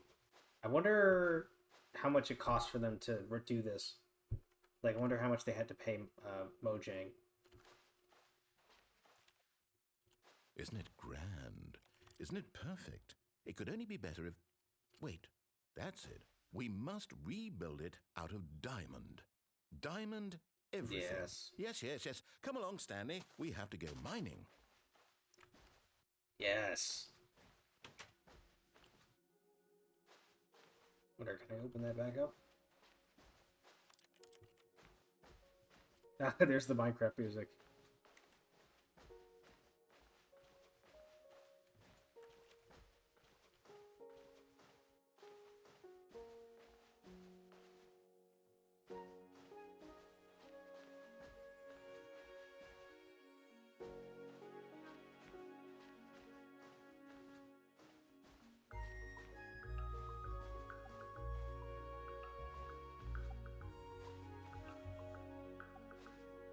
I love this. My, it looks like it's going to get a bit dark. Have you brought a light? Nope.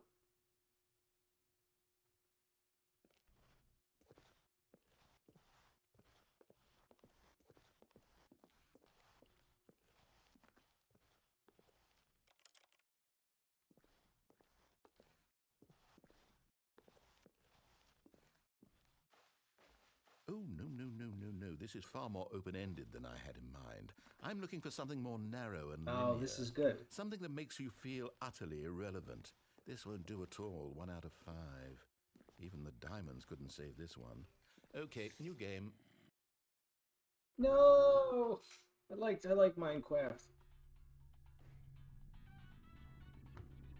Oh, yeah. I thought there was something that looked like Yes, Portal I in don't this even game. know what this game is, but I love it. You, trapped in a glass box with no way out, listening to me talk. Oh, it's inspired. I couldn't have done it any better myself. What is this game even supposed to be? I can't figure it out. Okay, now I'm curious. Let's go find out what the hell this is. Oh, this is great.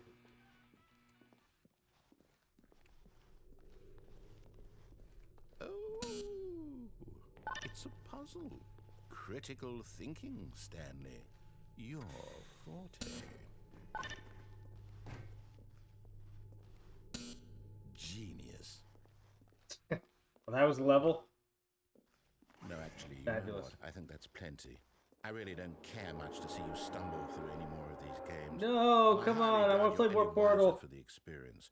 Which I is want why, rather than continue to waste my time, I'm just going to leave you here. You can anything pretend for you've the beaten reprieve game of if it makes it any richer for you, but playing as for Stanley me, I've Parable. had enough.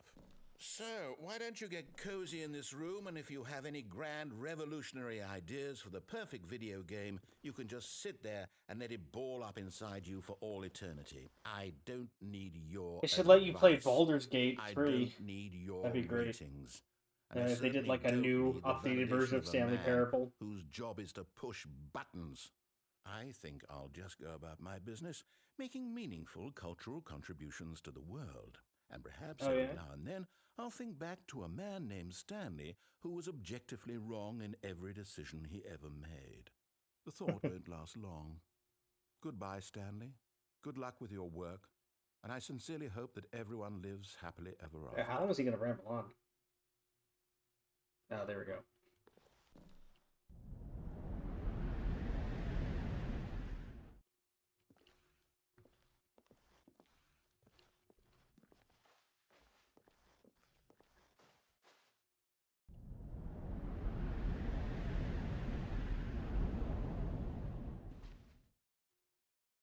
No? Okay.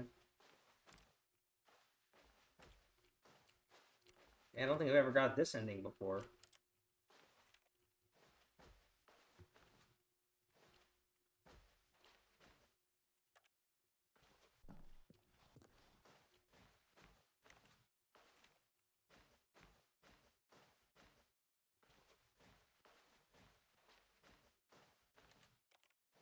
Where to go? Oh, there's a light down here. Maybe I don't want to go there yet. I want to see what else there is. I wonder what he found. If what he wanted was to be the leading man in his own story, well, perhaps he's gotten it. Down in Didn't let me finish wherever looking he is around. right now. I wonder if he's happy with his choice. And if I'm he's not happy known the because heavy you didn't let me cost that finish. comes with it. Jerk. He'll understand soon what I was trying to tell him. He needs me. Someone who will wrap everything up at the end to make sense out of the chaos and the fear and the confusion. That's who I am. That is what I mean to this world. Oh, yes. Yes, I'll be back. There's no other way. Once this ends, after it all comes to a close, then I'll be back. The end will be here soon. Very soon. I can wait.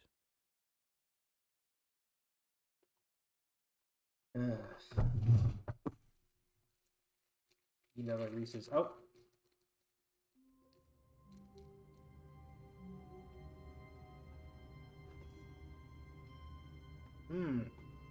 This looks different.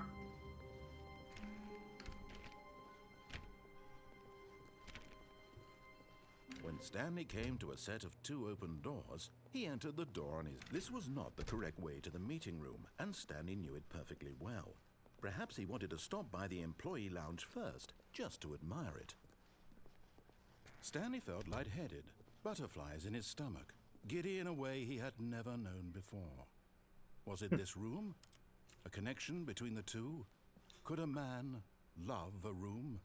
I mean, I love this room. Truly, deeply, madly, love. This is like, do you love the lamp, or are you saying you love the lamp? Really worth it being I love here in lamp. a room. I love A lamp. room so utterly captivating that even though all your co-workers have mysteriously vanished, Here you sit, but eager to get back to business, Stanley took the first open door on his left. So I'm curious what happens if I go to this room over here. Stanley was so bad at following directions, it's incredible. And then years ago. Look, Stanley, wait, I think perhaps we've gotten off on. Did he just say 5 years ago? Is that referring to the fact that I got the achievement about not playing for 5 years? Investing your trust in someone else can be difficult, but the fact is that the story has been about nothing but you all this time. What? Really?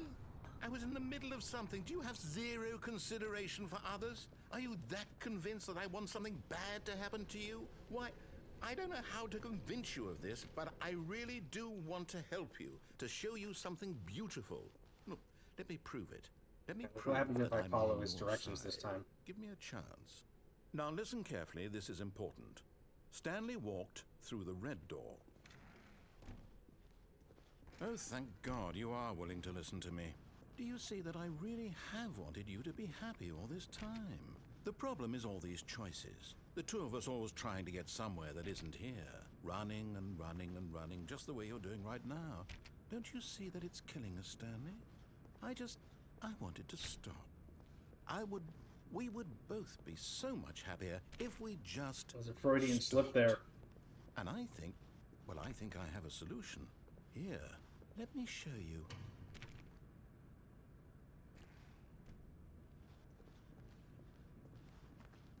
Yeah, alright.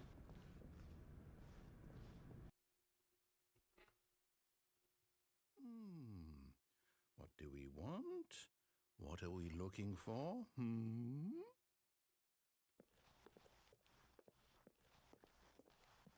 What is this? Here. Ooh. Yes. Oh, it's beautiful, isn't it? If we just stay right here, right in this moment with this place, Stanley, I think I feel happy. I actually feel happy.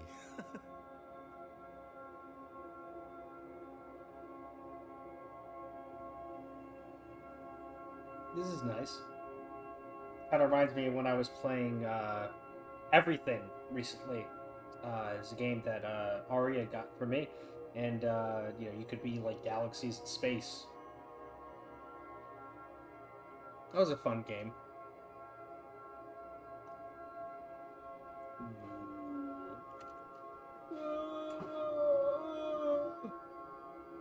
Lovely. Alright, I'm gonna exit the room now. No, wait. Where are you going? Oh no. Stay away from those stairs. If you hurt yourself, if you die, the game will reset. We'll lose all of this. Please, no, Stanley, let me stay here. Don't take this from me.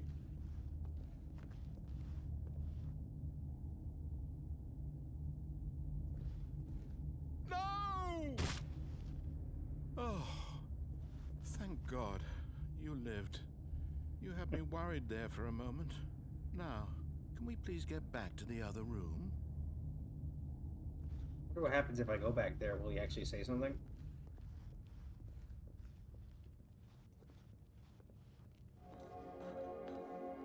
There. See? This is what you want. This is where we can both be happy. We really can. If we stop moving, we just have to stop moving.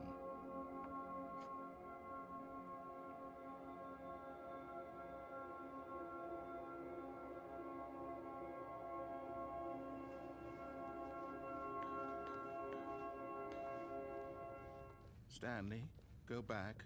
There's nothing good that can come from this. No. No, no, what do you do? Do you just not believe me? What can I say to convince you?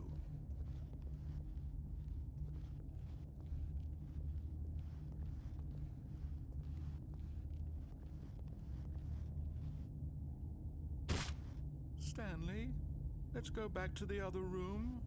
Can you do that for me? Let's see if I do it again. Yes. What does he say that? Perhaps you can. Perhaps you finally see what I'm talking about. I know you'll see that we can't be happy if we leave this place. You can see that, can't you? Look how pretty.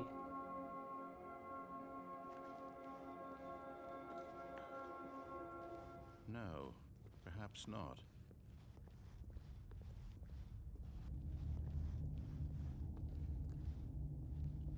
My God, is this really how much you dislike my game? That you'll throw yourself from this platform over and over to be rid of it? You are literally willing to kill yourself to keep me from being happy. Am I reading the situation correctly? Yes. Or maybe you're just getting a kick out of it. I don't know anymore. I just wanted us to get along. But I guess that was too much to ask. It looks like you wanted to make a choice after all. Well, this one is yours. Is it over? It's going to restart, isn't it? I'm going back. Hey, look, we're back again. All of his co-workers were gone. What could it mean? Stanley decided to go to the meeting room. Perhaps he had simply missed a memo.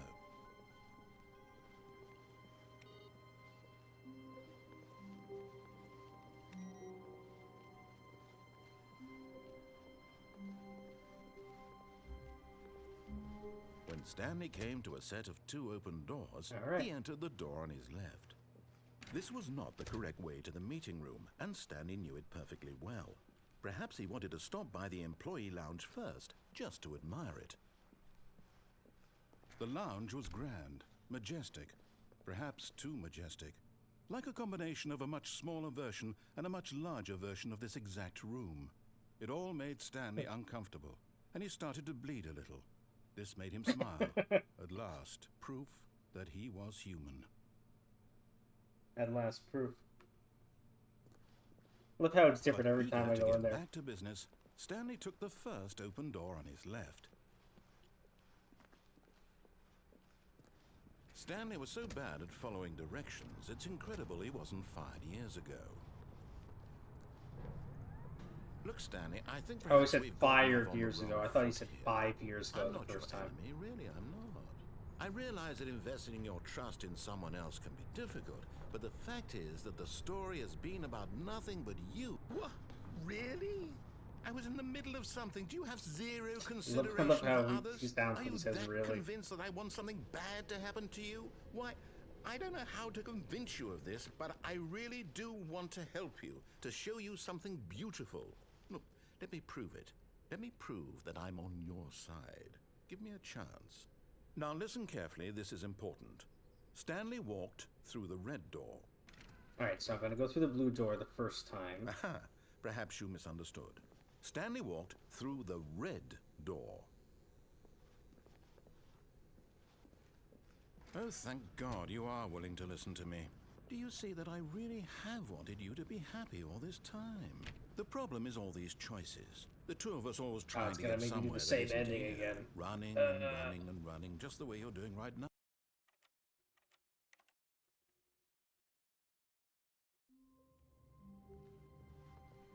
I can't wait to tell this story to my co-workers, Stanley thought. How amusing they'll find it. Oh, won't we all just laugh and laugh at the time I thought everyone had gone missing.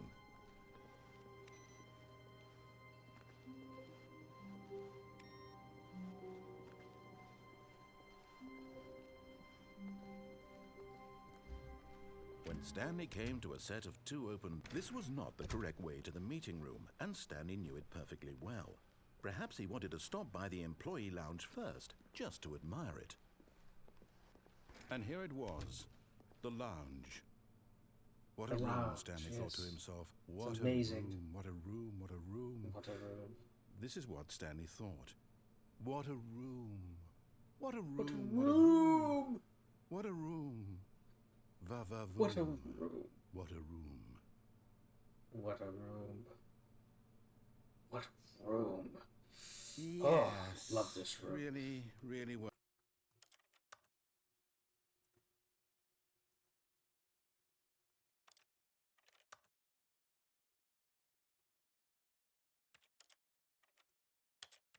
Worth it being here in the room. A room so utterly captivating that even though all your but eager to get back to business, Stanley took the first open door on his left. What a room! What a room! Stanley was so bad at following directions, it's incredible he wasn't fired years ago. Alright, let's try the next door, or the next red door, I'm rather. not your enemy, really, I'm not.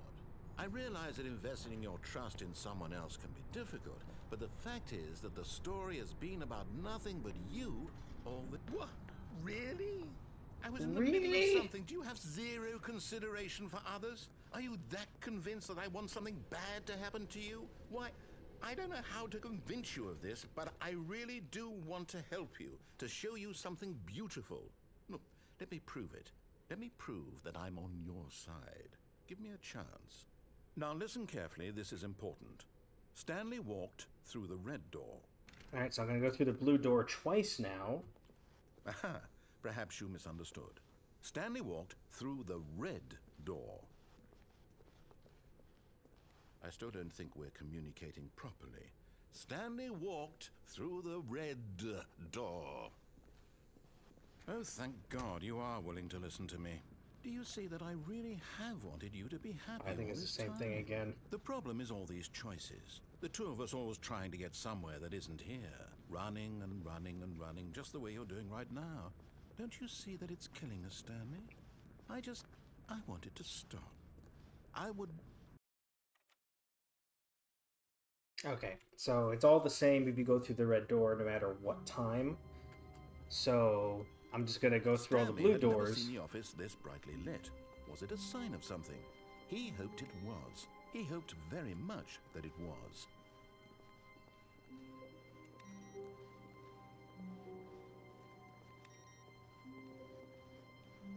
Still haven't seen that screen again about pressing the like making the bar go up. This was not the correct way to the meeting room, and Stanley knew it perfectly well.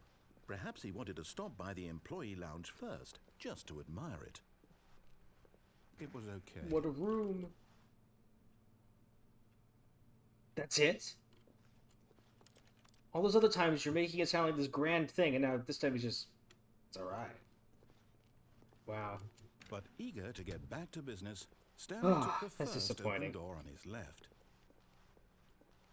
Oh, by the way, it is 4 o'clock. So we're 1, 2, 3, 4, 5, 6.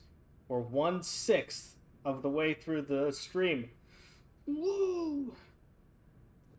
Stanley was so bad at following directions, it's incredible he wasn't fired years ago. Look, Stanley, I think perhaps we've gotten off on the wrong foot here. I'm not your enemy, really, I'm not. I realize that investing your trust in someone else can be difficult, but the fact is that the story has been about nothing but you. What? Really? I was in the middle of something. Do you have zero consideration for others? Are you that convinced that I want something bad to happen to you? Why? Yeah, I mean, well, when I try to turn on the mind control, you get really mad at me. To show you something beautiful. Look, let me prove it. Let me prove that I'm on your side. Give me a chance. Now listen carefully, this is important. Stanley walked through the red door. Aha, perhaps you misunderstood. Stanley walked through the red door. Okay, I got it. Yeah, that makes sense. I still don't think we're communicating properly. Stanley walked through the red door. Oh, you mean this one? All right, fine. Got Go it. ahead, Stanley. You want to know so badly what's out there? You want to find out what lies at the end of this road you've chosen? Well, don't let me stop you. You see? Hey, There's orange nothing room. here. Yeah. I haven't even finished building Love this the section orange of the room. map because you were never supposed to be here in the first place. Speaking of Broken orange, rooms, exposed developer I'm gonna have textures. Reese's. Is this what you had wanted? Was it worth ruining the This is a entire healthy story breakfast, I'd isn't written it? out specifically for you? Do you not think I put a lot of time into that? Because I did. And in the end, it was all for nothing. Because this is what you wanted to see. Help me here, Stanley. Help elucidate these strange and unknowable desires of yours. What would have made this game better? What did you want to see? Vehicles? Skill trees? Work with me. You've given me absolutely nothing so far. I just told Tell you. What? Let me take a stab in the dark at a new design, and you can give me some feedback. There we go. A third option. This already feels leaps ahead of where we were before. Go ahead, Stanley. Take it for a spin. Okay, I'm going to stop you there. Now, tell me about your experience with this new version. Would you say that the game benefited from allowing you more choices? Feel free to be honest. I'm looking for some real critical feedback here. Alright, so this time, what happens if I do 2? Oh, well, now this is useful. You didn't like it, but you didn't totally hate it either. You enjoyed it, perhaps is the correct term. It didn't cause you excruciating pain. Big steps we've made here today, Stanley. Here, based on the data from your previous playthrough, I've compiled a new version. And to be perfectly candid, I think I've knocked it out of the park with this one. Let's take a look.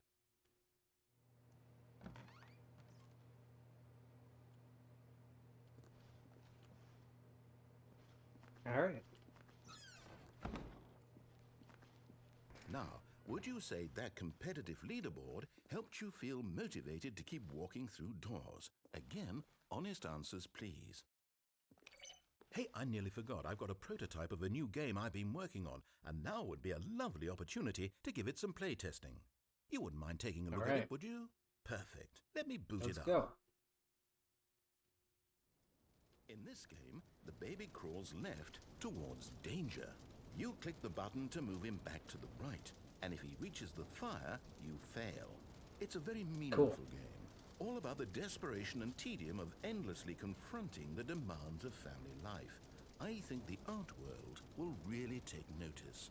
But of course, the message of the game only becomes clear once you've been playing it for about 4 hours. So why don't you give it 4 hours of play to make sure it's effective? Be sure to I got 24 hours of the stream, so I can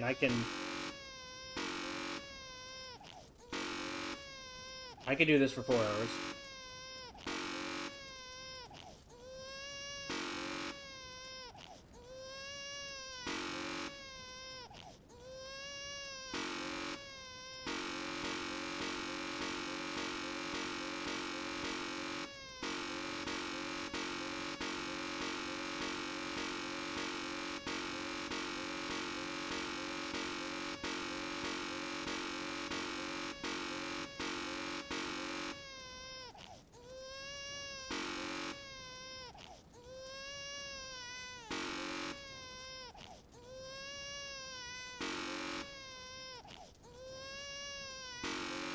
I wonder if there's any way to keep this going. Like, I wonder if anything will happen if I keep it going, or if I'm just wasting my own time. Hey, I've got nothing better to do, so I'm gonna test it out for a little bit.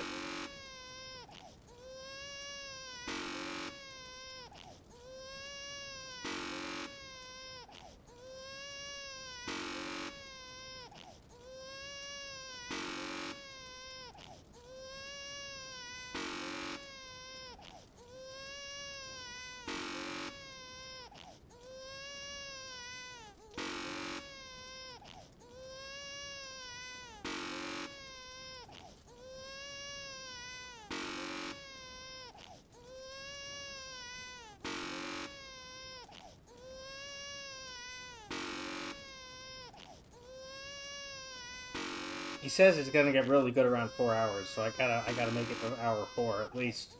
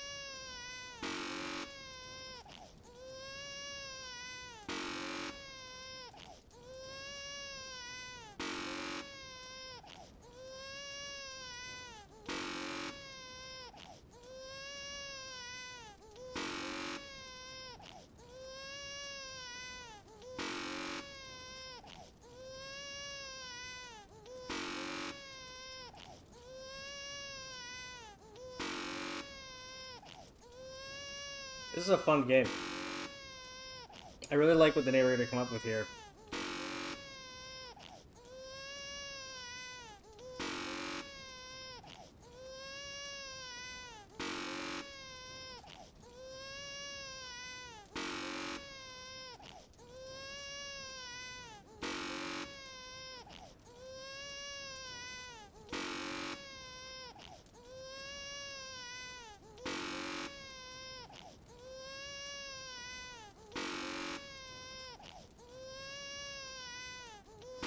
You know, I can kind of do this based off of the sounds.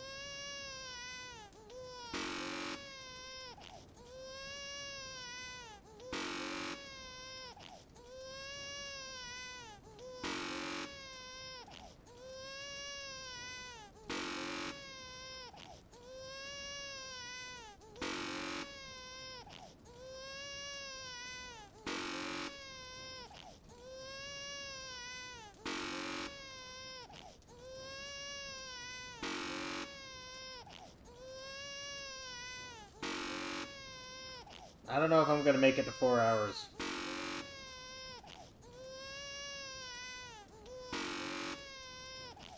Ugh. It's only been 3 minutes since the last time I looked at the clock. Ugh.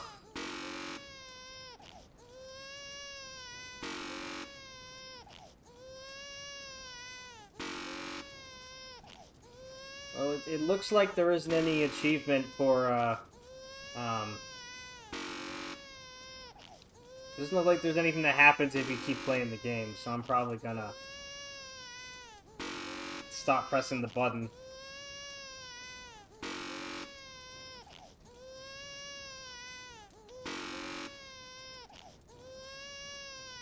Maybe I'll give it another 2 minutes.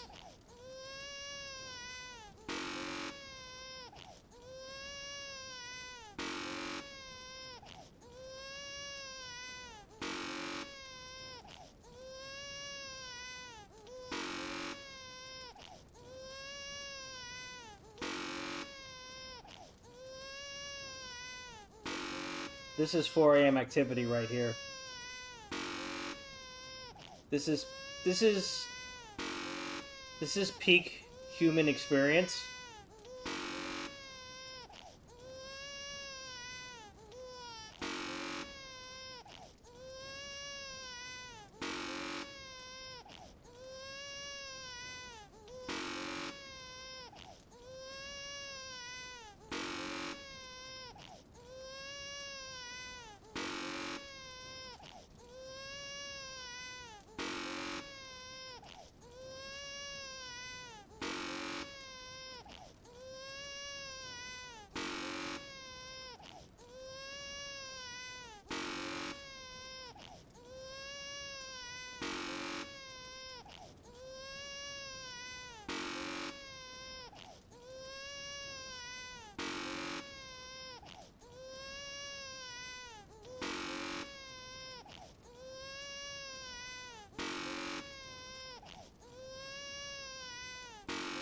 I really hope somebody joins the stream just to see this.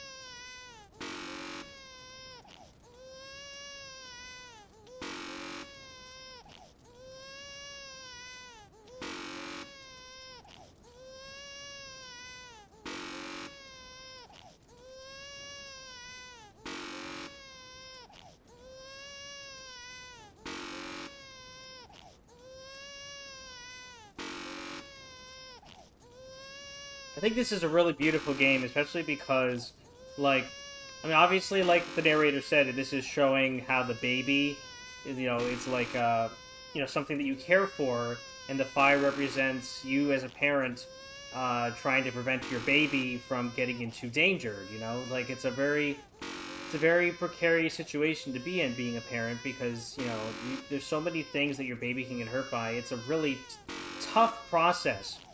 It's a very, really hard process for parents to bring up a child, and they deserve all the credit in the world because of all that they have to go through to help their child grow.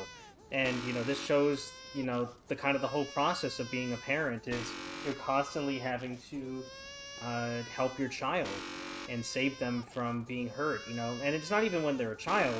They can turn into kids. They could turn into adults. Teenagers. Whatever the case may be, they no matter how old they are, they still need help. It's a never-ending task being a parent, and this shows how it's a never-ending task very acutely. And then every time you press the button, it makes a loud noise, and I think that's kind of represents the fact that helping your child is not easy. It takes a lot of concerted effort, and when you press the button, that's like taking you out of the moment. Like you're in your zone, you're doing your thing, and then suddenly your child needs help, and now you need to drop everything that you're doing and help your child, and that can be a shock. When you're used to doing your own thing, and now all of your time is getting taken up by helping your child. So I think this really is an artistic piece, and it really shows how arduous and difficult the process of bringing up a child can be. But it's also impressive in the fact that it's so minimalist, and yet it's so effective. Like, the design of this level so accurately depicts what it's set to do, what it's set to depict, but without being gratuitous, without being over the top, without being hitting you over the head with it. It's very subtle, and it's very minimalistic. It's beautiful. I think that whoever designed this, the narrator made it, but I think that they should be awarded for this. I think that this is something that needs to be studied for game design for the future. Like, it really is impressive. And this has changed my whole view on how gaming should be. Forget Baldur's Gate 3 and its masterful storytelling and the company listening to the fans about doing updates and just not putting everything behind a paywall. Forget all that. Forget about Skyrim and the beautiful designs of the world and the beautiful story and music and all that. Forget about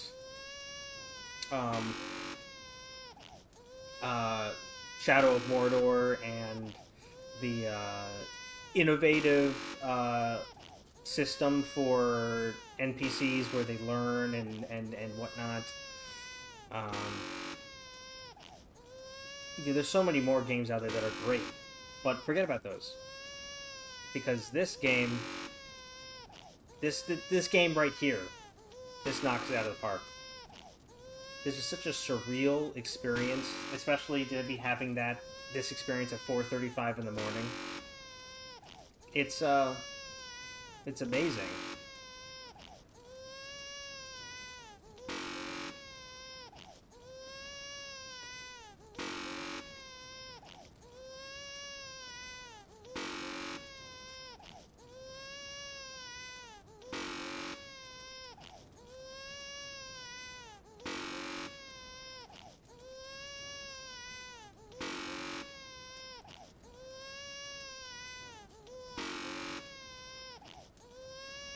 I can almost kind of I've been hearing the buzzer and the baby for so long now, I can almost kind of tune it out.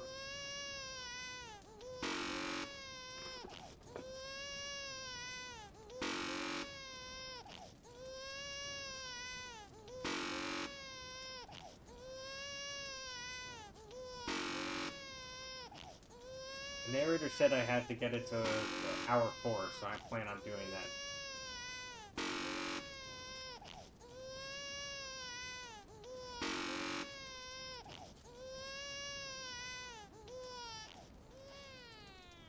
You heartless bastard. Did you do it because Oh, you I hate couldn't babies do it. or purely to spite me? Because if it's the latter, well, I don't know what to do. I'm completely out of ideas. I can't think of a single thing that might improve the experience for me. I'm not even going to try.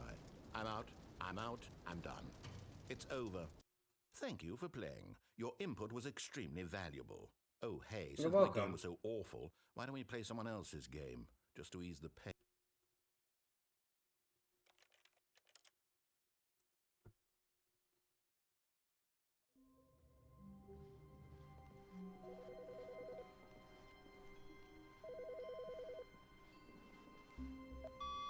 Good morning. Thank you for contacting the Future Happiness Foundation. We are confirming your shipment of 1,327 cardboard boxes to your place of work. Can you verify that this is correct? What happens if I don't press anything? Understood. Your order will be canceled immediately. Thank you again for contacting the Future Happiness Foundation.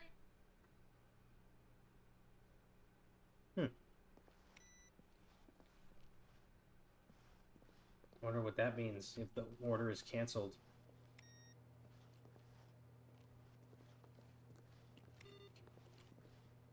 I'll still know.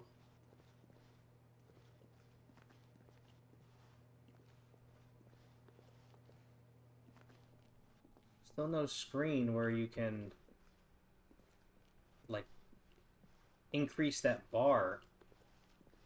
Like, I wonder how I got it to appear the first time and why it's not appearing again. Darn.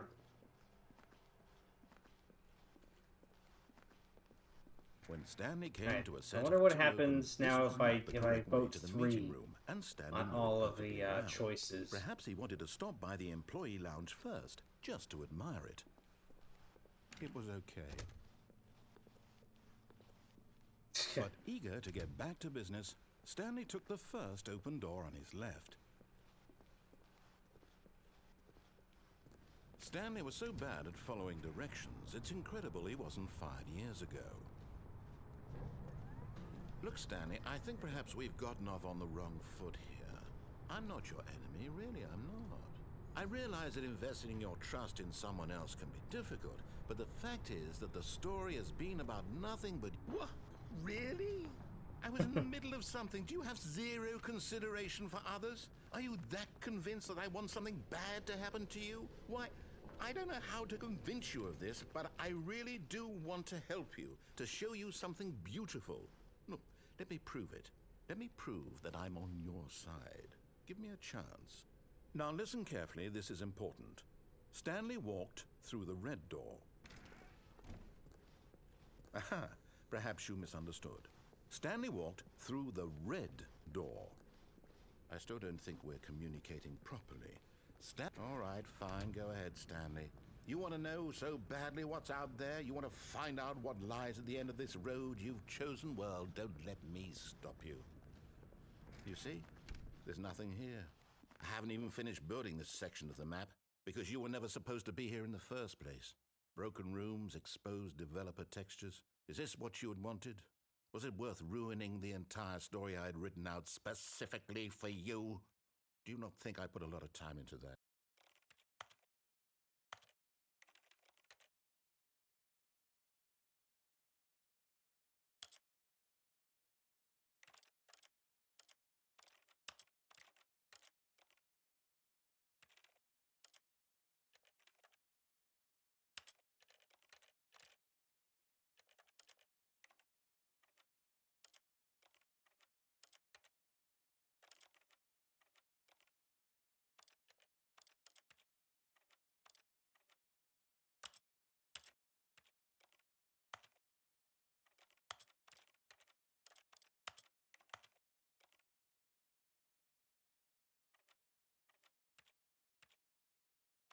I love how you can get an achievement just by going into the menu there.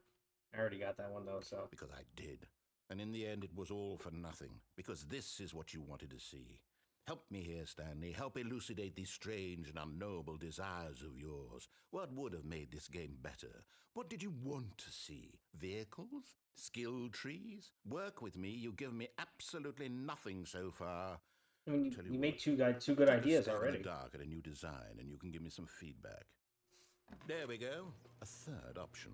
This already feels leaps ahead of where we were before. Go ahead, Stanley. Take it. Okay, I'm going to stop you there. Now, tell me about your experience with this new version. Would you say that the game benefited from allowing you more choices?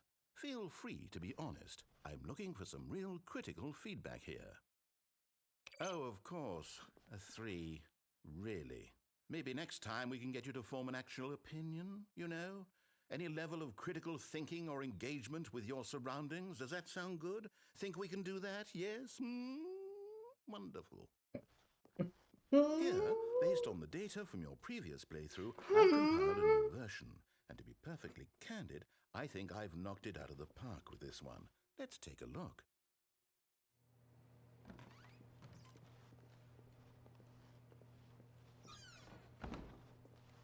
Now, would you say that competitive leaderboard helped you feel motivated to keep walking through doors? Again, honest answers, please.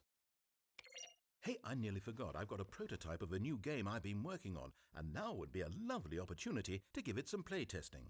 You wouldn't mind taking a look at it, would you? Perfect. Let me boot it up. In this game...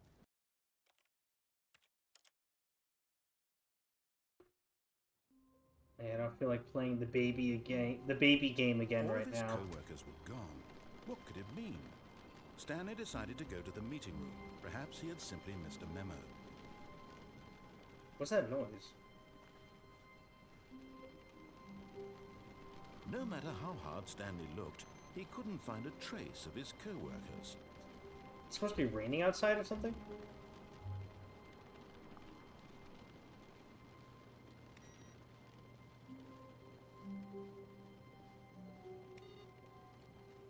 I get what all the noise was coming from.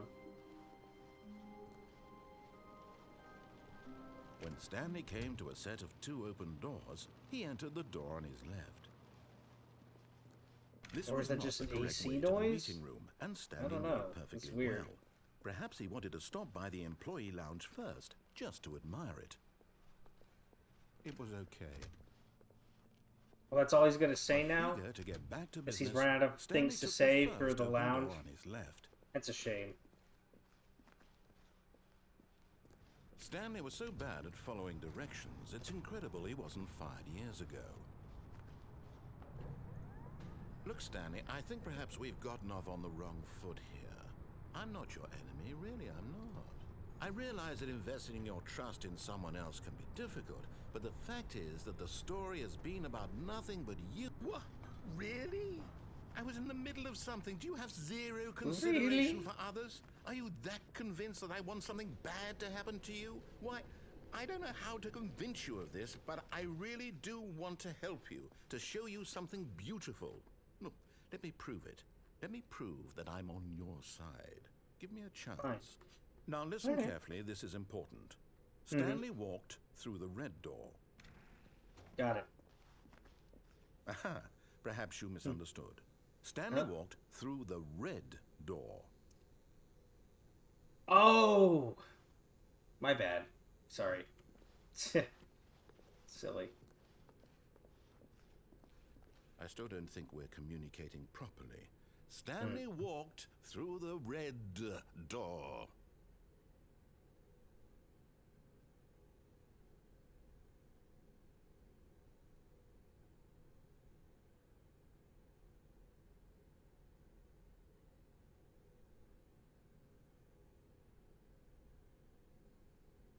Sorry, can you repeat that?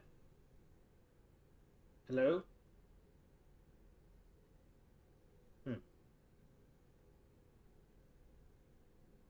Which one?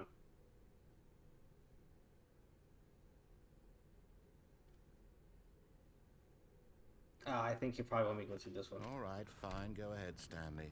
You want to know so badly what's out there? You want to find out what lies at the end of this road you've chosen? Well, don't let me stop you. You see? Hey, orange room. I haven't even finished building this section of the map because you were This never is pretty supposed to cool. be here in the first place. Broken rooms, exposed developer textures. Is this what you had wanted? Was it worth ruining the entire story I had written out specifically for you? Do you Yeah. not think I put a lot of time into that? Because I did. And in the end, it was all for nothing. Because this is what you wanted to see. Help me here, Stanley. Help elucidate these strange and unknowable desires of yours. What would have made this game better? What did you want to see? Vehicles? Skill trees? Work with me. You've given me absolutely nothing so far. Tell you what. Let me take a stab in the dark at a new design, and you can give me some feedback. There we go. A third option. This already feels leaps ahead of where we were before. Go ahead, Stanley. Okay, I'm going to stop you there. Now, tell me about your experience with this new version. Would you say I do that the like game orange, so benefited this is from pretty allowing good. you more choices? Feel free to be honest. I'm looking for some real critical feedback here. Okay, so we're getting somewhere. Clearly there's something here that speaks to you. If I can be honest here, I really don't have any idea where I'm going with this. This whole third door thing was just a stab in the dark.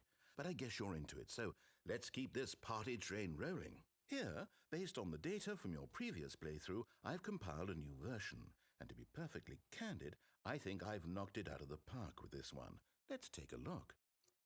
Looks like all the things are going to be the same no matter what. Yeah, it's got a leaderboard again. Now, would you say that competitive leaderboard helped you feel motivated to keep walking through doors? Again, honest answers, please. Hey, I nearly forgot. I've got a prototype of a new game. Ugh. Alright, I'm just going to go there one more time. Because I have the time to do it. So I'm going to go there one more time and see if... Stanley decided to go to the meeting room. Perhaps he had simply missed a memo. And see if anything happens when I do number 5.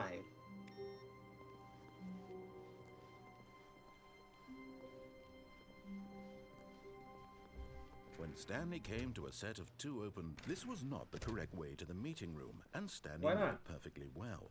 Perhaps he wanted to stop by the employee lounge first, just to admire it. It was okay. Oh, come on. I missed when he used to just describe it more and be took how... the first open door on his left. And talk about how great it is, because it is a great room. I love that lounge. Stanley was so bad at following directions, it's incredible he wasn't fired years ago. Look, Stanley, I think perhaps we've gotten off on the wrong foot here. I'm not your enemy, really, I'm not. I realize that investing your trust in someone else can be difficult, but the fact is that the story has been about nothing but you. What? Really? I was in the middle of something. Do you have zero consideration for others? Are you that convinced that I want something bad to happen to you? Why, I don't know how to convince you of this, but I really do want to help you, to show you something beautiful. Look, let me prove it. Let me prove that I'm on your side. Give me a chance. Now listen carefully, this is important. Stanley walked through the red door. Aha, perhaps you misunderstood. Stanley walked through the red door. I still don't think we're communicating properly. All right, fine, go ahead, Stanley. You want to know so badly what's out there? You want to find out what lies at the end of this road you've chosen? Well, don't let me stop you.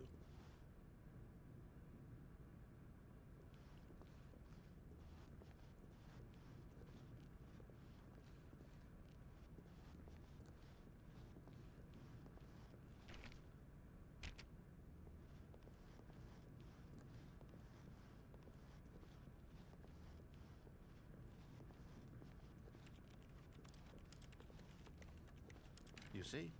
There's nothing here. I haven't even finished building this section of the map, because you were never supposed to be here in the first place. Broken rooms, exposed developer textures. Is this what you had wanted? Was it worth ruining the entire story I had written out specifically for you? Do you not think I put a lot of time into that? Because I did. And in the end, it was all for nothing, because this is what you wanted to see. Help me here, Stanley. Help elucidate these strange and unknowable desires of yours. What would have made this game better? What did you want to see? Vehicles? Skill trees? Work with me. You've given me absolutely nothing so far. Tell you what, let me take a stab in the dark at a new design and you can give me some feedback.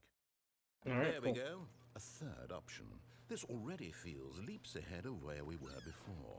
Go ahead, Stanley. Okay, I'm going to stop you there. Now, tell me about your experience with this new version.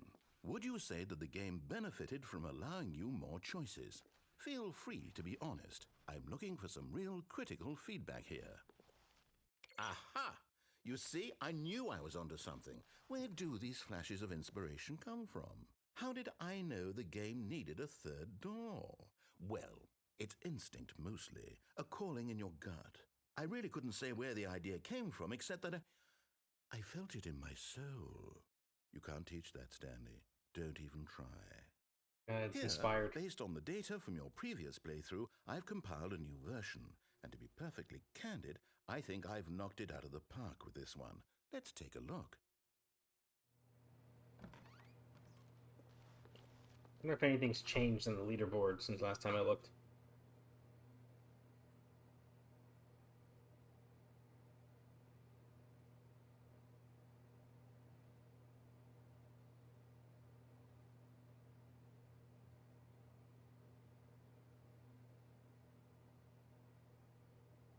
I like how Mussolini is there. I didn't notice that the first time.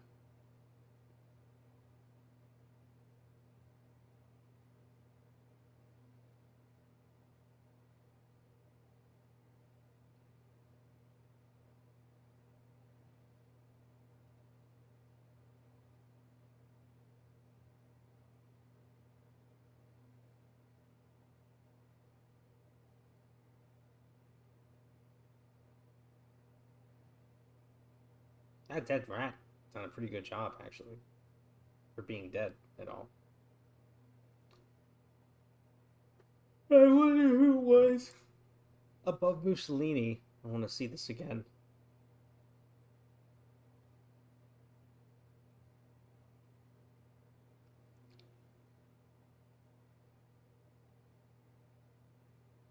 It was that Hitler and then Mussolini? Pretty good.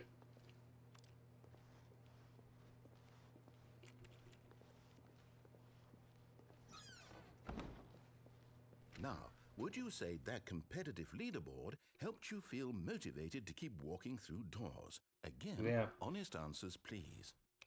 Hey, I nearly forgot. I've got a prototype of a new game I've been working on, and now would be a lovely opportunity to give it some playtesting. You wouldn't mind taking a look at it, would you? Perfect. Let me boot it up. In this game, the baby crawls left towards danger.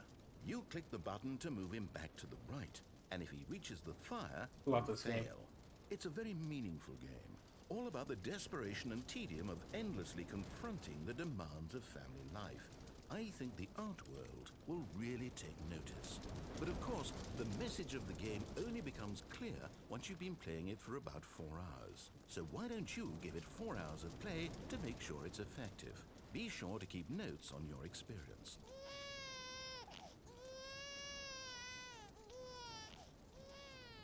You heartless bastard. Did you do it because you hate babies or purely to spite me? Because if it's the latter, well, I don't know what to do. I'm completely out of ideas. I can't think of a single thing that might improve the experience for me. I'm not even going to try. I'm out, I'm done. It's over. Thank you for playing. Your input was extremely valuable.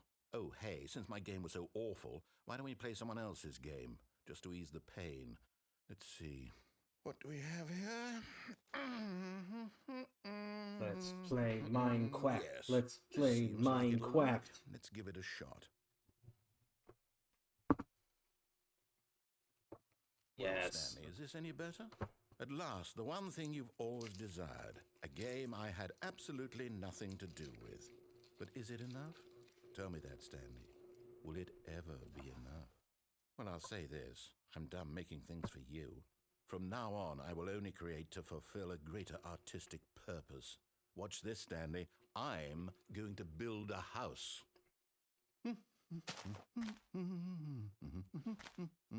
This will go here. No, here. And then...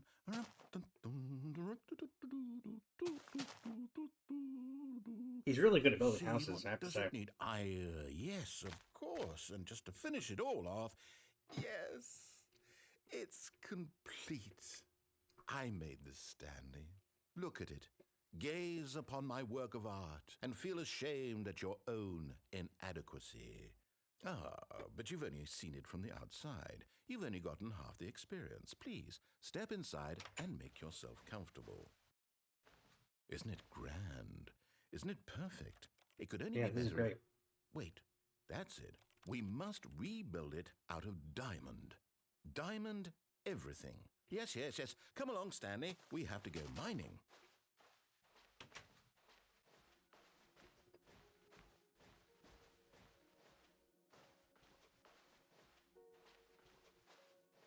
Oh my, it looks like it's going to get a bit dark. Have you brought a light? Oh, did I miss a jump there?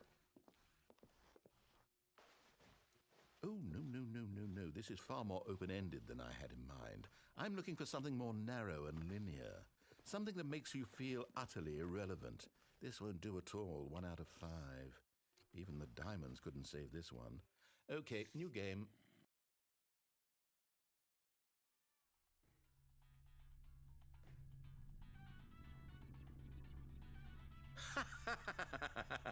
Yes! I don't even know what this game is, but I love it. You, trapped in a glass box with no way out, listening to me talk. Oh, it's inspired. I couldn't have done it any better myself. What is this game even supposed to be? I can't figure it out. Okay, now I'm curious. Let's go find out what the hell this is.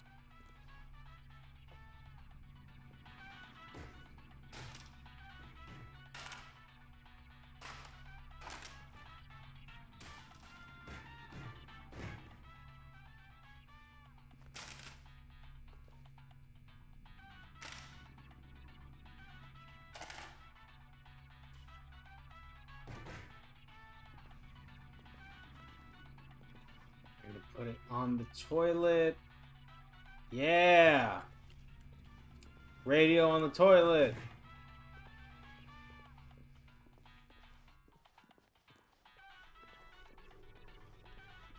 Oh, it's a puzzle. Critical thinking, Stanley. Your forte.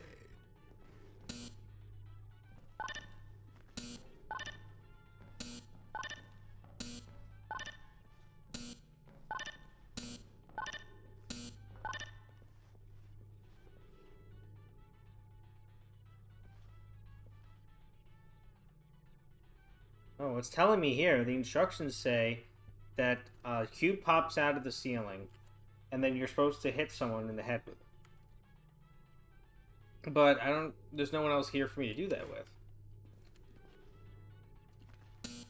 Genius. There's a room up there, but I don't see any people up there. No, actually, you know what? I think that's plenty. I really don't care much to see you stumble through any more of these games, and I highly doubt you're any wiser for the experience. Which is why, rather than continue to waste my No! It took my radio away. How could they?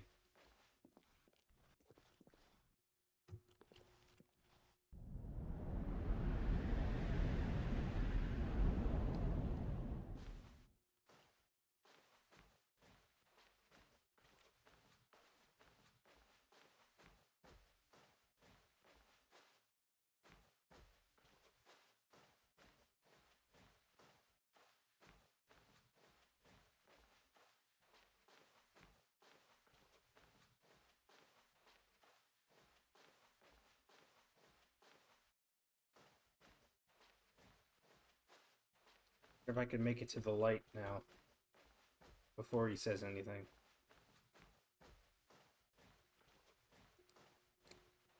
Oh, hey.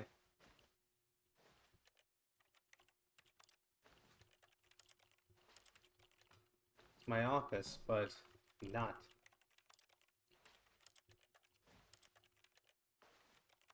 Can I do anything here?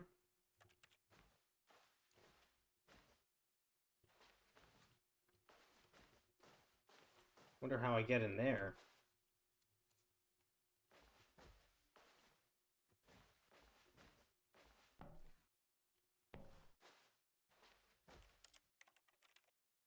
Wonder if there's another room around here that I can get into.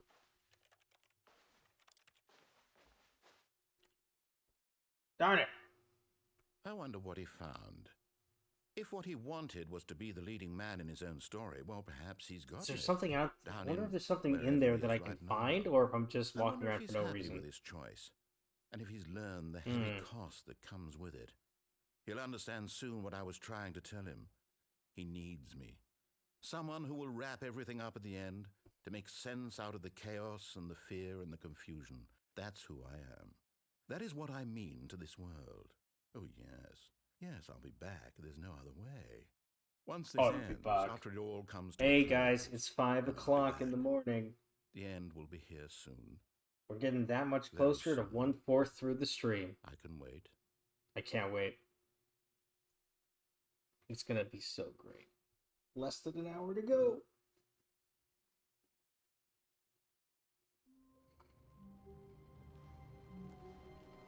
How long was I sitting there? Stanley wondered to himself. Minutes? There's Days? that rain again. Centuries? Or Did the something AC. crucial happen while my I don't senses recall were it. turned? I don't He recall it learned being them that to loud though be when I went through time through from here now on. previously.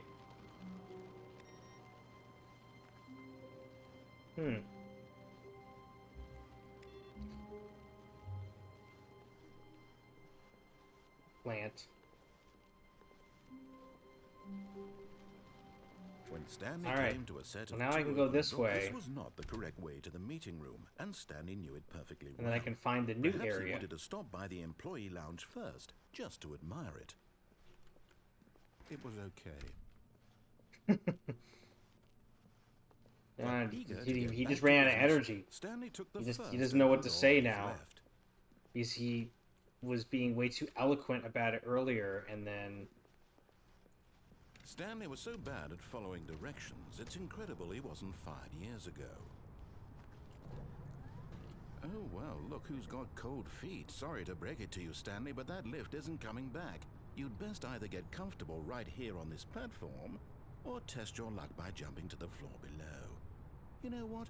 Looking at it now, it's not that far to the bottom floor. I bet you can make it.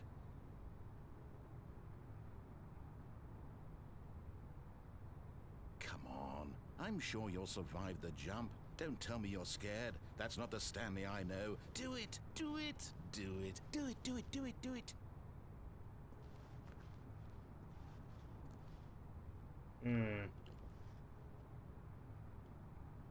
I wonder if I could land on one of those trucks. Probably not, but...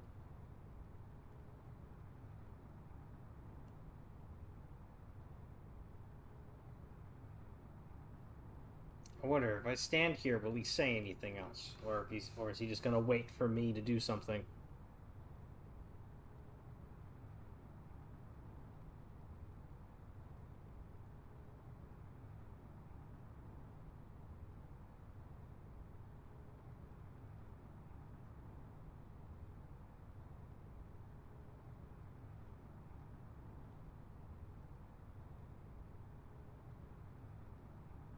Nah, he's probably not gonna say anything. Whoops. Looks like I was wrong. How clumsy of me. Darn.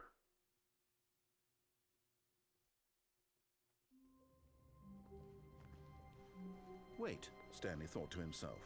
Am I sure that the orders stopped coming in? How is that possible? They never stopped. Surely I was mistaken. Oh, what was he saying there about the orders? Oh, orders on the computer. No, the orders were still missing. For now.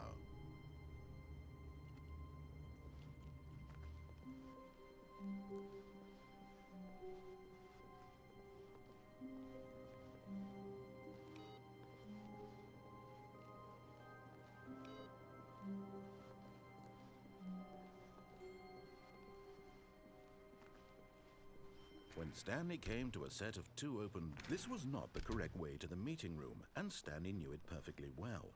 Perhaps he wanted to stop by the employee lounge first, just to admire it. It was okay. He sounds so defeated. But eager to get back to business, Stanley took the first open door on his left. Stanley was so bad at following directions, it's incredible he wasn't fired years ago. Look, Stanley, I think perhaps we've gotten off on the wrong foot here. I'm not your enemy, really, I'm not. I realize that investing your trust in someone else can be difficult, but the fact is that the story has been about nothing but you all this time. There's someone you've been neglecting, Stanley. Oh, this lift is really unsafe. I mean, look at the, Stop trying to make every decision by yourself. Look at the corner here. Not asking for like, me. it's only hanging on by, like, a little hook. That is really unsafe. This is it, Stanley. Your chance to redeem yourself. To put your work aside. To Vanoy let her rent a back fence. into your life. Why are they She's been renting this waiting. fence? Why don't they just own it?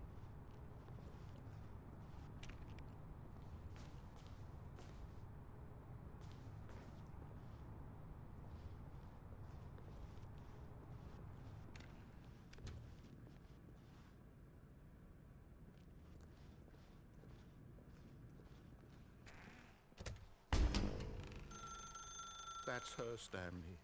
You need to be the one to do this. To reach out to her. If you can truly place your faith in another, then pick up the phone.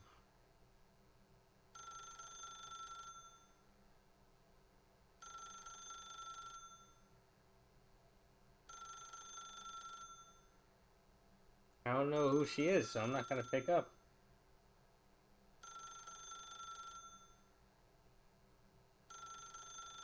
Hello? Is this the Krusty Krab? No, this is Patrick.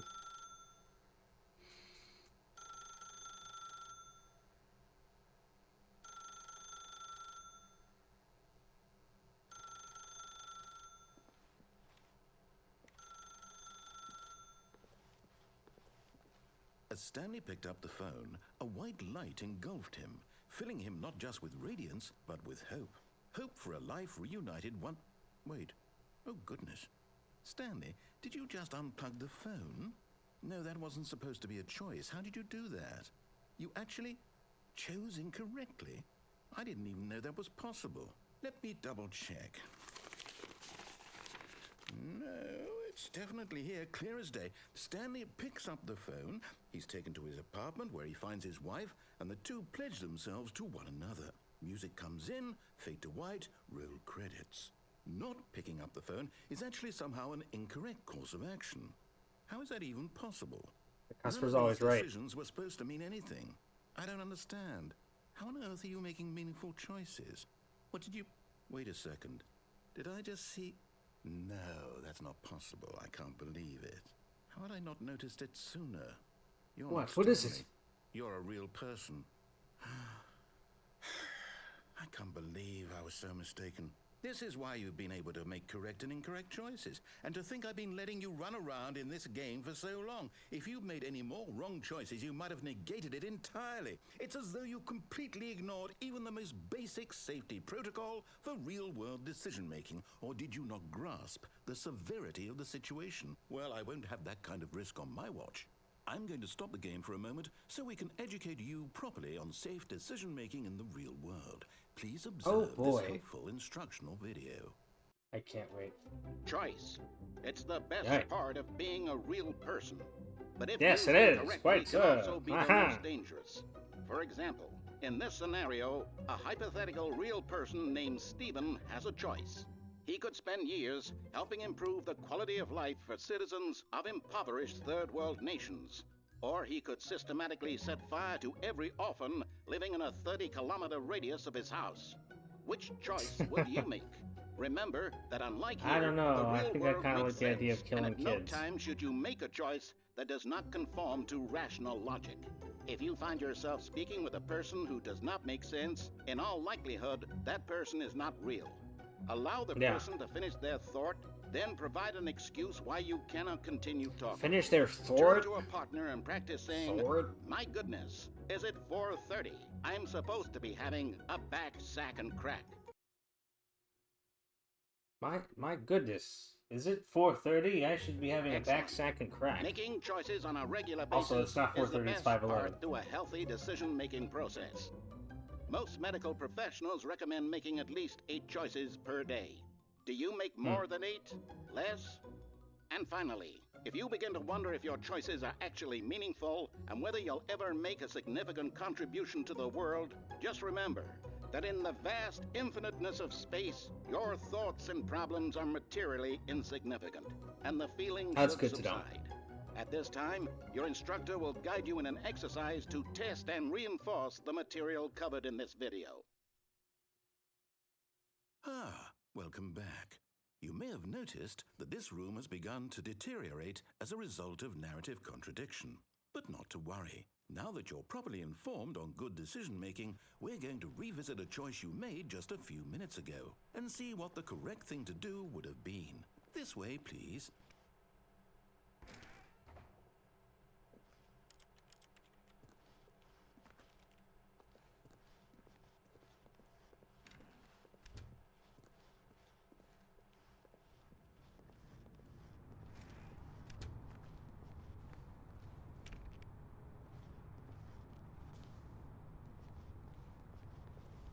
Well, there's more gates around here now. Oh, so I can't jump off. Now that we know your choices are meaningful, we can't have you jumping off the platform and dying. Imagine the main character dying senselessly halfway through the story. That story would make no sense at all. We just need to get you home as soon as possible before the narrative contradiction gets any worse.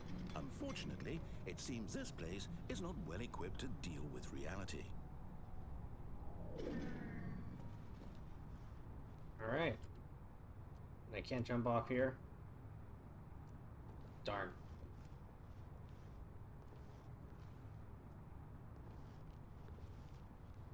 Can I jump up on here? Darn it!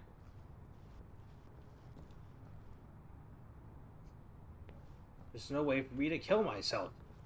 What kind of game is this? If I want to kill myself, I should be able to do it.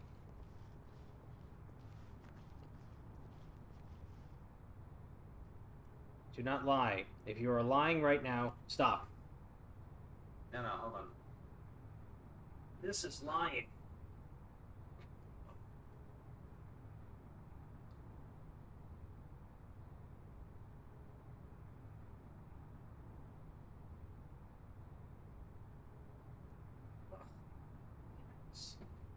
Just lie down.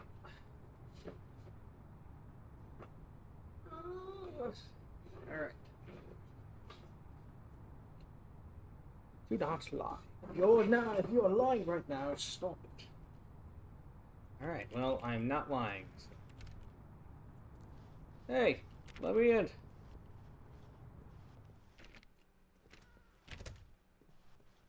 Yeah.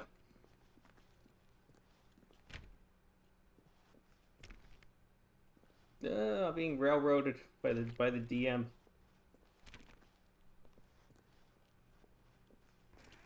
Almost there. You'll take the door on the left, back to the correct ending, the story will have resolution once again, and you'll be home free in the real world.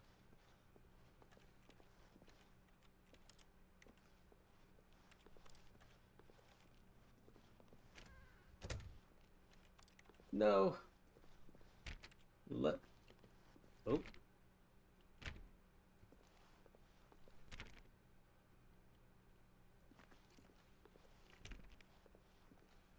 The door sounded different. I thought it was going to let me do something.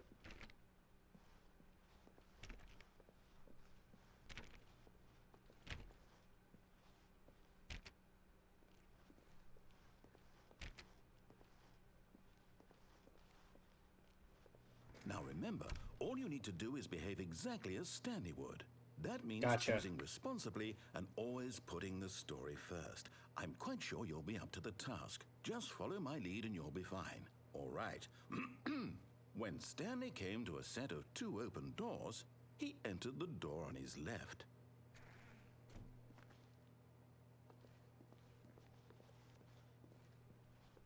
No! Why did you do that? Quickly, hurry back in the other direction. Perhaps we're not too late. See, I like the way those warped cabinets look.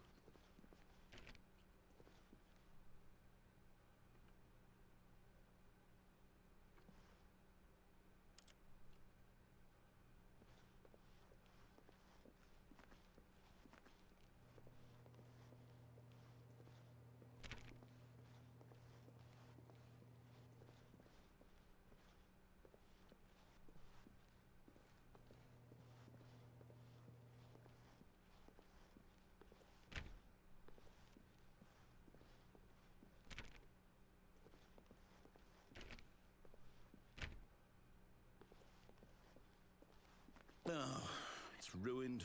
I can't believe, after everything we talked about, that my story, you've destroyed my work. Why? Grr everywhere. What did you get out of that? What did you think was so special about seeing the game undone, left here like so much garbage? It's worthless now. And what am I supposed to do? Even if there were a way to continue, would it be worth it? To know that my story is now incorrect? How can I go back to that? I can't erase that knowledge. I'll have to live with it forever. Reliving its impossibility forever. I couldn't live that way. Is it better to shut the game down entirely? To willingly destroy all of my work? I don't know. What's the answer? What do I do? What do I do? What do I... No, I have to. I have to shut the game down. I have to. I have to.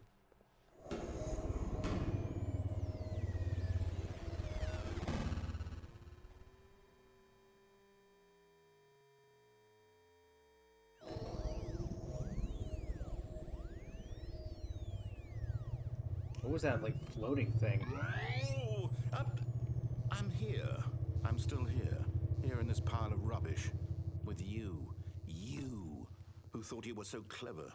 Now look where we are. You did this. My entire game is destroyed. It was the only thing in the world that was mine, and you've run it into the ground. What, did you think that would be funny? You just had to see? Yeah. Didn't I impress upon you how important it was to be like Stanley? He actually knows how to do what I tell him to. He understands that if I say to do something, there's a damn good reason for it.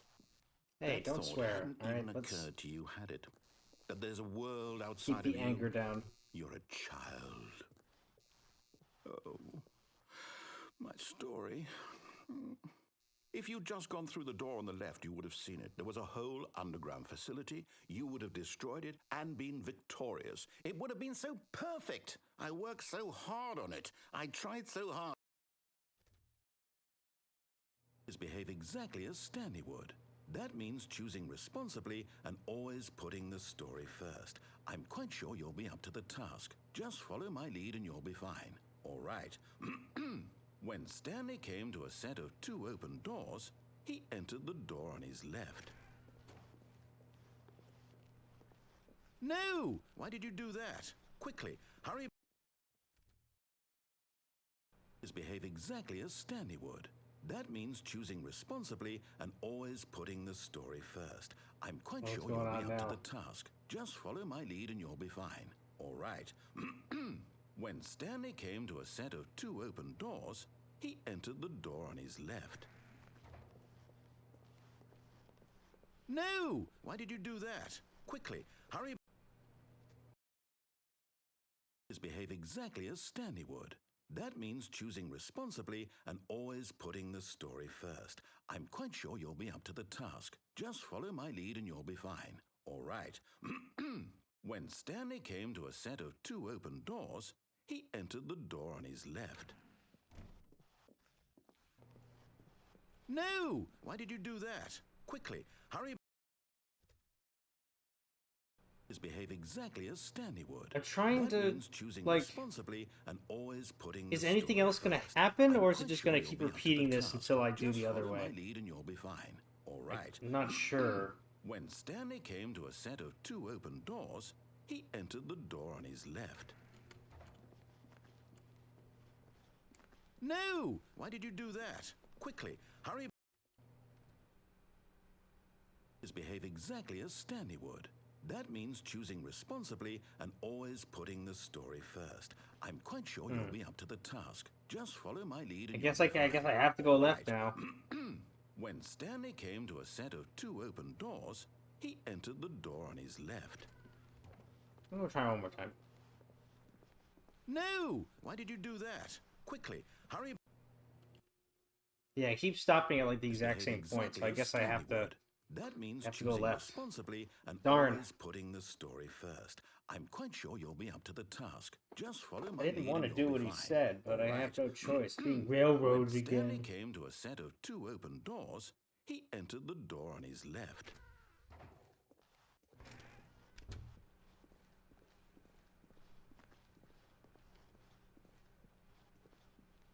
Yet there was not a single person here either. Feeling a wave of disbelief, Stanley decided to go up to his boss's office, hoping he might find an answer there. It's not letting me in the broom closet. No. Why? Why? That's not fair. Coming to a Oh, it's not staircase, letting me go Stanley downstairs walked any upstairs either. to his boss's office. Yeah, I really am being railroaded.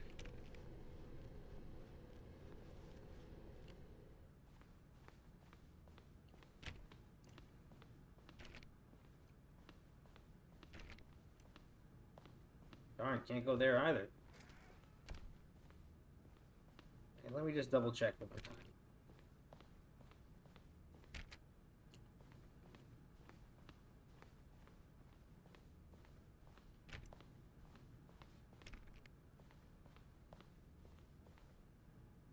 Stepping inside his manager's office, Stanley was once again stunned to discover not an indication of any human life.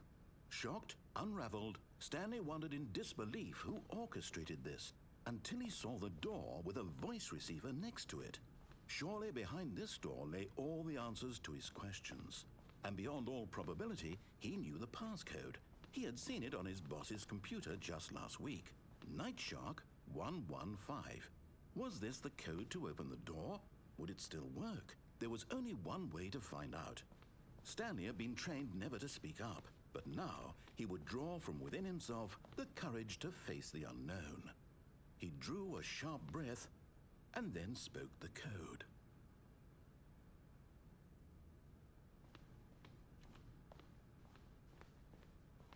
I wonder if it'll let me, like, delay it like I do with the entering the numbers. Stanley spoke the code. Night Shark 115. He spoke it into the receiver, right there on the wall.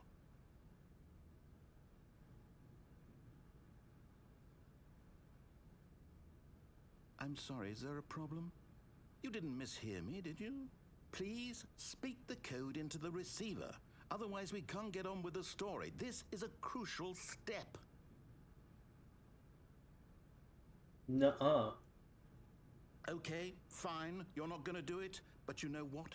It's pretty humiliating to bring you this far, only for you to suddenly decide you have better things to do. I asked you for this one single thing, for your respect. The kind of respect Stanley shows for his choices. He knows what it means to take a story seriously. If you didn't want to see what I had to show you, then why did you come here? You had a choice, you know. You could have gone through the door on the right. You could have done whatever the hell you wanted over there. Why did you come this way? Speak. Say something to me. Explain yourself, you coward. Nuh-uh. When Stanley came to a set of 2 open doors, he entered the door on his left. Stanley? Hello? Are you... Is everything okay? Stanley, please. I need you to make a choice. I need you to... So that's what I look like. Are you listening to me? Can you hear me? Is everything all right? Stanley, this is important. The story needs you. It needs you to make a decision. It cannot... I like how there's several different ends. It's like, which one is the real one? Is this one's showing credits. I'll accept whatever you do. I simply need you to take that step forward, please. Choose. Do something. Anything. This is more important than you can ever know.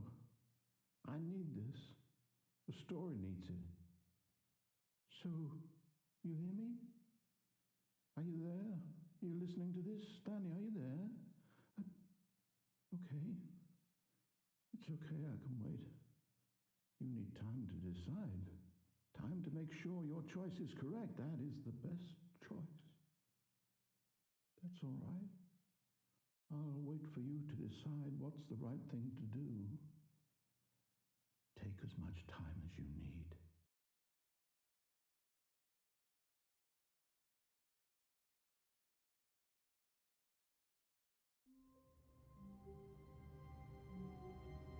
All right. When Stanley came to a set of two open, this was not the correct way to the meeting room, and Stanley knew it perfectly well. Perhaps he wanted to stop by the employee lounge first, just to admire it. It was okay. It was okay. But eager to get back to business, Stanley took the first open door on his left. Stanley was so bad at following directions, it's incredible he wasn't fired years ago. Look, Stanley, I think perhaps we've gotten off on the wrong foot here. So now I'm going to go back, pull the plug on the phone, and then actually see if I can enter the voice thing the fact for is that the story has been about nothing but in the you office. all this time. There's someone you've been neglecting, Stanley. Someone you've forgotten about.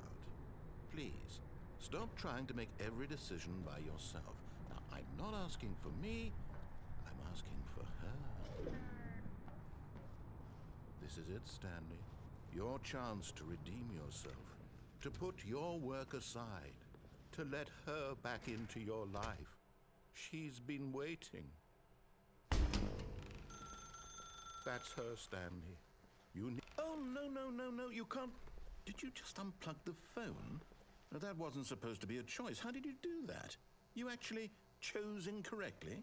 I didn't even know that was possible. Let me double check. Wait for him to talk through all this. No, it's definitely here, clear as day. Stanley picks up the phone. He's taken to his apartment where he finds his wife, and the two pledge themselves to one another. Music comes in, fade to white, roll credits. Not picking up the phone is actually somehow an incorrect course of action. How is that even possible? None of these decisions were supposed to mean anything. I don't understand. How on earth are you making meaningful choices? What did you... Wait a second. Did I just see... No, that's not possible. I can't believe it. How had I not noticed it sooner? I'm You're controlling not Stanley. Stanley. You're a real person. That's right. I can't believe I was so mistaken. This is why you've been able to make correct and incorrect choices. And to think I've been letting you run around in this game for so long. If you'd made any more wrong choices, you might have negated it entirely. It's as though you completely ignored even the most basic safety protocol for real-world decision-making. Or did you not grasp the severity of the situation? Well, I won't have that kind of risk on my watch. I'm going to stop the game for a moment so we can educate you properly on safe decision-making in the real world. Please observe this helpful instructional video. Choice. It's the best part of being a real person, but if used incorrectly can also be the most dangerous. For example, in this scenario, a hypothetical real person named Stephen has a choice. He could spend years helping improve the quality of life for citizens of impoverished third world nations. Or he could systematically set fire to every orphan living in a 30-kilometer radius of his house. Which choice would you make? Remember that unlike here, the real world makes sense, and at no time should you make a choice that does not conform to rational logic. If you find yourself speaking with a person who does not make sense, in all likelihood, that person is not real. Allow the person to finish their thought, then provide an excuse why you cannot continue talking. Turn to a partner and practice saying, "My goodness, is it 4:30? I'm supposed to be having a back, sack, and crack." My goodness, is it 4:30? I'm supposed to be having a back, sack, and crack. Making choices on a regular basis is the best part to a healthy decision-making process. Most medical professionals recommend making at least 8 choices per day. Do you make more than 8? Less? And finally, If you begin to wonder if your choices are actually meaningful and whether you'll ever make a significant contribution to the world, just remember that in the vast infiniteness of space, your thoughts and problems are materially insignificant, and the feeling should subside. At this time, your instructor will guide you in an exercise to test and reinforce the material covered in this video. What if that was the same? I wonder if that was a narrator doing that voice. Kind of sounds like him. As a result of narrative contradiction. But not to worry. Now that you're properly informed on good decision-making, we're going to revisit a choice you made just a few minutes ago and see what the correct thing to do would have been. This way, please.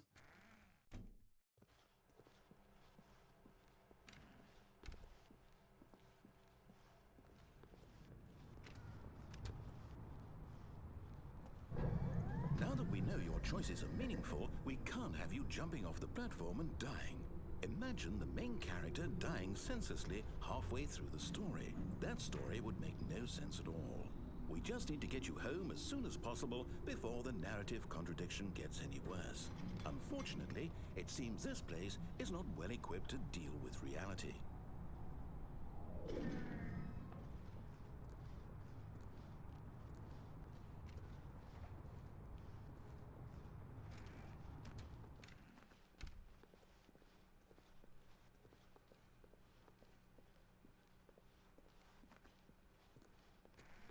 Almost there. You'll take the door on the left, back to the correct ending, the story will have resolution once again, and you'll be home free in the real world.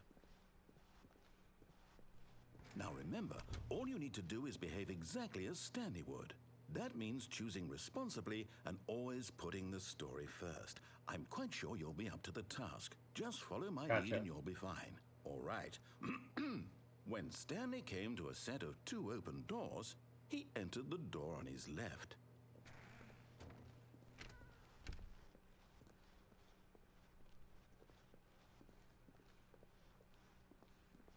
Yet there was not a single person here either. Feeling a wave of disbelief, Stanley decided to go up to his boss's office, hoping he might find an answer there.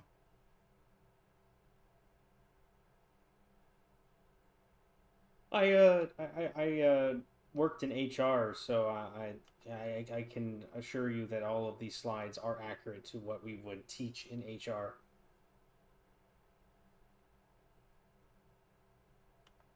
Yeah, like the blue heading will ensure a calm and productive work environment.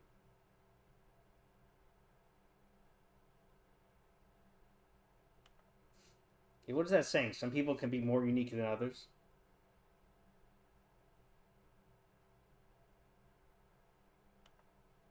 Rate at which charts on the same slide depict the same information. Now, how do you have a rate of that?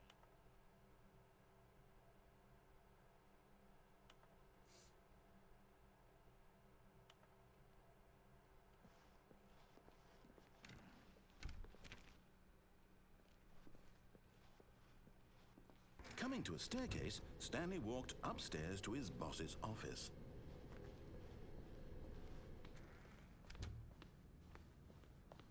Stepping inside his manager's office, Stanley was once again stunned to discover not an indication of any human life.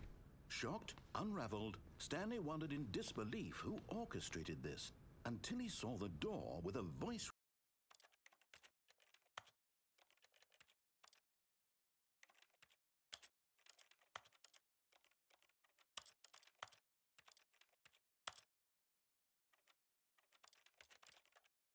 receiver next to it. Surely behind this door lay all the answers to his questions. And beyond all probability, he knew the passcode. He had seen it on his boss's computer just last week. Night Shark 115. Was this the code to open the door? Would it still work? There was only one way to find out. Stanley had been trained never to speak up, but now he would draw from within himself the courage to face the unknown. He drew a sharp breath and then spoke the code.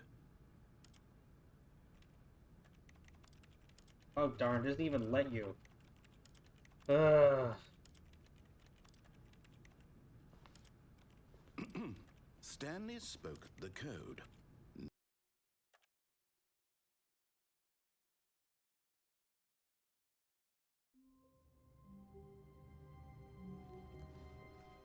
Already this was uncomfortable, and Stanley decided that as soon as he found a new space he felt safe in, that he would never leave it again in his life.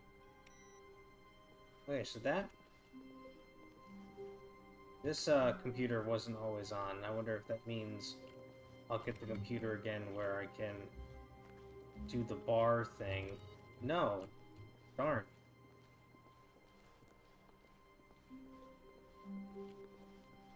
When Stanley came to a set of 2 open doors, he entered the door on his left.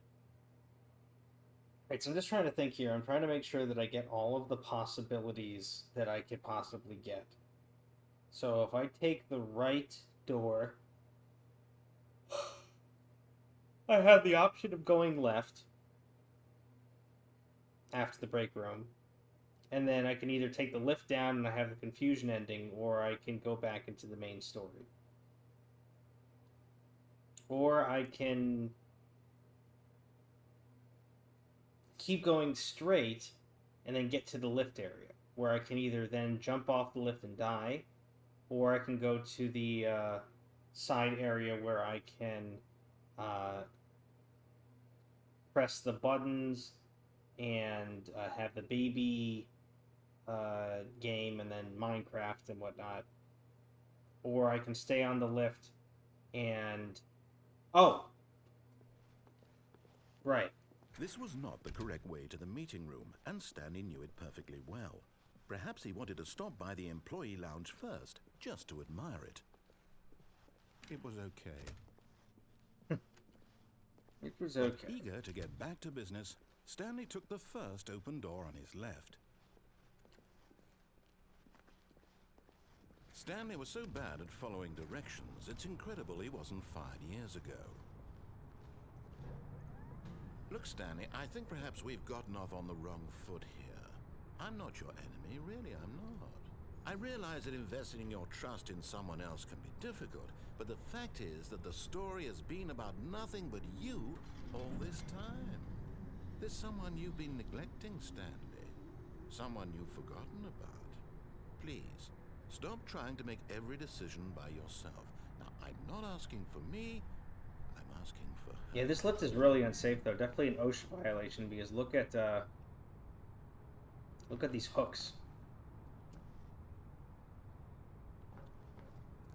This is it, Stanley. Your chance to redeem yourself. To put your work aside. To let her back into your life. She's been You're right. waiting. He has. That's her, Stanley. You need to be the one.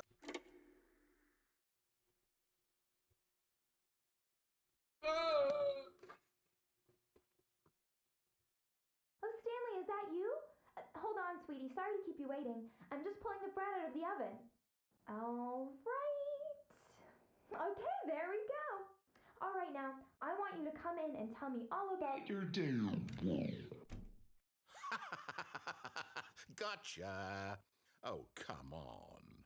Did you actually think you had a loving wife who'd want to commit their life to you? I'm trying to make a point here, Stanley.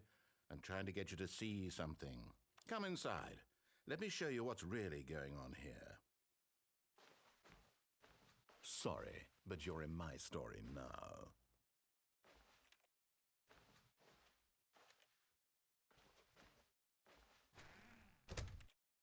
This is a very sad story about the death of a man named Stanley.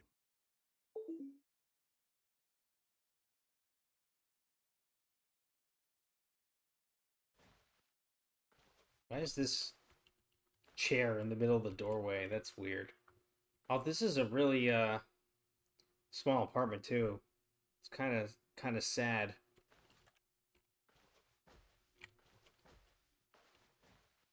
I can barely move anywheres.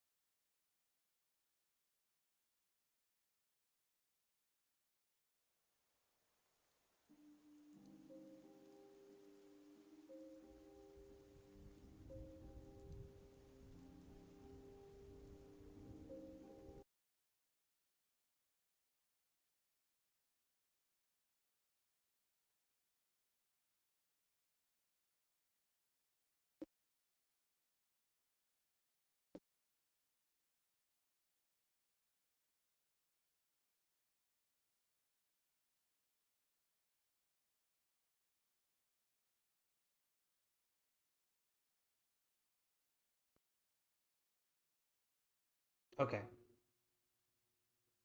Okay, you should be able to hear me again. Sorry about that. Um, so what I was saying earlier while I was muted, is I'm not sure what you heard and what you didn't hear.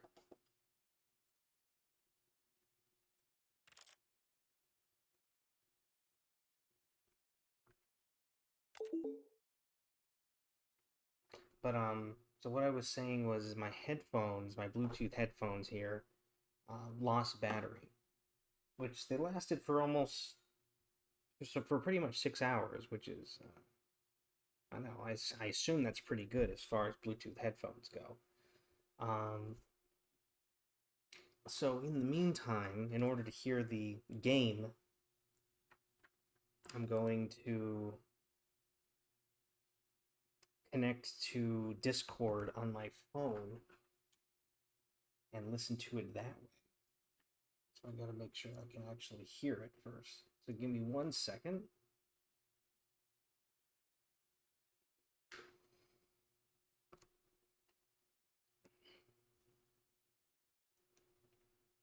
Alright, just gotta get into Discord.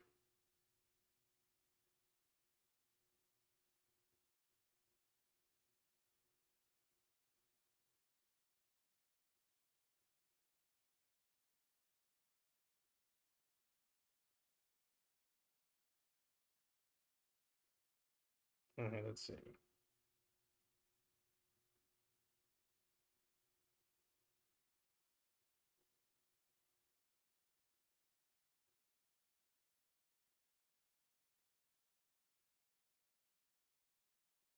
Alright.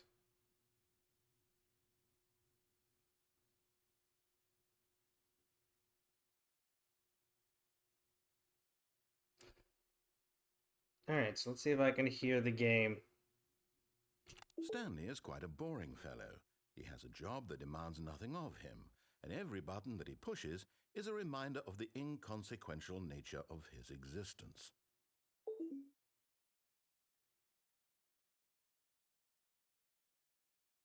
Look at him there, pushing buttons, doing exactly what he's told to do. Now he's pushing a button. Now he's eating lunch. Now he's going home. Now... Oh, give 1 second.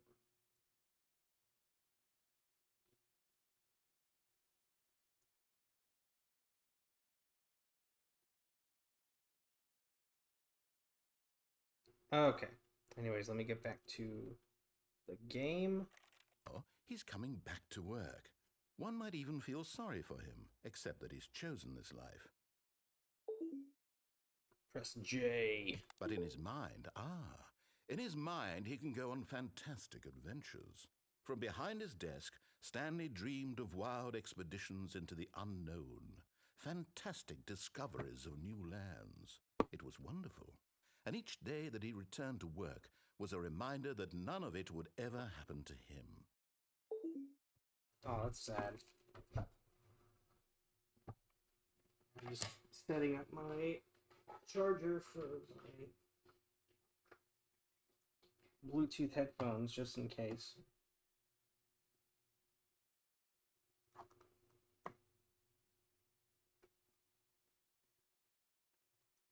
If I can get it to connect. There we go. Okay. And so he began to fantasize about his own job. First, he imagined that one day while at work, he stepped up from his desk to realize that all of his co-workers, his boss, everyone in the building had suddenly vanished off the face of the earth. The thought excited him terribly. So he went further. He imagined that he came to 2 open doors and that he could go through either. At last, choice. It barely even mattered what lay behind each door. The mere thought that his decisions would mean something was almost too wonderful to behold. As he wandered through this fantasy world, he began to fill it with many possible paths and destinations. Down one path lay an enormous round room with monitors and mind controls. and down another was a yellow line that weaved in many directions, and down another was a game with a baby, and he called it the Stanley Parable. It was such a wonderful fantasy, and so in his head he relived it again, and then again, and again, over and over, wishing beyond hope that it would never end, that he might always feel this free. Surely there's an answer down some new path, mustn't there be? Perhaps if he played just one more time. Yeah, it's me right now. I'm trying to find every possible combination so that I can fill up these 24 hours of playing the game. But there is no answer. How could there possibly be? In reality, all he's doing is pushing the same buttons he always has. Nothing has changed. The longer he spends here, the more invested he gets, the more he forgets which life is the real one.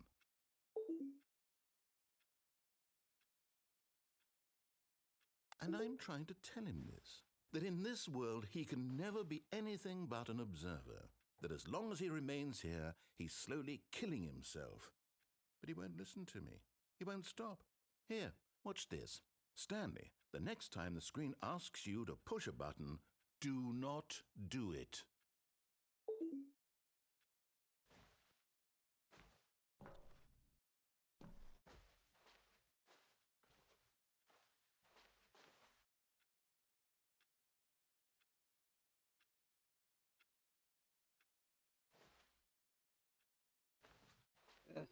If I don't do it, I'll just be stuck here.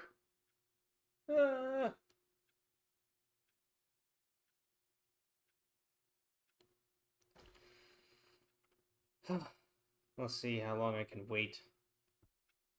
Oh, hey, the clock is different now. Earlier, the clock said that it was, like it kept saying it was between 11 and 12. But now it's actually showing 5:35, which is interesting because that's almost the actual time for me right now. Right now, it's 5:49 a.m.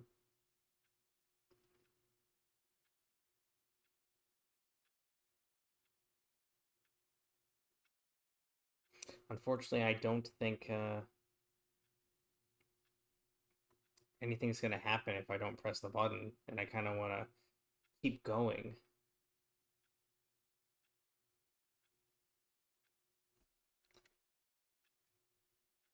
It is kind of this is like a really depressing ending, though. Or like, oh, you think Stanley has a nice family waiting for him, and then he gets home and he just lives alone. No friends, no family, no wife, nothing. Just he just works every day and that's it. That is pretty depressing.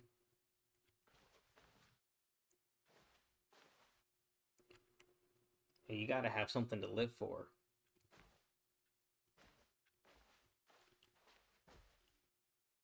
Or at least other hobbies and stuff. Because like looking at like his house, it was very bland.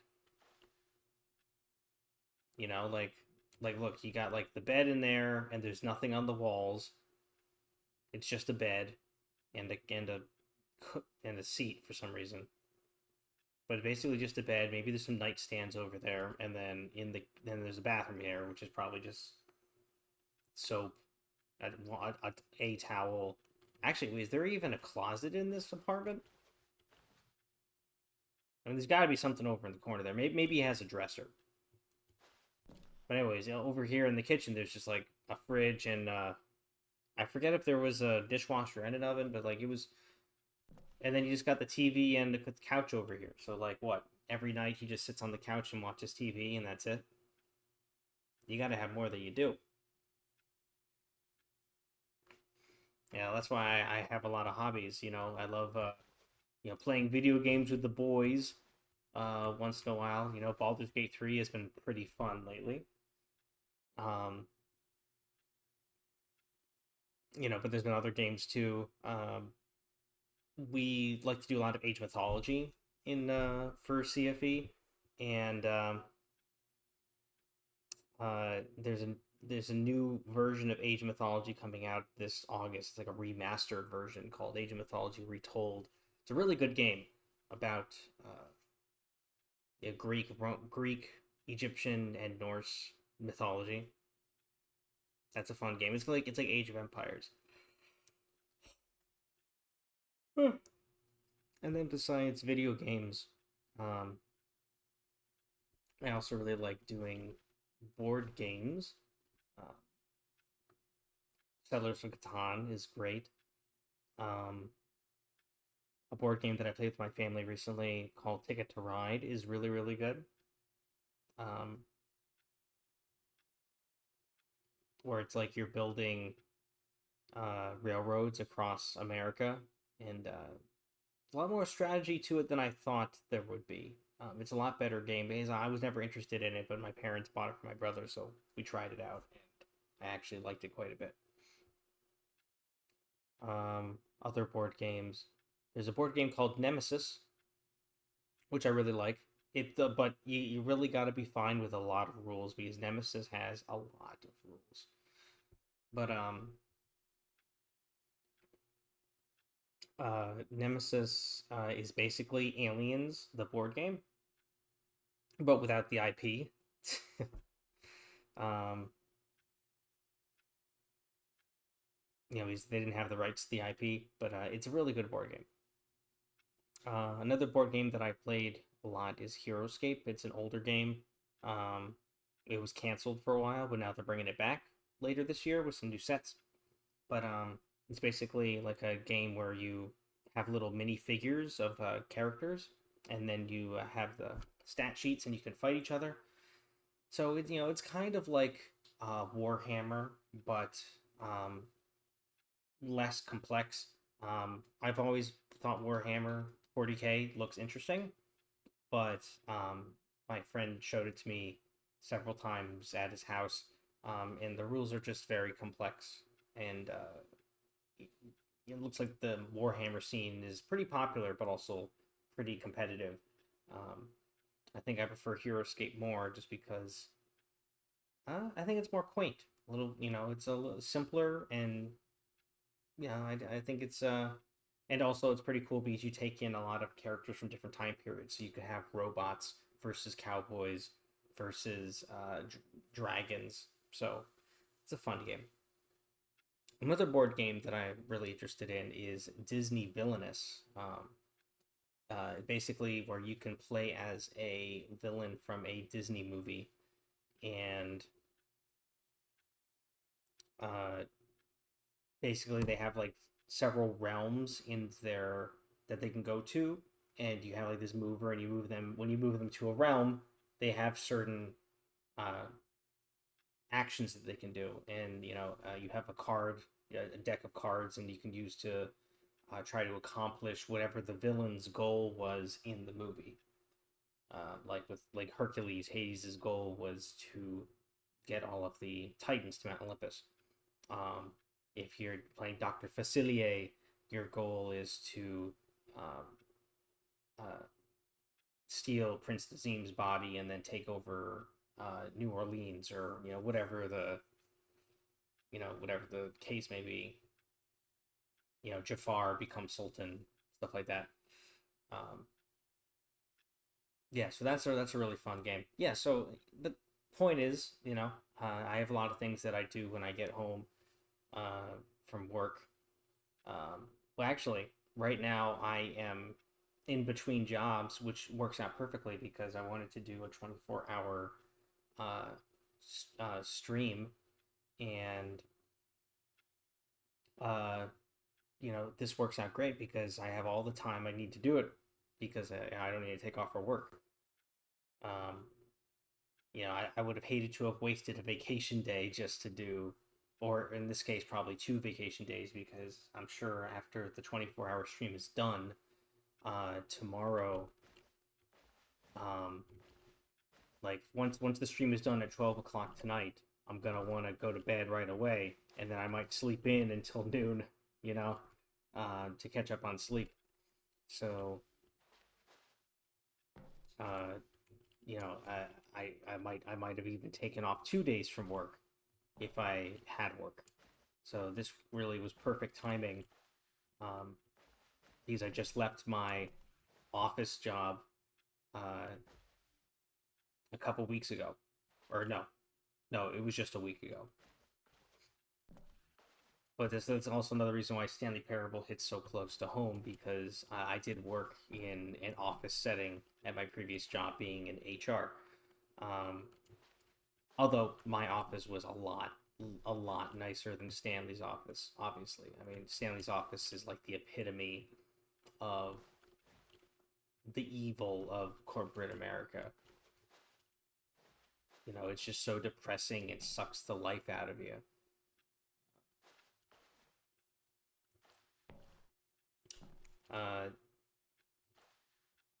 Where was I going? But yeah, but it's really a depressing story in Stanley's case, because it looks like apparently he has nothing outside of his work. You know, no one to play video games with. Well, if it takes place in the 90s, you know, looking at how old these computers are, then he wouldn't really have video games anyways, unless he's playing like um you know, whatever that, you know, whatever those, like some older game where it's like 8-bit, and you just like type in your response about what you want to do, and you like, I forget what any of the names were, but like Quest for the Golden Treasure, I don't know, something like that, you know, some fantasy game where it's like just 8-bit. But, you know, as far as video games go, there weren't much to do. And then uh, I mean, back then there were still board games in the 90s, but not like the ones we have now. You know, all of the games that I mentioned before um, were not around in the 90s. Oh, well, one game that I do love to play today that was around in the 90s is D&D. That's a fun one. Um, and we, you know, I do some sessions. I do about 2 sessions a week, on both online. And then of course there's been the monthly D&D stream for CFE that we've been doing for the past couple of years. And we've been on a little hiatus because I moved, but we're going to be starting that up again in late August, so that'll be exciting to get that show back on the road, because that D&D story has been really fun with our DM John. And I was DM for a little bit, and that was fun. But now John's back as DM, and he's doing a good job. And I'm excited to see where the story's going to go from there. But D&D is a really fun game, and honestly, I didn't think that I would like it. So I'm very thankful to John for introducing me to D&D, because I probably wouldn't have ever played it if it weren't for him. Basically, I showed up to Tom's house one time, and Tim was there, and then John was like, "Hey, I want to show you guys D&D," and I was like, "Oh, okay, sure, sure, sure." And I wasn't really expecting to really be a fan of it, but then the more we played, the more I was like, "Hey, you know, there's really something to this game that's really fun." And then me, Tim, and Tom have been playing ever since. So we're all, I don't know, I don't want to speak for them, but I'm sure they do have the same thing as me, the same outlook, which is that we're very thankful to John for showing us D&D, because it's a really good game. And you know, normally I'm a person who really likes a lot of rules in board games. Like some people like really simple games, you know, like Clue, Monopoly. Nothing wrong with those games. I like them. But I prefer a lot more complex games. I'm a big fan of, you know, like I mentioned earlier, Nemesis has a lot of rules, but if you learn all the rules, you know, there's a lot of games where even though they have a lot of rules, once you learn it, it's very easy, and it's I think it's a lot more fulfilling when you play board games with a lot of rules, because you have a lot more choices about what you can do, which I love. And so that's the great benefit about D&D, is that um, with D&D you have the ultimate amount, the most amount of choices that you can have. You can do anything in D&D, you know, permitting whatever the DM allows you to do, of course. But you know, there's you know, unless you have a DM that's like railroading you into a certain story, your character can choose to do whatever, and that's a really cool thing. So it's kind of funny how, like, I originally thought, and D&D does have a lot of rules, but it's weird how it has a lot of rules, but also can be so open ended. It's a weird dichotomy. Um, but I think it's so I think it's funny how, like, I'm a person who's all about rules, and then I'm also really also about the freedom of choice. So, but it's opened up a lot of avenues for different for me to enjoy different board games. So and D&D is a great one. So if you've never played it before, I highly recommend that you try to find a group and play. And of course, if you need a little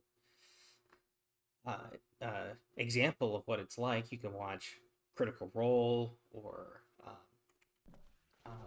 what's the college humor one? Or no, Dropout. There's a Dropout D&D campaign with Brennan Lee Mulligan. Dimension 20. Yeah, Dimension 20 is good. There's also The Legends of Evantris, with Chuckles, the space clown. There's a lot of good D&D streams out there, so I highly recommend looking at those. Or if you're looking for a not so great D&D stream, CFE's monthly D&D stream. Yeah, I kid. No, it's actually our CFE campaign's actually pretty good, thanks to John for writing a good story. I just like joking around because, like, us being CFE, we're very new to streaming and doing videos on YouTube, and we have a ways to go before we're at the same level, though, as any of those other D&D streams that I mentioned. But maybe someday we'll have a bigger following. But I am thankful that we got some new followers in the past couple of hours. Shout out again to Candles and Stoozles, or Snooziels, for following within the past 6 hours. Oh, I just noticed. It is 6 a.m. So we're a fourth of the way through the 24-hour stream. We're getting there. We're getting there. Man, it's going to be great when the sun comes up. I wonder... Let me look out the window. It's still dark out. Maybe by 7 the sun will be out. But yeah, I've never done an all-nighter, so this is interesting. Which I'm surprised that that's the case, that I've never done an all-nighter. But you would think that, in high school or definitely in college, there would have been a time where I needed to do an all-nighter, but somehow I managed to never do an all-nighter. There were some nights where I came close, though. There were some nights where I got 3 hours of sleep, 4 hours of sleep, something like that, which is still something, but you don't get too much energy from that. Just sleeping for 3 hours, you kind of feel more tired waking up than you would have if you just stayed up the whole time. But somehow I never managed to have to do an all-nighter, which is crazy because I took some pretty intense classes when I was in high school and college. I was an overachiever. I tried to do a lot. I'm a Ravenclaw as far as Harry Potter schools go. But even when having, all those tough classes, and especially my last year of college when I had like a capstone project for business administration, which, that you see how exciting that is. I was definitely stressed, and I was definitely super busy with homework and projects, and also working at CVS while at college. So, I was super busy. And yet somehow I managed to always get sleep, which I'm thankful for, though. I mean, that's a good thing because sleep is good for you. And, and if you don't get enough sleep, it can hurt you in the long run. You can definitely have health issues when you get older if you don't sleep enough when you're younger. That's something that I need to get better at, because sometimes I get in the habit of only sleeping 6 hours a night. but really you should be sleeping 8 hours a night.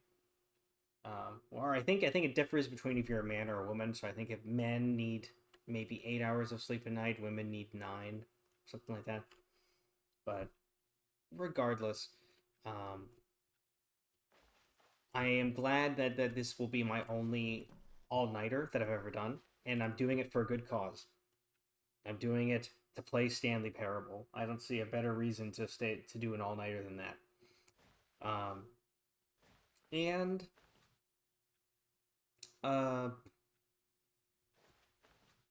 maybe I'll do an all-nighter again in the future. Like I mentioned at the beginning of the stream, there's a new Stanley Parable sequel. Not a sequel. It's like an updated version called Stanley Parable Ultimate Deluxe Edition or something like that. Which that might have more options, that might have more things to do than in this original Stanley Parable, which is exciting because I think I've seen some videos of the new Stanley Parable. And I don't know if it's in this or not because I don't think I've done all of the endings yet for this game. But there's like at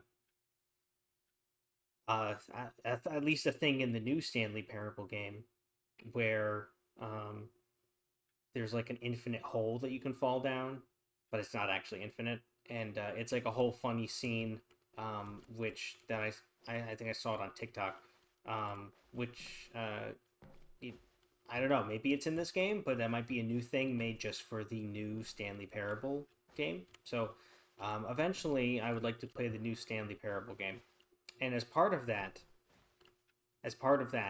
there is also new Steam achievements. One of which being to play Stanley Parable for the entirety of a Thursday.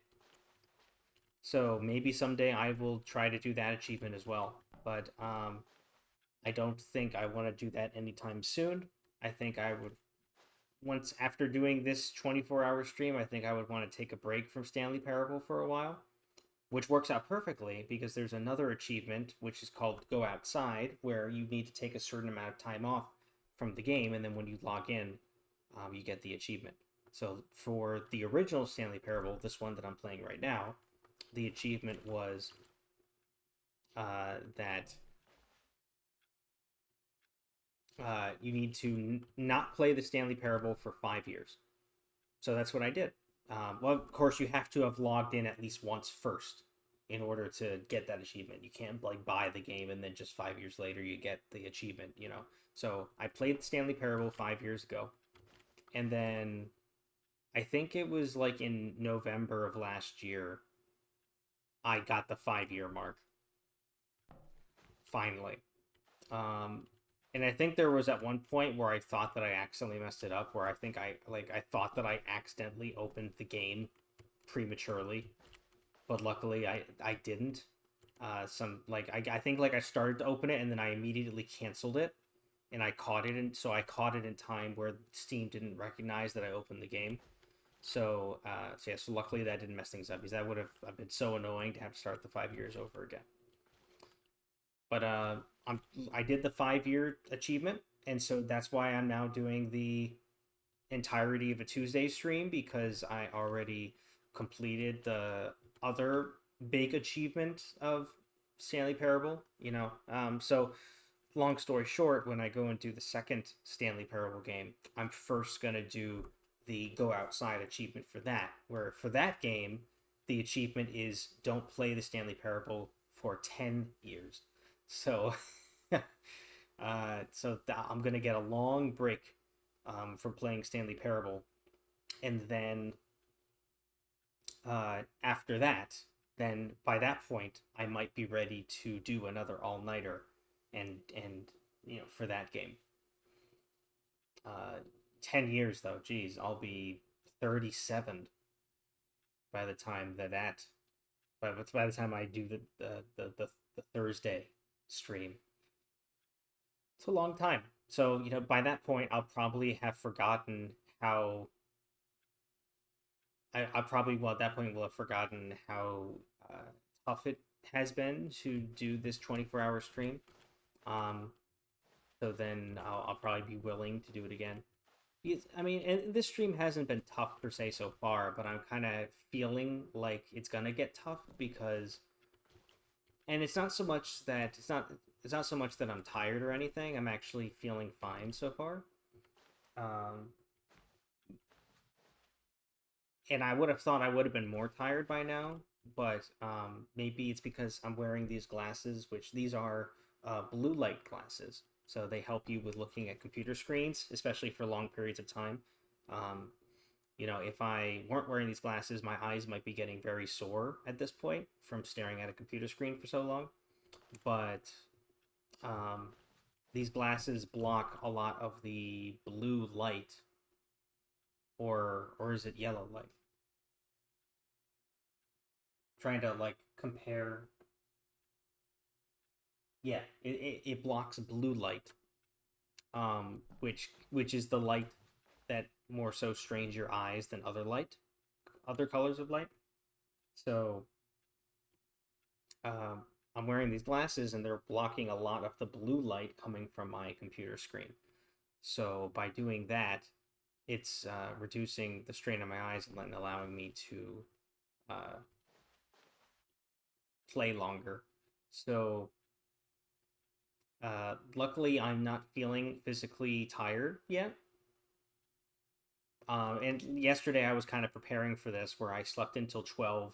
I slept until noon, and then I took a nap from like 7 p.m. to 10 p.m. Although I was kind of like falling in and out of sleep. It wasn't like a continuous sleep. It wasn't a REM sleep. But still, I slept until noon, and then I got like a nap in the afternoon. So I prepared as much as I could have for this stream, knowing that I was going to be up for 24 hours.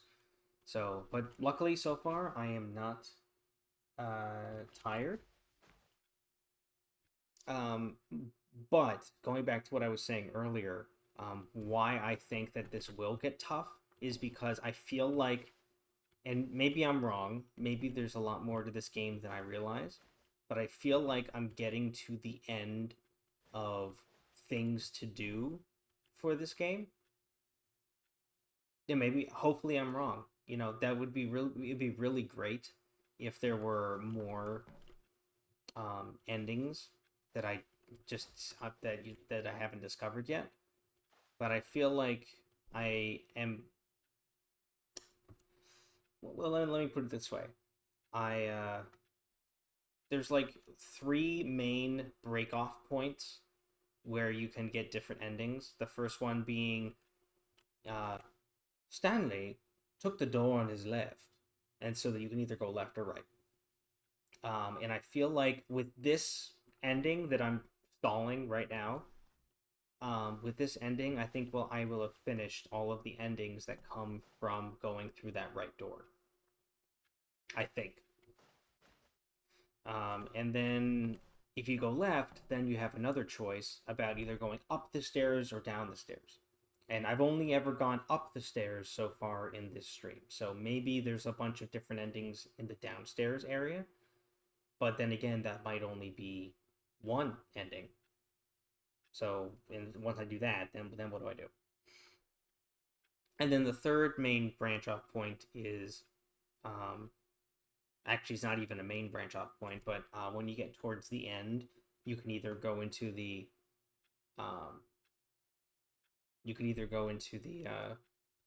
mind control facility, or you can go to the escape area. But then again, there's only one ending with the escape area, and it's where you fall into that conveyor belt where you're getting crushed.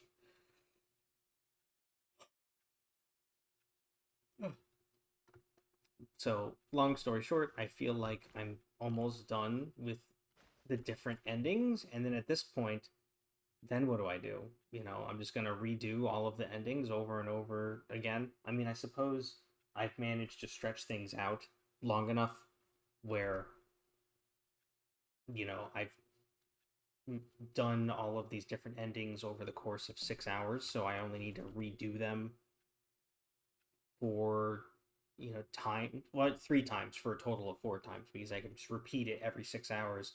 So, by the time the 24-hour marks hit, I will have done every ending 4 times.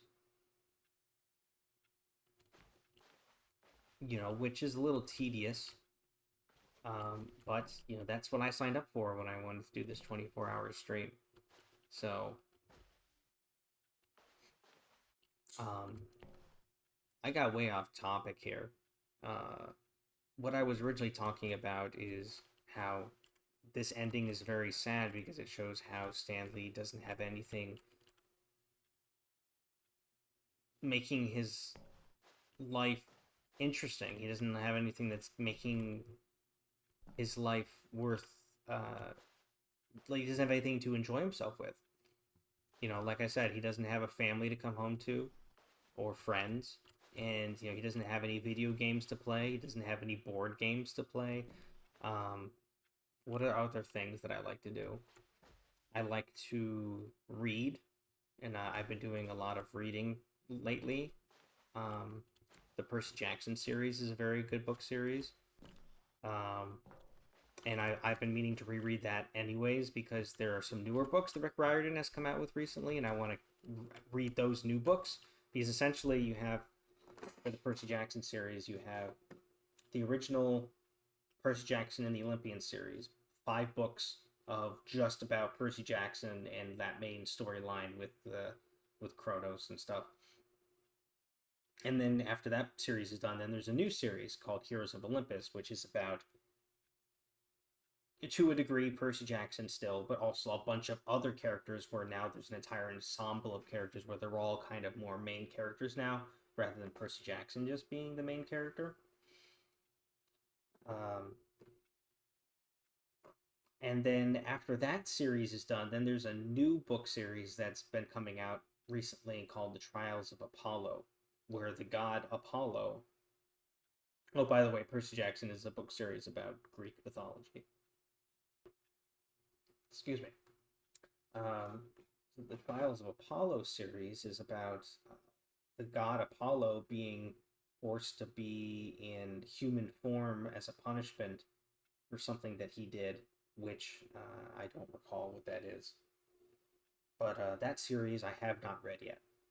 So I want to reread Percy Jackson and Heroes of Olympus series, and then reread, and then read Trials of Apollo. And I also haven't read the new Norse mythology book series that Rick came out with. 3 books called The Magnus Chase and the Magnus Chase and I forget what it's called. Magnus Chase and the Norse Gods or something. I don't know. But Rick Riordan is a very good author, though, and he really knows his stuff when it comes to mythology. So his books are very, very entertaining. Harry Potter, another good book series. The problem is that Harry Potter and Percy Jackson were not around in the 90s. Well, I guess Harry Potter came out in, 1997 or something like that? So maybe if this is if the Stanley Parable takes place in the late 90s, then maybe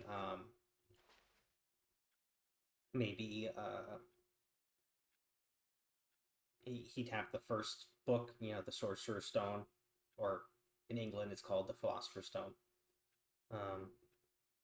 But he definitely wouldn't have had Percy Jackson back then. But what he would have is Lord of the Rings, and that's another really good series, which I am sad to say I have not finished the Lord of the Rings books.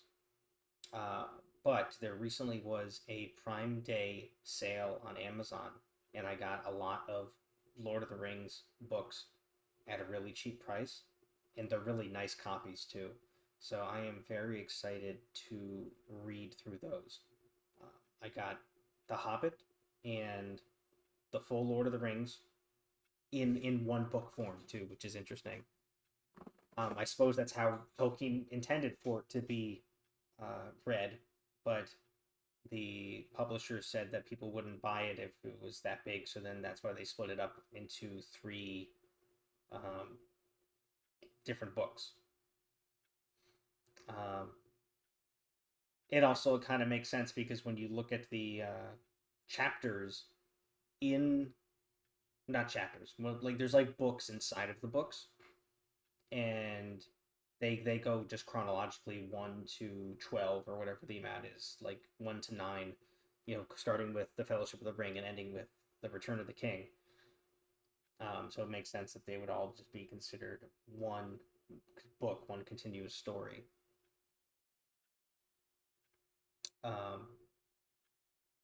And also, there's like, it's interesting when you listen to the making of for the Lord of the Rings movies, the behind the scenes. There's parts where they talk about, there's parts where they talk about adapting the books, and they mentioned about how in the Two Towers movie, or sorry, in the Two Towers book, when you see Frodo and Sam, they're currently dealing with Gollum betraying them and Shelob, and dealing with Shelob and all that, which chronologically is happening at the same time as the orcs beginning their assault on Minas Tirith. But in the Two Towers, instead, you have the incident with Shiloh being told while also hearing about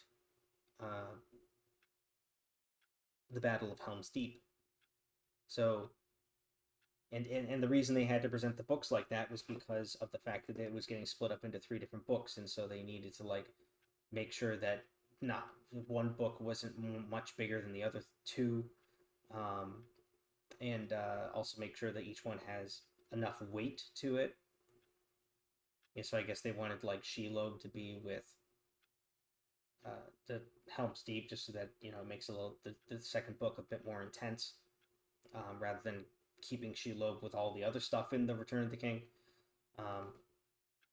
which is fascinating. So I love learning about the behind the scenes and all that. But long story short, with that, is that I guess having all 3 Lord of the Rings books in one book is how Tolkien intended. So it kind of works out nice.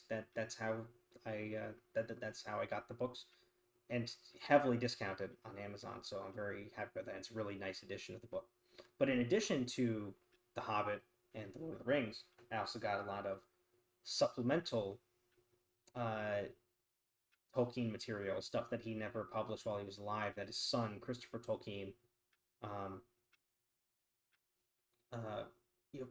published, like gathered up and collected and organized his father's notes on Middle Earth, and published in the decades after his father's passing. I didn't buy the Silmarillion yet because it wasn't on sale enough for me, but there were other books though that they've published. There's actually quite a bit, and so I'm excited to read those stories, like Beren and Luthien, Fall of Gondolin.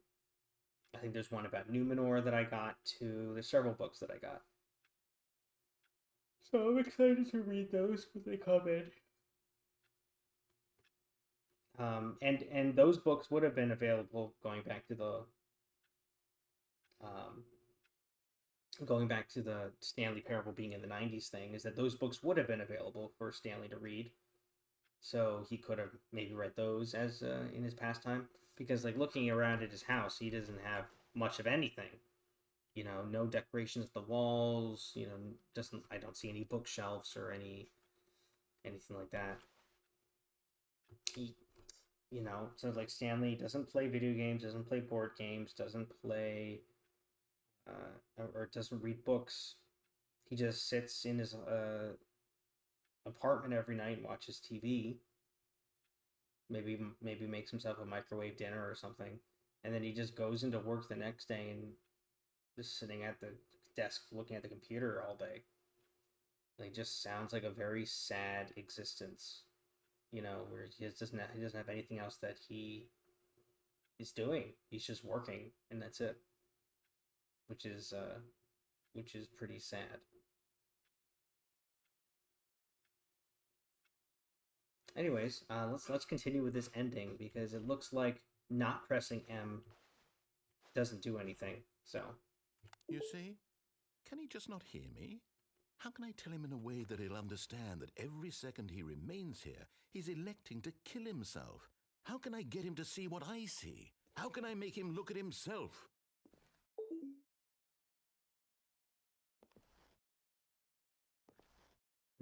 press Z to question nothing. You got it. I suppose I can't, not in the way I want him to. But I don't make the rules. I simply play to my intended purpose, the same as Stanley. We're not so different, I suppose. I'll try once more to convey all this to him. I'm compelled to. I must. Perhaps, well, maybe this time he'll see. Maybe this time. And I tried again, and Stanley pushed a button. And I tried again, and Stanley pushed a button. And I tried. I'm dead.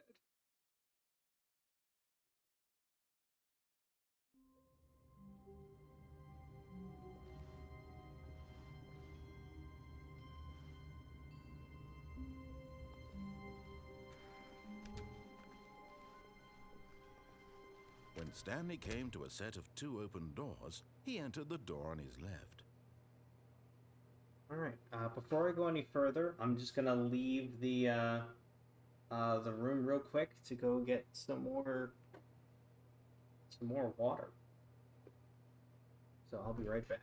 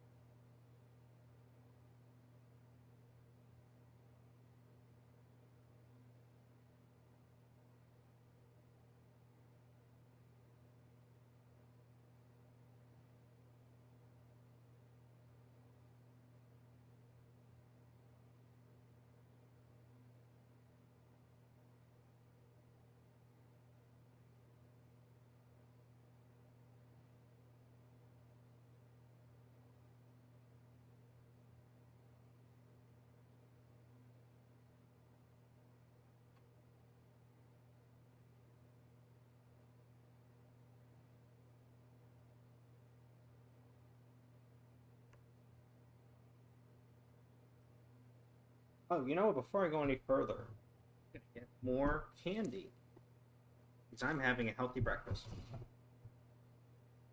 I mean, I'm probably gonna have a regular breakfast later, um, or maybe I'll just wait till lunch. I don't know. We'll see how hungry I am, because I actually normally don't eat breakfast. I normally just fast for breakfast, and then sometimes I'll have lunch, sometimes I won't, depending on how I feel. But typically I do have lunch, and then the big meal of the day is dinner. But yeah, I typically fast breakfast. I typically don't need much energy in the morning I don't typically don't need much in order to have energy in the morning. I typically have a lot of energy. Um, but yeah, so but of course, since I stayed up all night, I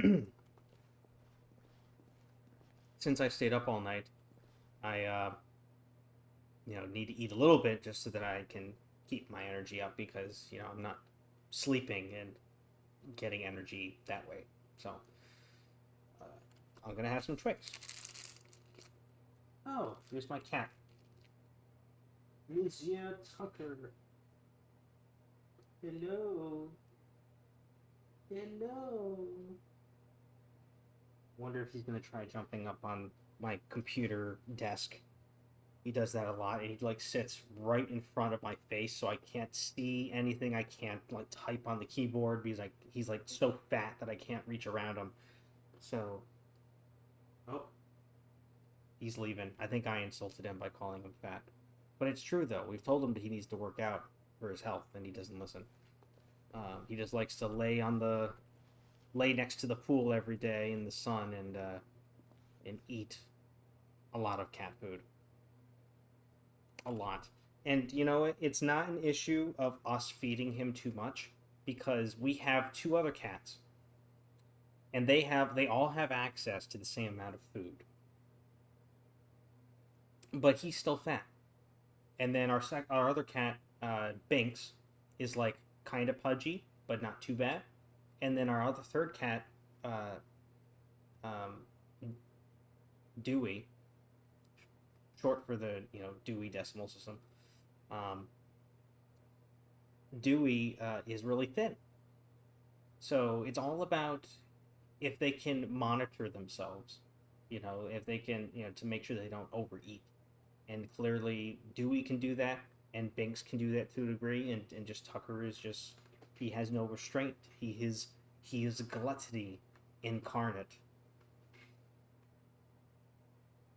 Oh, and while I'm talking about my cats, I should explain. So Dewey is named after the Dewey Decimal System because my mom was a librarian. Makes sense. I think we also thought that Dewey was a boy at first, and then we found out she was a girl. But at that point, we already called her Dewey. So, I mean, I think the guy who made the Dewey Decimal System, I think his last name was Dewey. So I suppose that is better for a girl cat to be called Dewey rather than whatever his first name was, like calling a female cat Martin or Larry or Jack or something. Or actually, Jack could be short for Jackie or Jacqueline. But there's certain names where it's like, oh, that's definitely a boy name. But Dewey, I guess, could work because the name Madison used to just be a last name. And then it only became a first name for women when the movie Splash came out in like the 90s or 80s. I think it was the 90s with Tom Hanks and I forget what the girl's name is. It was about like a mermaid. But yeah, when that movie came out, the mermaid isn't familiar with human culture. And she also has a mermaid name that's kind of like sounds like dolphin screeches. So like she needs to come up with like a new name for herself because she doesn't have a human version of the name. So they're walking along a street and they see a street called like Madison Avenue, named after probably James Madison. And then she goes, "Oh, I'm going to call myself Madison." And that's how the name Madison was born. And since that movie, people have been naming their daughters Madison, and which I think is pretty cool. I love etymology. I love the how words form. So that's a fun lesson on the origins of Madison. So anyway, so I guess Dewey is kind of in the same boat as that, where like Dewey was a last name, but now it's the first name for a female cat. So, but anyway, so we have Dewey, the tabby cat, and then we have, which I don't know if she's come in here yet since, I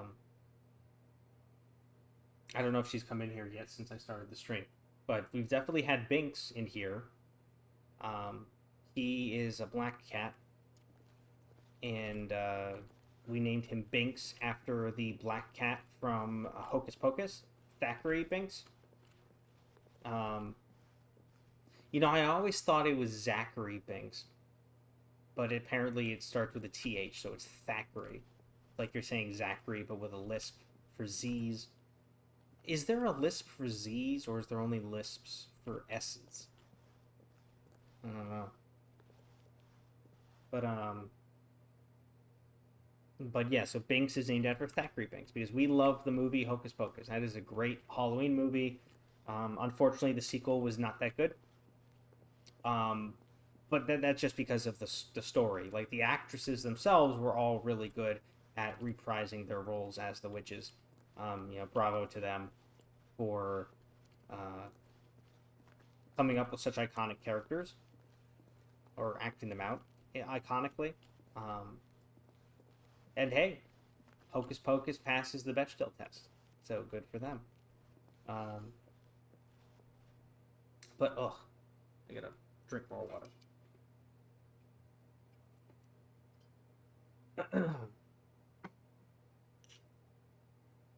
But what was I saying?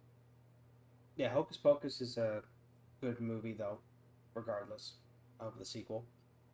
And so that's why we named Binks. He's a black cat, so he looks like the cat from the movie. And then we got Tucker, the Russian blue. Apparently, he is hypoallergenic, which is pretty good considering my dad is allergic to cats. And 2 cats is fine, but 3 cats normally would be a bit much for him. But I think because Tucker is hypoallergenic, my dad can handle the 3 cats.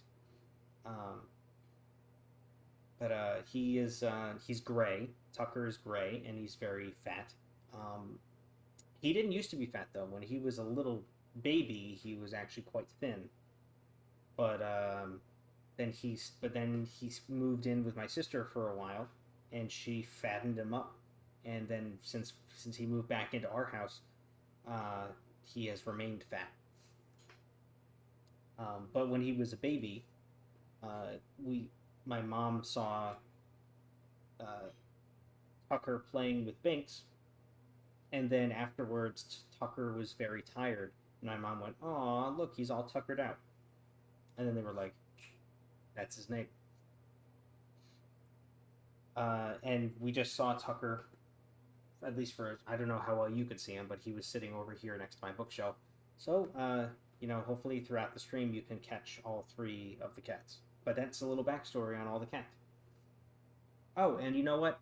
Maybe later you'll also see my dog. I have a black lab named Winnie. And Winnie is also named after Hocus Pocus. She's named after Winifred Sanderson, the red-headed witch. What was I going to say? I don't know if Winnie will show up, though, because my door is, half closed, and for some reason Winnie does not know how to open doors. Like, even if there's a crack open, she doesn't think to push it open with her head. She just sits there and waits for you to open the door yourself. So maybe Winnie will come in here, maybe she won't. Oh, and she's a black lab, but she's also part something else, maybe dachshund, we're not sure. She's a bit smaller than a regular black lab. And she also is a scaredy cat, which maybe that's part of being a dachshund or whatever dog she's bred with. Because we've had black labs in the past before Winnie, and they were always a bit more braver than she is. But yeah, so those are the 3 cats you might see. Anyways, getting back to what I was saying earlier. By the way, I'm just I'm chatting like crazy because I'm trying to make this game last as long as I can. But anyways, so I'm gonna have Twix now for breakfast after having already eaten Kit Kats and Reese's Peanut Butter Cups. But one thing I do want to clarify before I start eating these is that I only eat left Twix. Because they make left and right Twix. And sometimes they indicate that on the packaging, whether it's left Twix or right Twix. Because, so doing a little history on the Twix company, they used to make left and right Twixes, and then combine them together into the same packaging. So you would have a package of Twix, and it just said Twix, and you would just have one. You'd have a left Twix bar and a right Twix bar, on the left and right, in the same packaging. And it was always very disappointing when they did that, because I love left Twix, and I absolutely hate right Twix. So it was always very disappointing when I would, first of all, you're buying a package of Twix and you can only eat half of it because the other half is disgusting. That's not good for business to be doing it that way. And then also, sometimes when I was younger, I wasn't able to tell as easily which Twix were left and which Twix were right. One thing that I eventually picked up on is that even when even when they put left and right Twix into the same packaging, there was always some slight variations on the packaging that would indicate to you which side is the left and which side is the right, which was very helpful. So that way, because when I was younger, I wouldn't be able to tell as easily, and sometimes I would accidentally eat the right Twix, and then I would almost throw up because I'd be like, "This is disgusting."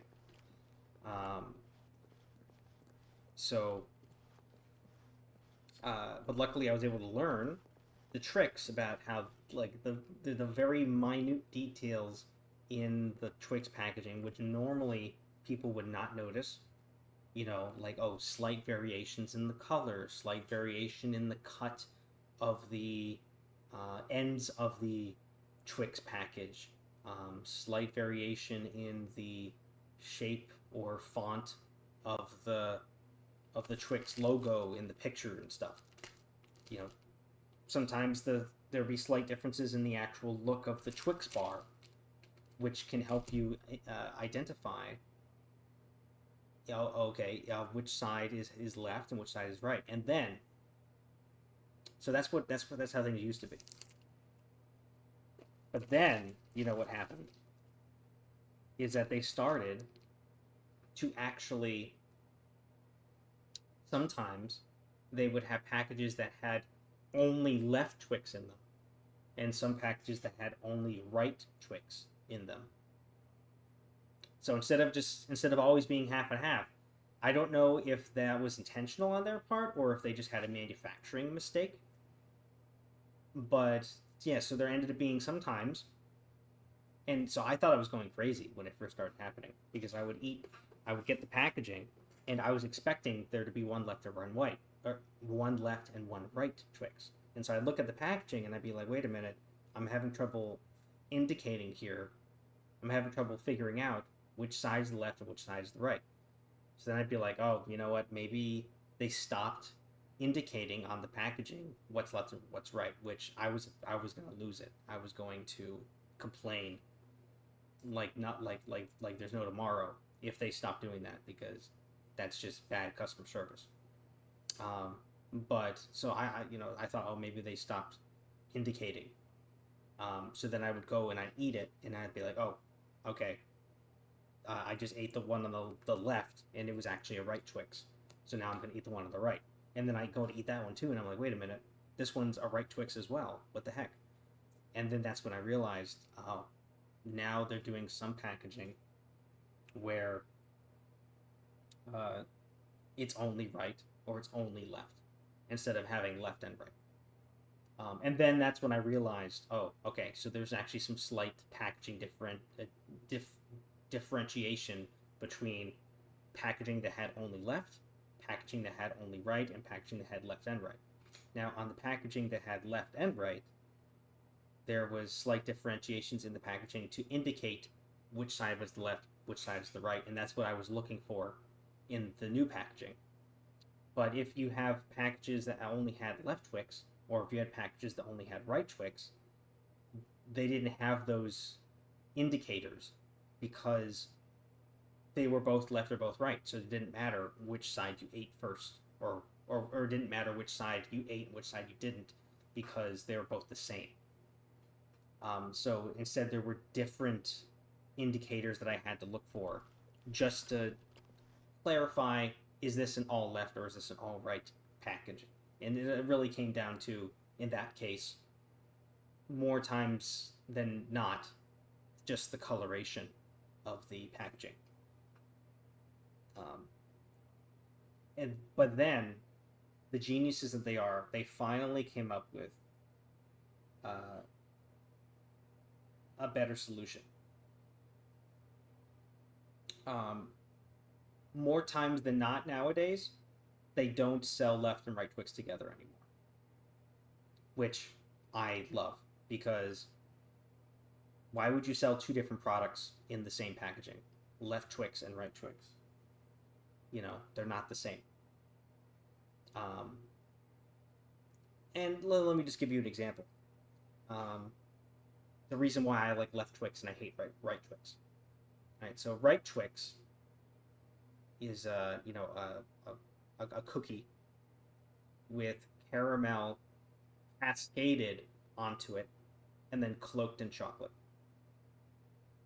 I don't know about you, but that sounds very suspicious and very off-putting. The language they use, it really shows how little that the right Twix, because they have different factories. They have a left Twix factory that only makes the left Twix, and they have a right Twix factory that only makes the right. So it really shows how little the chocolatiers at the right Twix factory care for their product that they're making. Because you hear about them cascading caramel onto the cookie. Like, come on, that sounds very haphazard. It sounds very violent. You know, cascading, you know, like you think of like a Niagara Falls, like water cascading down, spraying everywhere. It's a big mess. It's very wild and chaotic. You know, it makes it when they say that they cascade the caramel on the cookie, it really makes it sound like they don't care about. They don't care about the product that they're making. They're just doing it to make money, and the quality really shows. You know, when you eat a right Twix cookie, you can really tell how much worse it is than the left. But anyways, so you know, cascading the caramel. You know, it sounds like they're just going like, drop the caramel on there. Okay, call it a day. Let's move on. And then cloak it in chocolate. It sounds like they're hiding something. Why would you cloak it in chocolate? Like seriously, it's like they're holding a secret. I don't feel comfortable eating a right Twix cookie where they have some questionable production quality issues with cascading the caramel and cloaking the chocolate, or cloaking the cookie with the chocolate. No. On the other hand, let me explain the process for left Twix. So, with left Twix, they flow the caramel onto the cookie. And then they bathe the cookie in chocolate. Do you notice a language difference there? Do you notice that? You can tell by the way that they talk about the production of the left Twix that they really do care. That they put in a lot of concerted effort to be gentle and precise with how they make it so that it tastes better. You know, you're flowing the caramel onto the cookie versus cascading. Flowing sounds very gentle. Sounds very, lack of a better word, fluid. It just sounds very calmer and more direct. It sounds like it sounds more intentional. You know, like with cascade, you're just like, oh, throwing the caramel on there, okay, calling it a day. Flowing, it sounds like you're being very precise and taking your time to make sure that the caramel is put on there just right, in just the right form, you know, just the right shape, just the right amount. You don't want too little or too much caramel. And then after you put that, you flow the caramel on the cookie, then you bathe it in chocolate, right? Not cloaking it. You're not being secretive. You're not just like plunking the cookie into a vat of chocolate and then just like ripping it back out and be like, okay, it's covered. You know, you're not being haphazard like that. You're bathing it. It's like putting a baby in the tub and washing the baby. You know, you're being very gentle, and you're just lowering it very slowly into the tub and letting that chocolate slowly and carefully cover it in just the right way, where you don't have too little chocolate, you don't have too much chocolate. It's just the right amount, and it's perfect for eating. You know, you do it right once, and you save more time in the long run rather than, you know, throwing things together haphazardly at the right Twix factory and then, you know, having bad customer satisfaction. Although I can't attest to what the satisfaction is. I don't have any statistics on, like, you know, what people think about right Twix, left Twix. Well, I do, kind of. I think around like 2015, 2016, somewhere around there. Around the same time, actually, that they were having the 2016 presidential elections, you know, Donald Trump versus Hillary Clinton. Around the same time, they were having the election for what was better, right Twix or left Twix, and they were having a vote on Twix's website. And I was actually more invested in the Twix vote than I was in the actual election for the president, because Twix is arguably the best.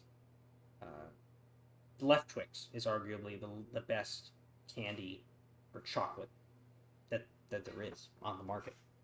You know, Kit Kats are really good, and Reese's Peanut Butter Cups are definitely really, really good. But, you know, Left Twix is like peak of craftsmanship. But I was very disappointed when the election results for 2016 came out that right Twix won. I still haven't gotten over that. Left Twix is undeniably better, and I just can't believe how many people voted for right Twix. I kind of feel like maybe they stole the election there. I feel like maybe there was some tomfoolery going on. Maybe people casted in some extra ballots, or somehow hacked Twix's website and changed the numbers or something. Somehow, people messed with the results, because I find it hard to believe that people would like genuinely choose right Twix or left Twix. But, you know, there still could have been other factors. Right Twix could have maybe done better marketing. Maybe. You know, to promote the election than Left Twix did, because maybe Left Twix figured that they were sitting pretty and they were sitting on their laurels, which I don't blame them, because you being the best candy, you would think that you wouldn't need to prove yourself at that point, because the fact that you're selling so much of your candy shows that people love it, you know. But you know, clearly, maybe it's just the people were ill-informed. Maybe people remembered eating Left Twix and thinking it was great, but then they hadn't eaten Twix in a while, and they thought that, and then they thought, oh, I had eaten Right Twix, and Right Twix was the one that I thought was good. You know, it honestly could have been a lot of ill-informed voters or people who hadn't had Twix in a while voting for it, not understanding the candidates well enough. You know, there's so many different possibilities about how that election went wrong. But unfortunately, there was never an investigation. Twix just accepted the results. And I wrote to the company. I was like, I wrote to Left Twix specifically, and I said, hey, something went wrong here. You need to figure this out. You know, you need to look into this. And I feel like Left Twix thought the same as me. I feel like the Left Twix company really thought that there was something that went wrong with that election. But maybe they thought that it wouldn't have... it might not have been... it might not have been cost-effective to do it. Yeah, sure, you can bring Right Twix to court, you know, claiming that they stole the election, but you know, they might not have ever been able to have gotten enough evidence to actually prove it, maybe.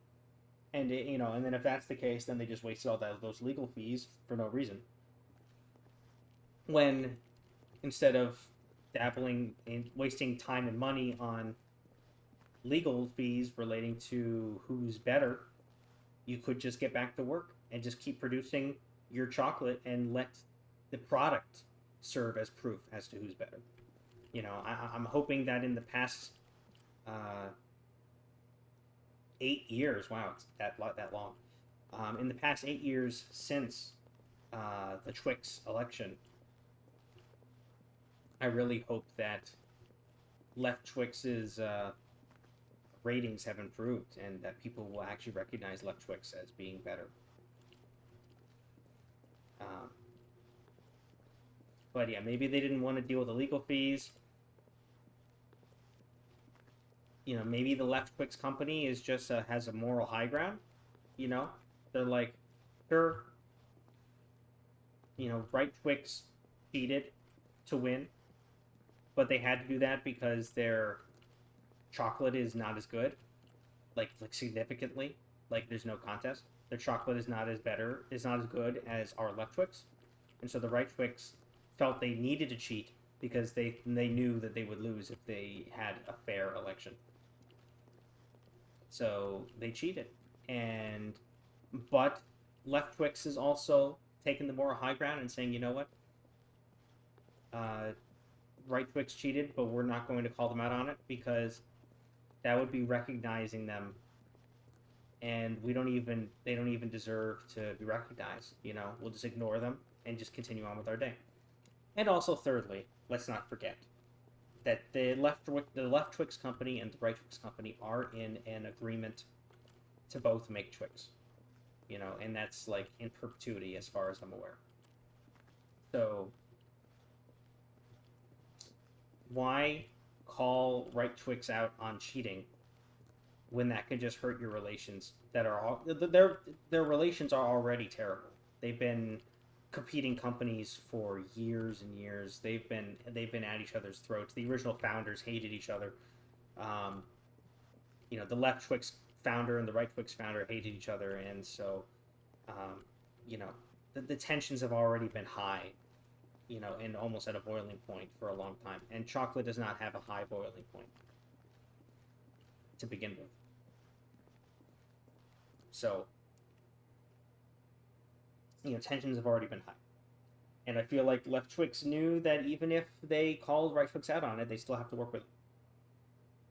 So sometimes you just gotta bite the bullet and move on. Which I commend and applaud the Left Twix company for being so gracious, but I'm still salty to this day. Like the salted caramel Twix bars, I'm still salty that Left Twix did not win. But regardless of that, I know in my heart and in my taste buds that left Twix is superior by far to right Twix. Like, no question. So, getting back to the history of Twix, you know, you had the original packaging where it was hard to tell, and then they started mixing around with the sometimes having just left Twix, sometimes just having the right Twix, you know? But then eventually they had a stroke of genius. So, most of the time, or, no, sorry, some of the time they still combine left Twix and right Twix together in the same packaging. And if they do that, they still have indicators for people with a keen eye to know which side is the left, which side is the right.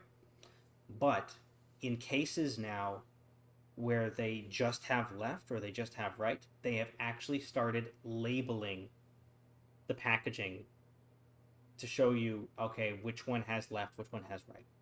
And I am beyond thankful because I'm sure that was an initiative started by the Left Twix company, and rightfully so. You know, you don't like it is that's part of the reason why maybe the right Twix won the election is that because people ate left Twix thinking that they were right Twix. You know, who knows? Maybe right Twix was putting left Twix in right Twix packaging and then driving out to people, potential voters, and giving them free samples of the right Twix and then convincing them to vote for them for the election when it was actually left. But, you know, I'm not going to get into conspiracy theories anymore. But the point is that so I'm sure that left Twix, though, wanted to make sure that the public opinion of left Twix could no longer be swayed by right Twix potentially stealing credit. So, genius idea. Now the packaging lists specifically left Twix or right Twix. So you don't need to have a keen eye for it anymore. Anyone can tell now, in most cases, is this left or right. And they did the same thing with this packaging. Now, the outside is nondescript. If you look at the packaging here, there's no indicator about whether or not there's left or right. But inside of the packaging, it is labeled. Now, unfortunately, it's a package of 5, so you're not going to have an even number of Twix. And of course, right Twix won the last election. Now maybe they'll have another election. You know, maybe this year they'll have another one. I haven't heard anything though, but maybe they'll have another election in the future. Maybe left Twix will win that time. But right Twix won the last election in 2016. So there's 5 Twix in this packaging, and there are 3 right Twix. And I can't eat these; they're gross. So they go on the floor where they belong. But I still have 2 left, and I am very thankful for that. And I'm now going to eat them as part of my breakfast. Thank you, Left Twix, again. And hopefully someday you will sponsor CFE, because we really do support you. Whoa. Wow.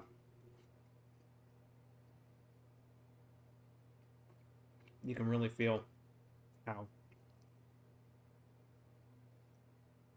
how flowed the caramel is, and how bathed the chocolate is. Oh, wow.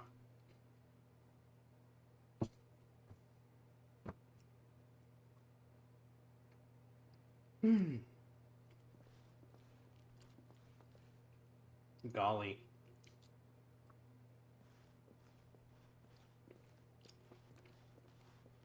It's good. And I got one more. You gotta savor every moment.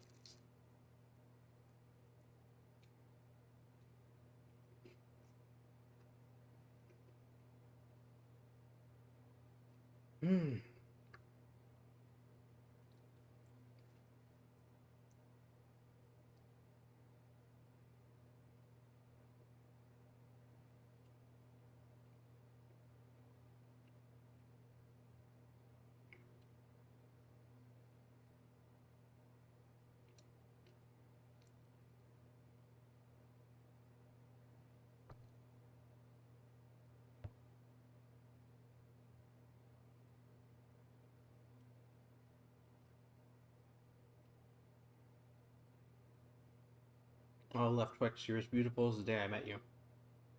Wow.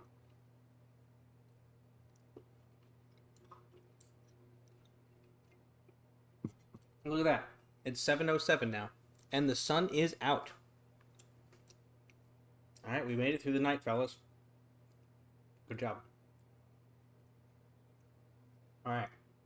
Well, now that my rant on Twitch. Now that my rant on Twix is done, I'm going to continue on with the game.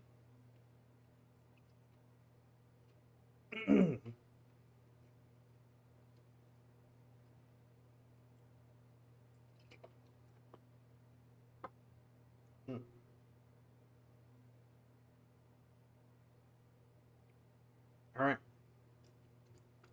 So, let's see what happens when we go down the stairs.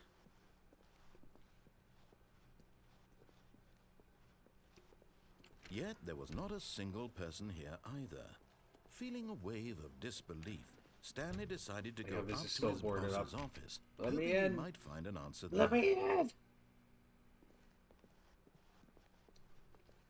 Coming to a staircase, Stanley walked upstairs to his boss's office.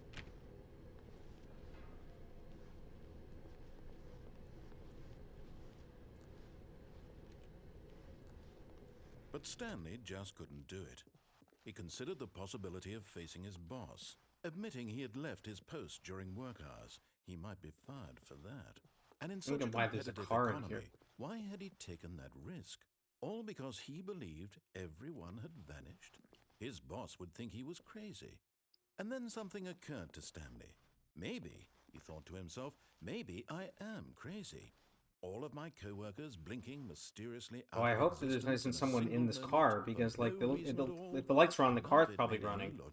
And I really hope that the person isn't sitting in here inside, breathing in those fumes, and maybe they passed out. For example, why couldn't he see his feet when he looked down? Why did doors close automatically behind him wherever he went? And for that matter, these rooms were starting to look pretty familiar. Were they simply repeating? No, Stanley said to himself, this is all too strange. This can't be real. And at last, he came to the conclusion that it had been on the tip of his tongue. Soda! The words for it. I'm dreaming! He yelled. This is all a dream. Oh, what a relief Stanley felt to have finally found an answer, an explanation. His co-workers weren't actually gone. He wasn't going to lose his job. He wasn't crazy after all. And he thought to himself, I suppose I'll wake up soon. I'll have to go back to my boring real-life job pushing buttons. I may as well enjoy this while I'm still lucid. So, he imagined himself flying and began to gently float above the ground. Then he imagined himself soaring through space on a magical starfield, and it too appeared. It was so much fun, and Stanley marveled that he had still not woken up. How was he remaining so lucid? And then perhaps the strangest question of them all entered Stanley's head. One he was amazed he hadn't asked himself sooner. Why is there a voice in my head dictating everything that I'm doing and thinking? Now the voice was describing itself being considered by Stanley, who found it particularly strange. I'm dreaming about a voice describing me, thinking about how it's describing my thoughts, he thought. And while he thought it all very odd and wondered if this voice spoke to all people in their dreams, the truth was that, of course, this was not a dream. How could it be? Was Stanley simply deceiving himself, believing that if he's asleep, he doesn't have to take responsibility for himself? Stanley is as awake right now as he's ever been in his life. Now, hearing the voice speak these words was quite a shock to Stanley. First time chat viewer, He knew for certain cheap beyond a viewers doubt that this was, in on fact, a dream. dot. Did the voice not see him float and make the magical I'm not stars sure. just a moment ago? How else would the voice explain all that? Are you This a bot voice was a part of himself or too. Surely, I'm not sure surely, why if he could just bleeped out that end part he there. would prove it. He would prove that he was in control, that this was a dream. So he closed his eyes gently, and he invited himself to wake up. He felt the cool weight of the blanket on his Take a skin, nap here. the press of the mattress on his back, the fresh air of a world outside this one. Let me wake up, he thought to himself. I'm through with this dream. I wish it to be over. Let me go back to my job. Let me continue pushing the buttons. Please, it's all I want. I want my apartment, and my wife, and my job. All I want is my life exactly the way it's always been. My life is normal. I am normal. Everything will be fine. I am okay.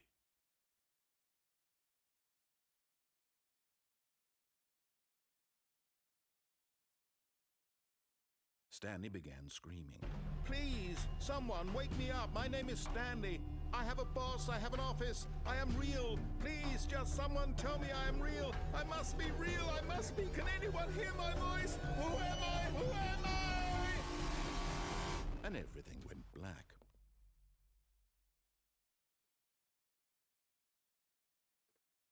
This is the story of a woman named Mariella. Mariella woke up on a day like any other. She arose, got dressed, gathered her belongings, and walked to her place of work. But on this particular day, her walk was interrupted by the body of a man who had stumbled through town talking and screaming to himself, and then collapsed dead on the sidewalk. And although she would soon turn to go call for an ambulance, for just a few brief moments she considered the strange man. He was obviously crazy, this much she knew.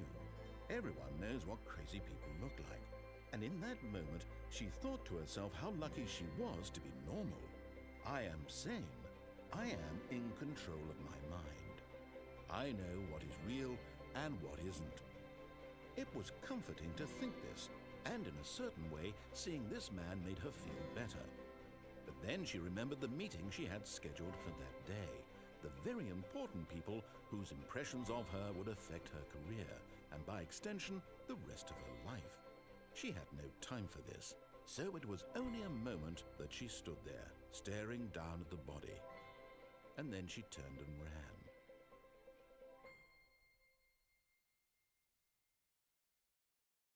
Wonderful. Lovely.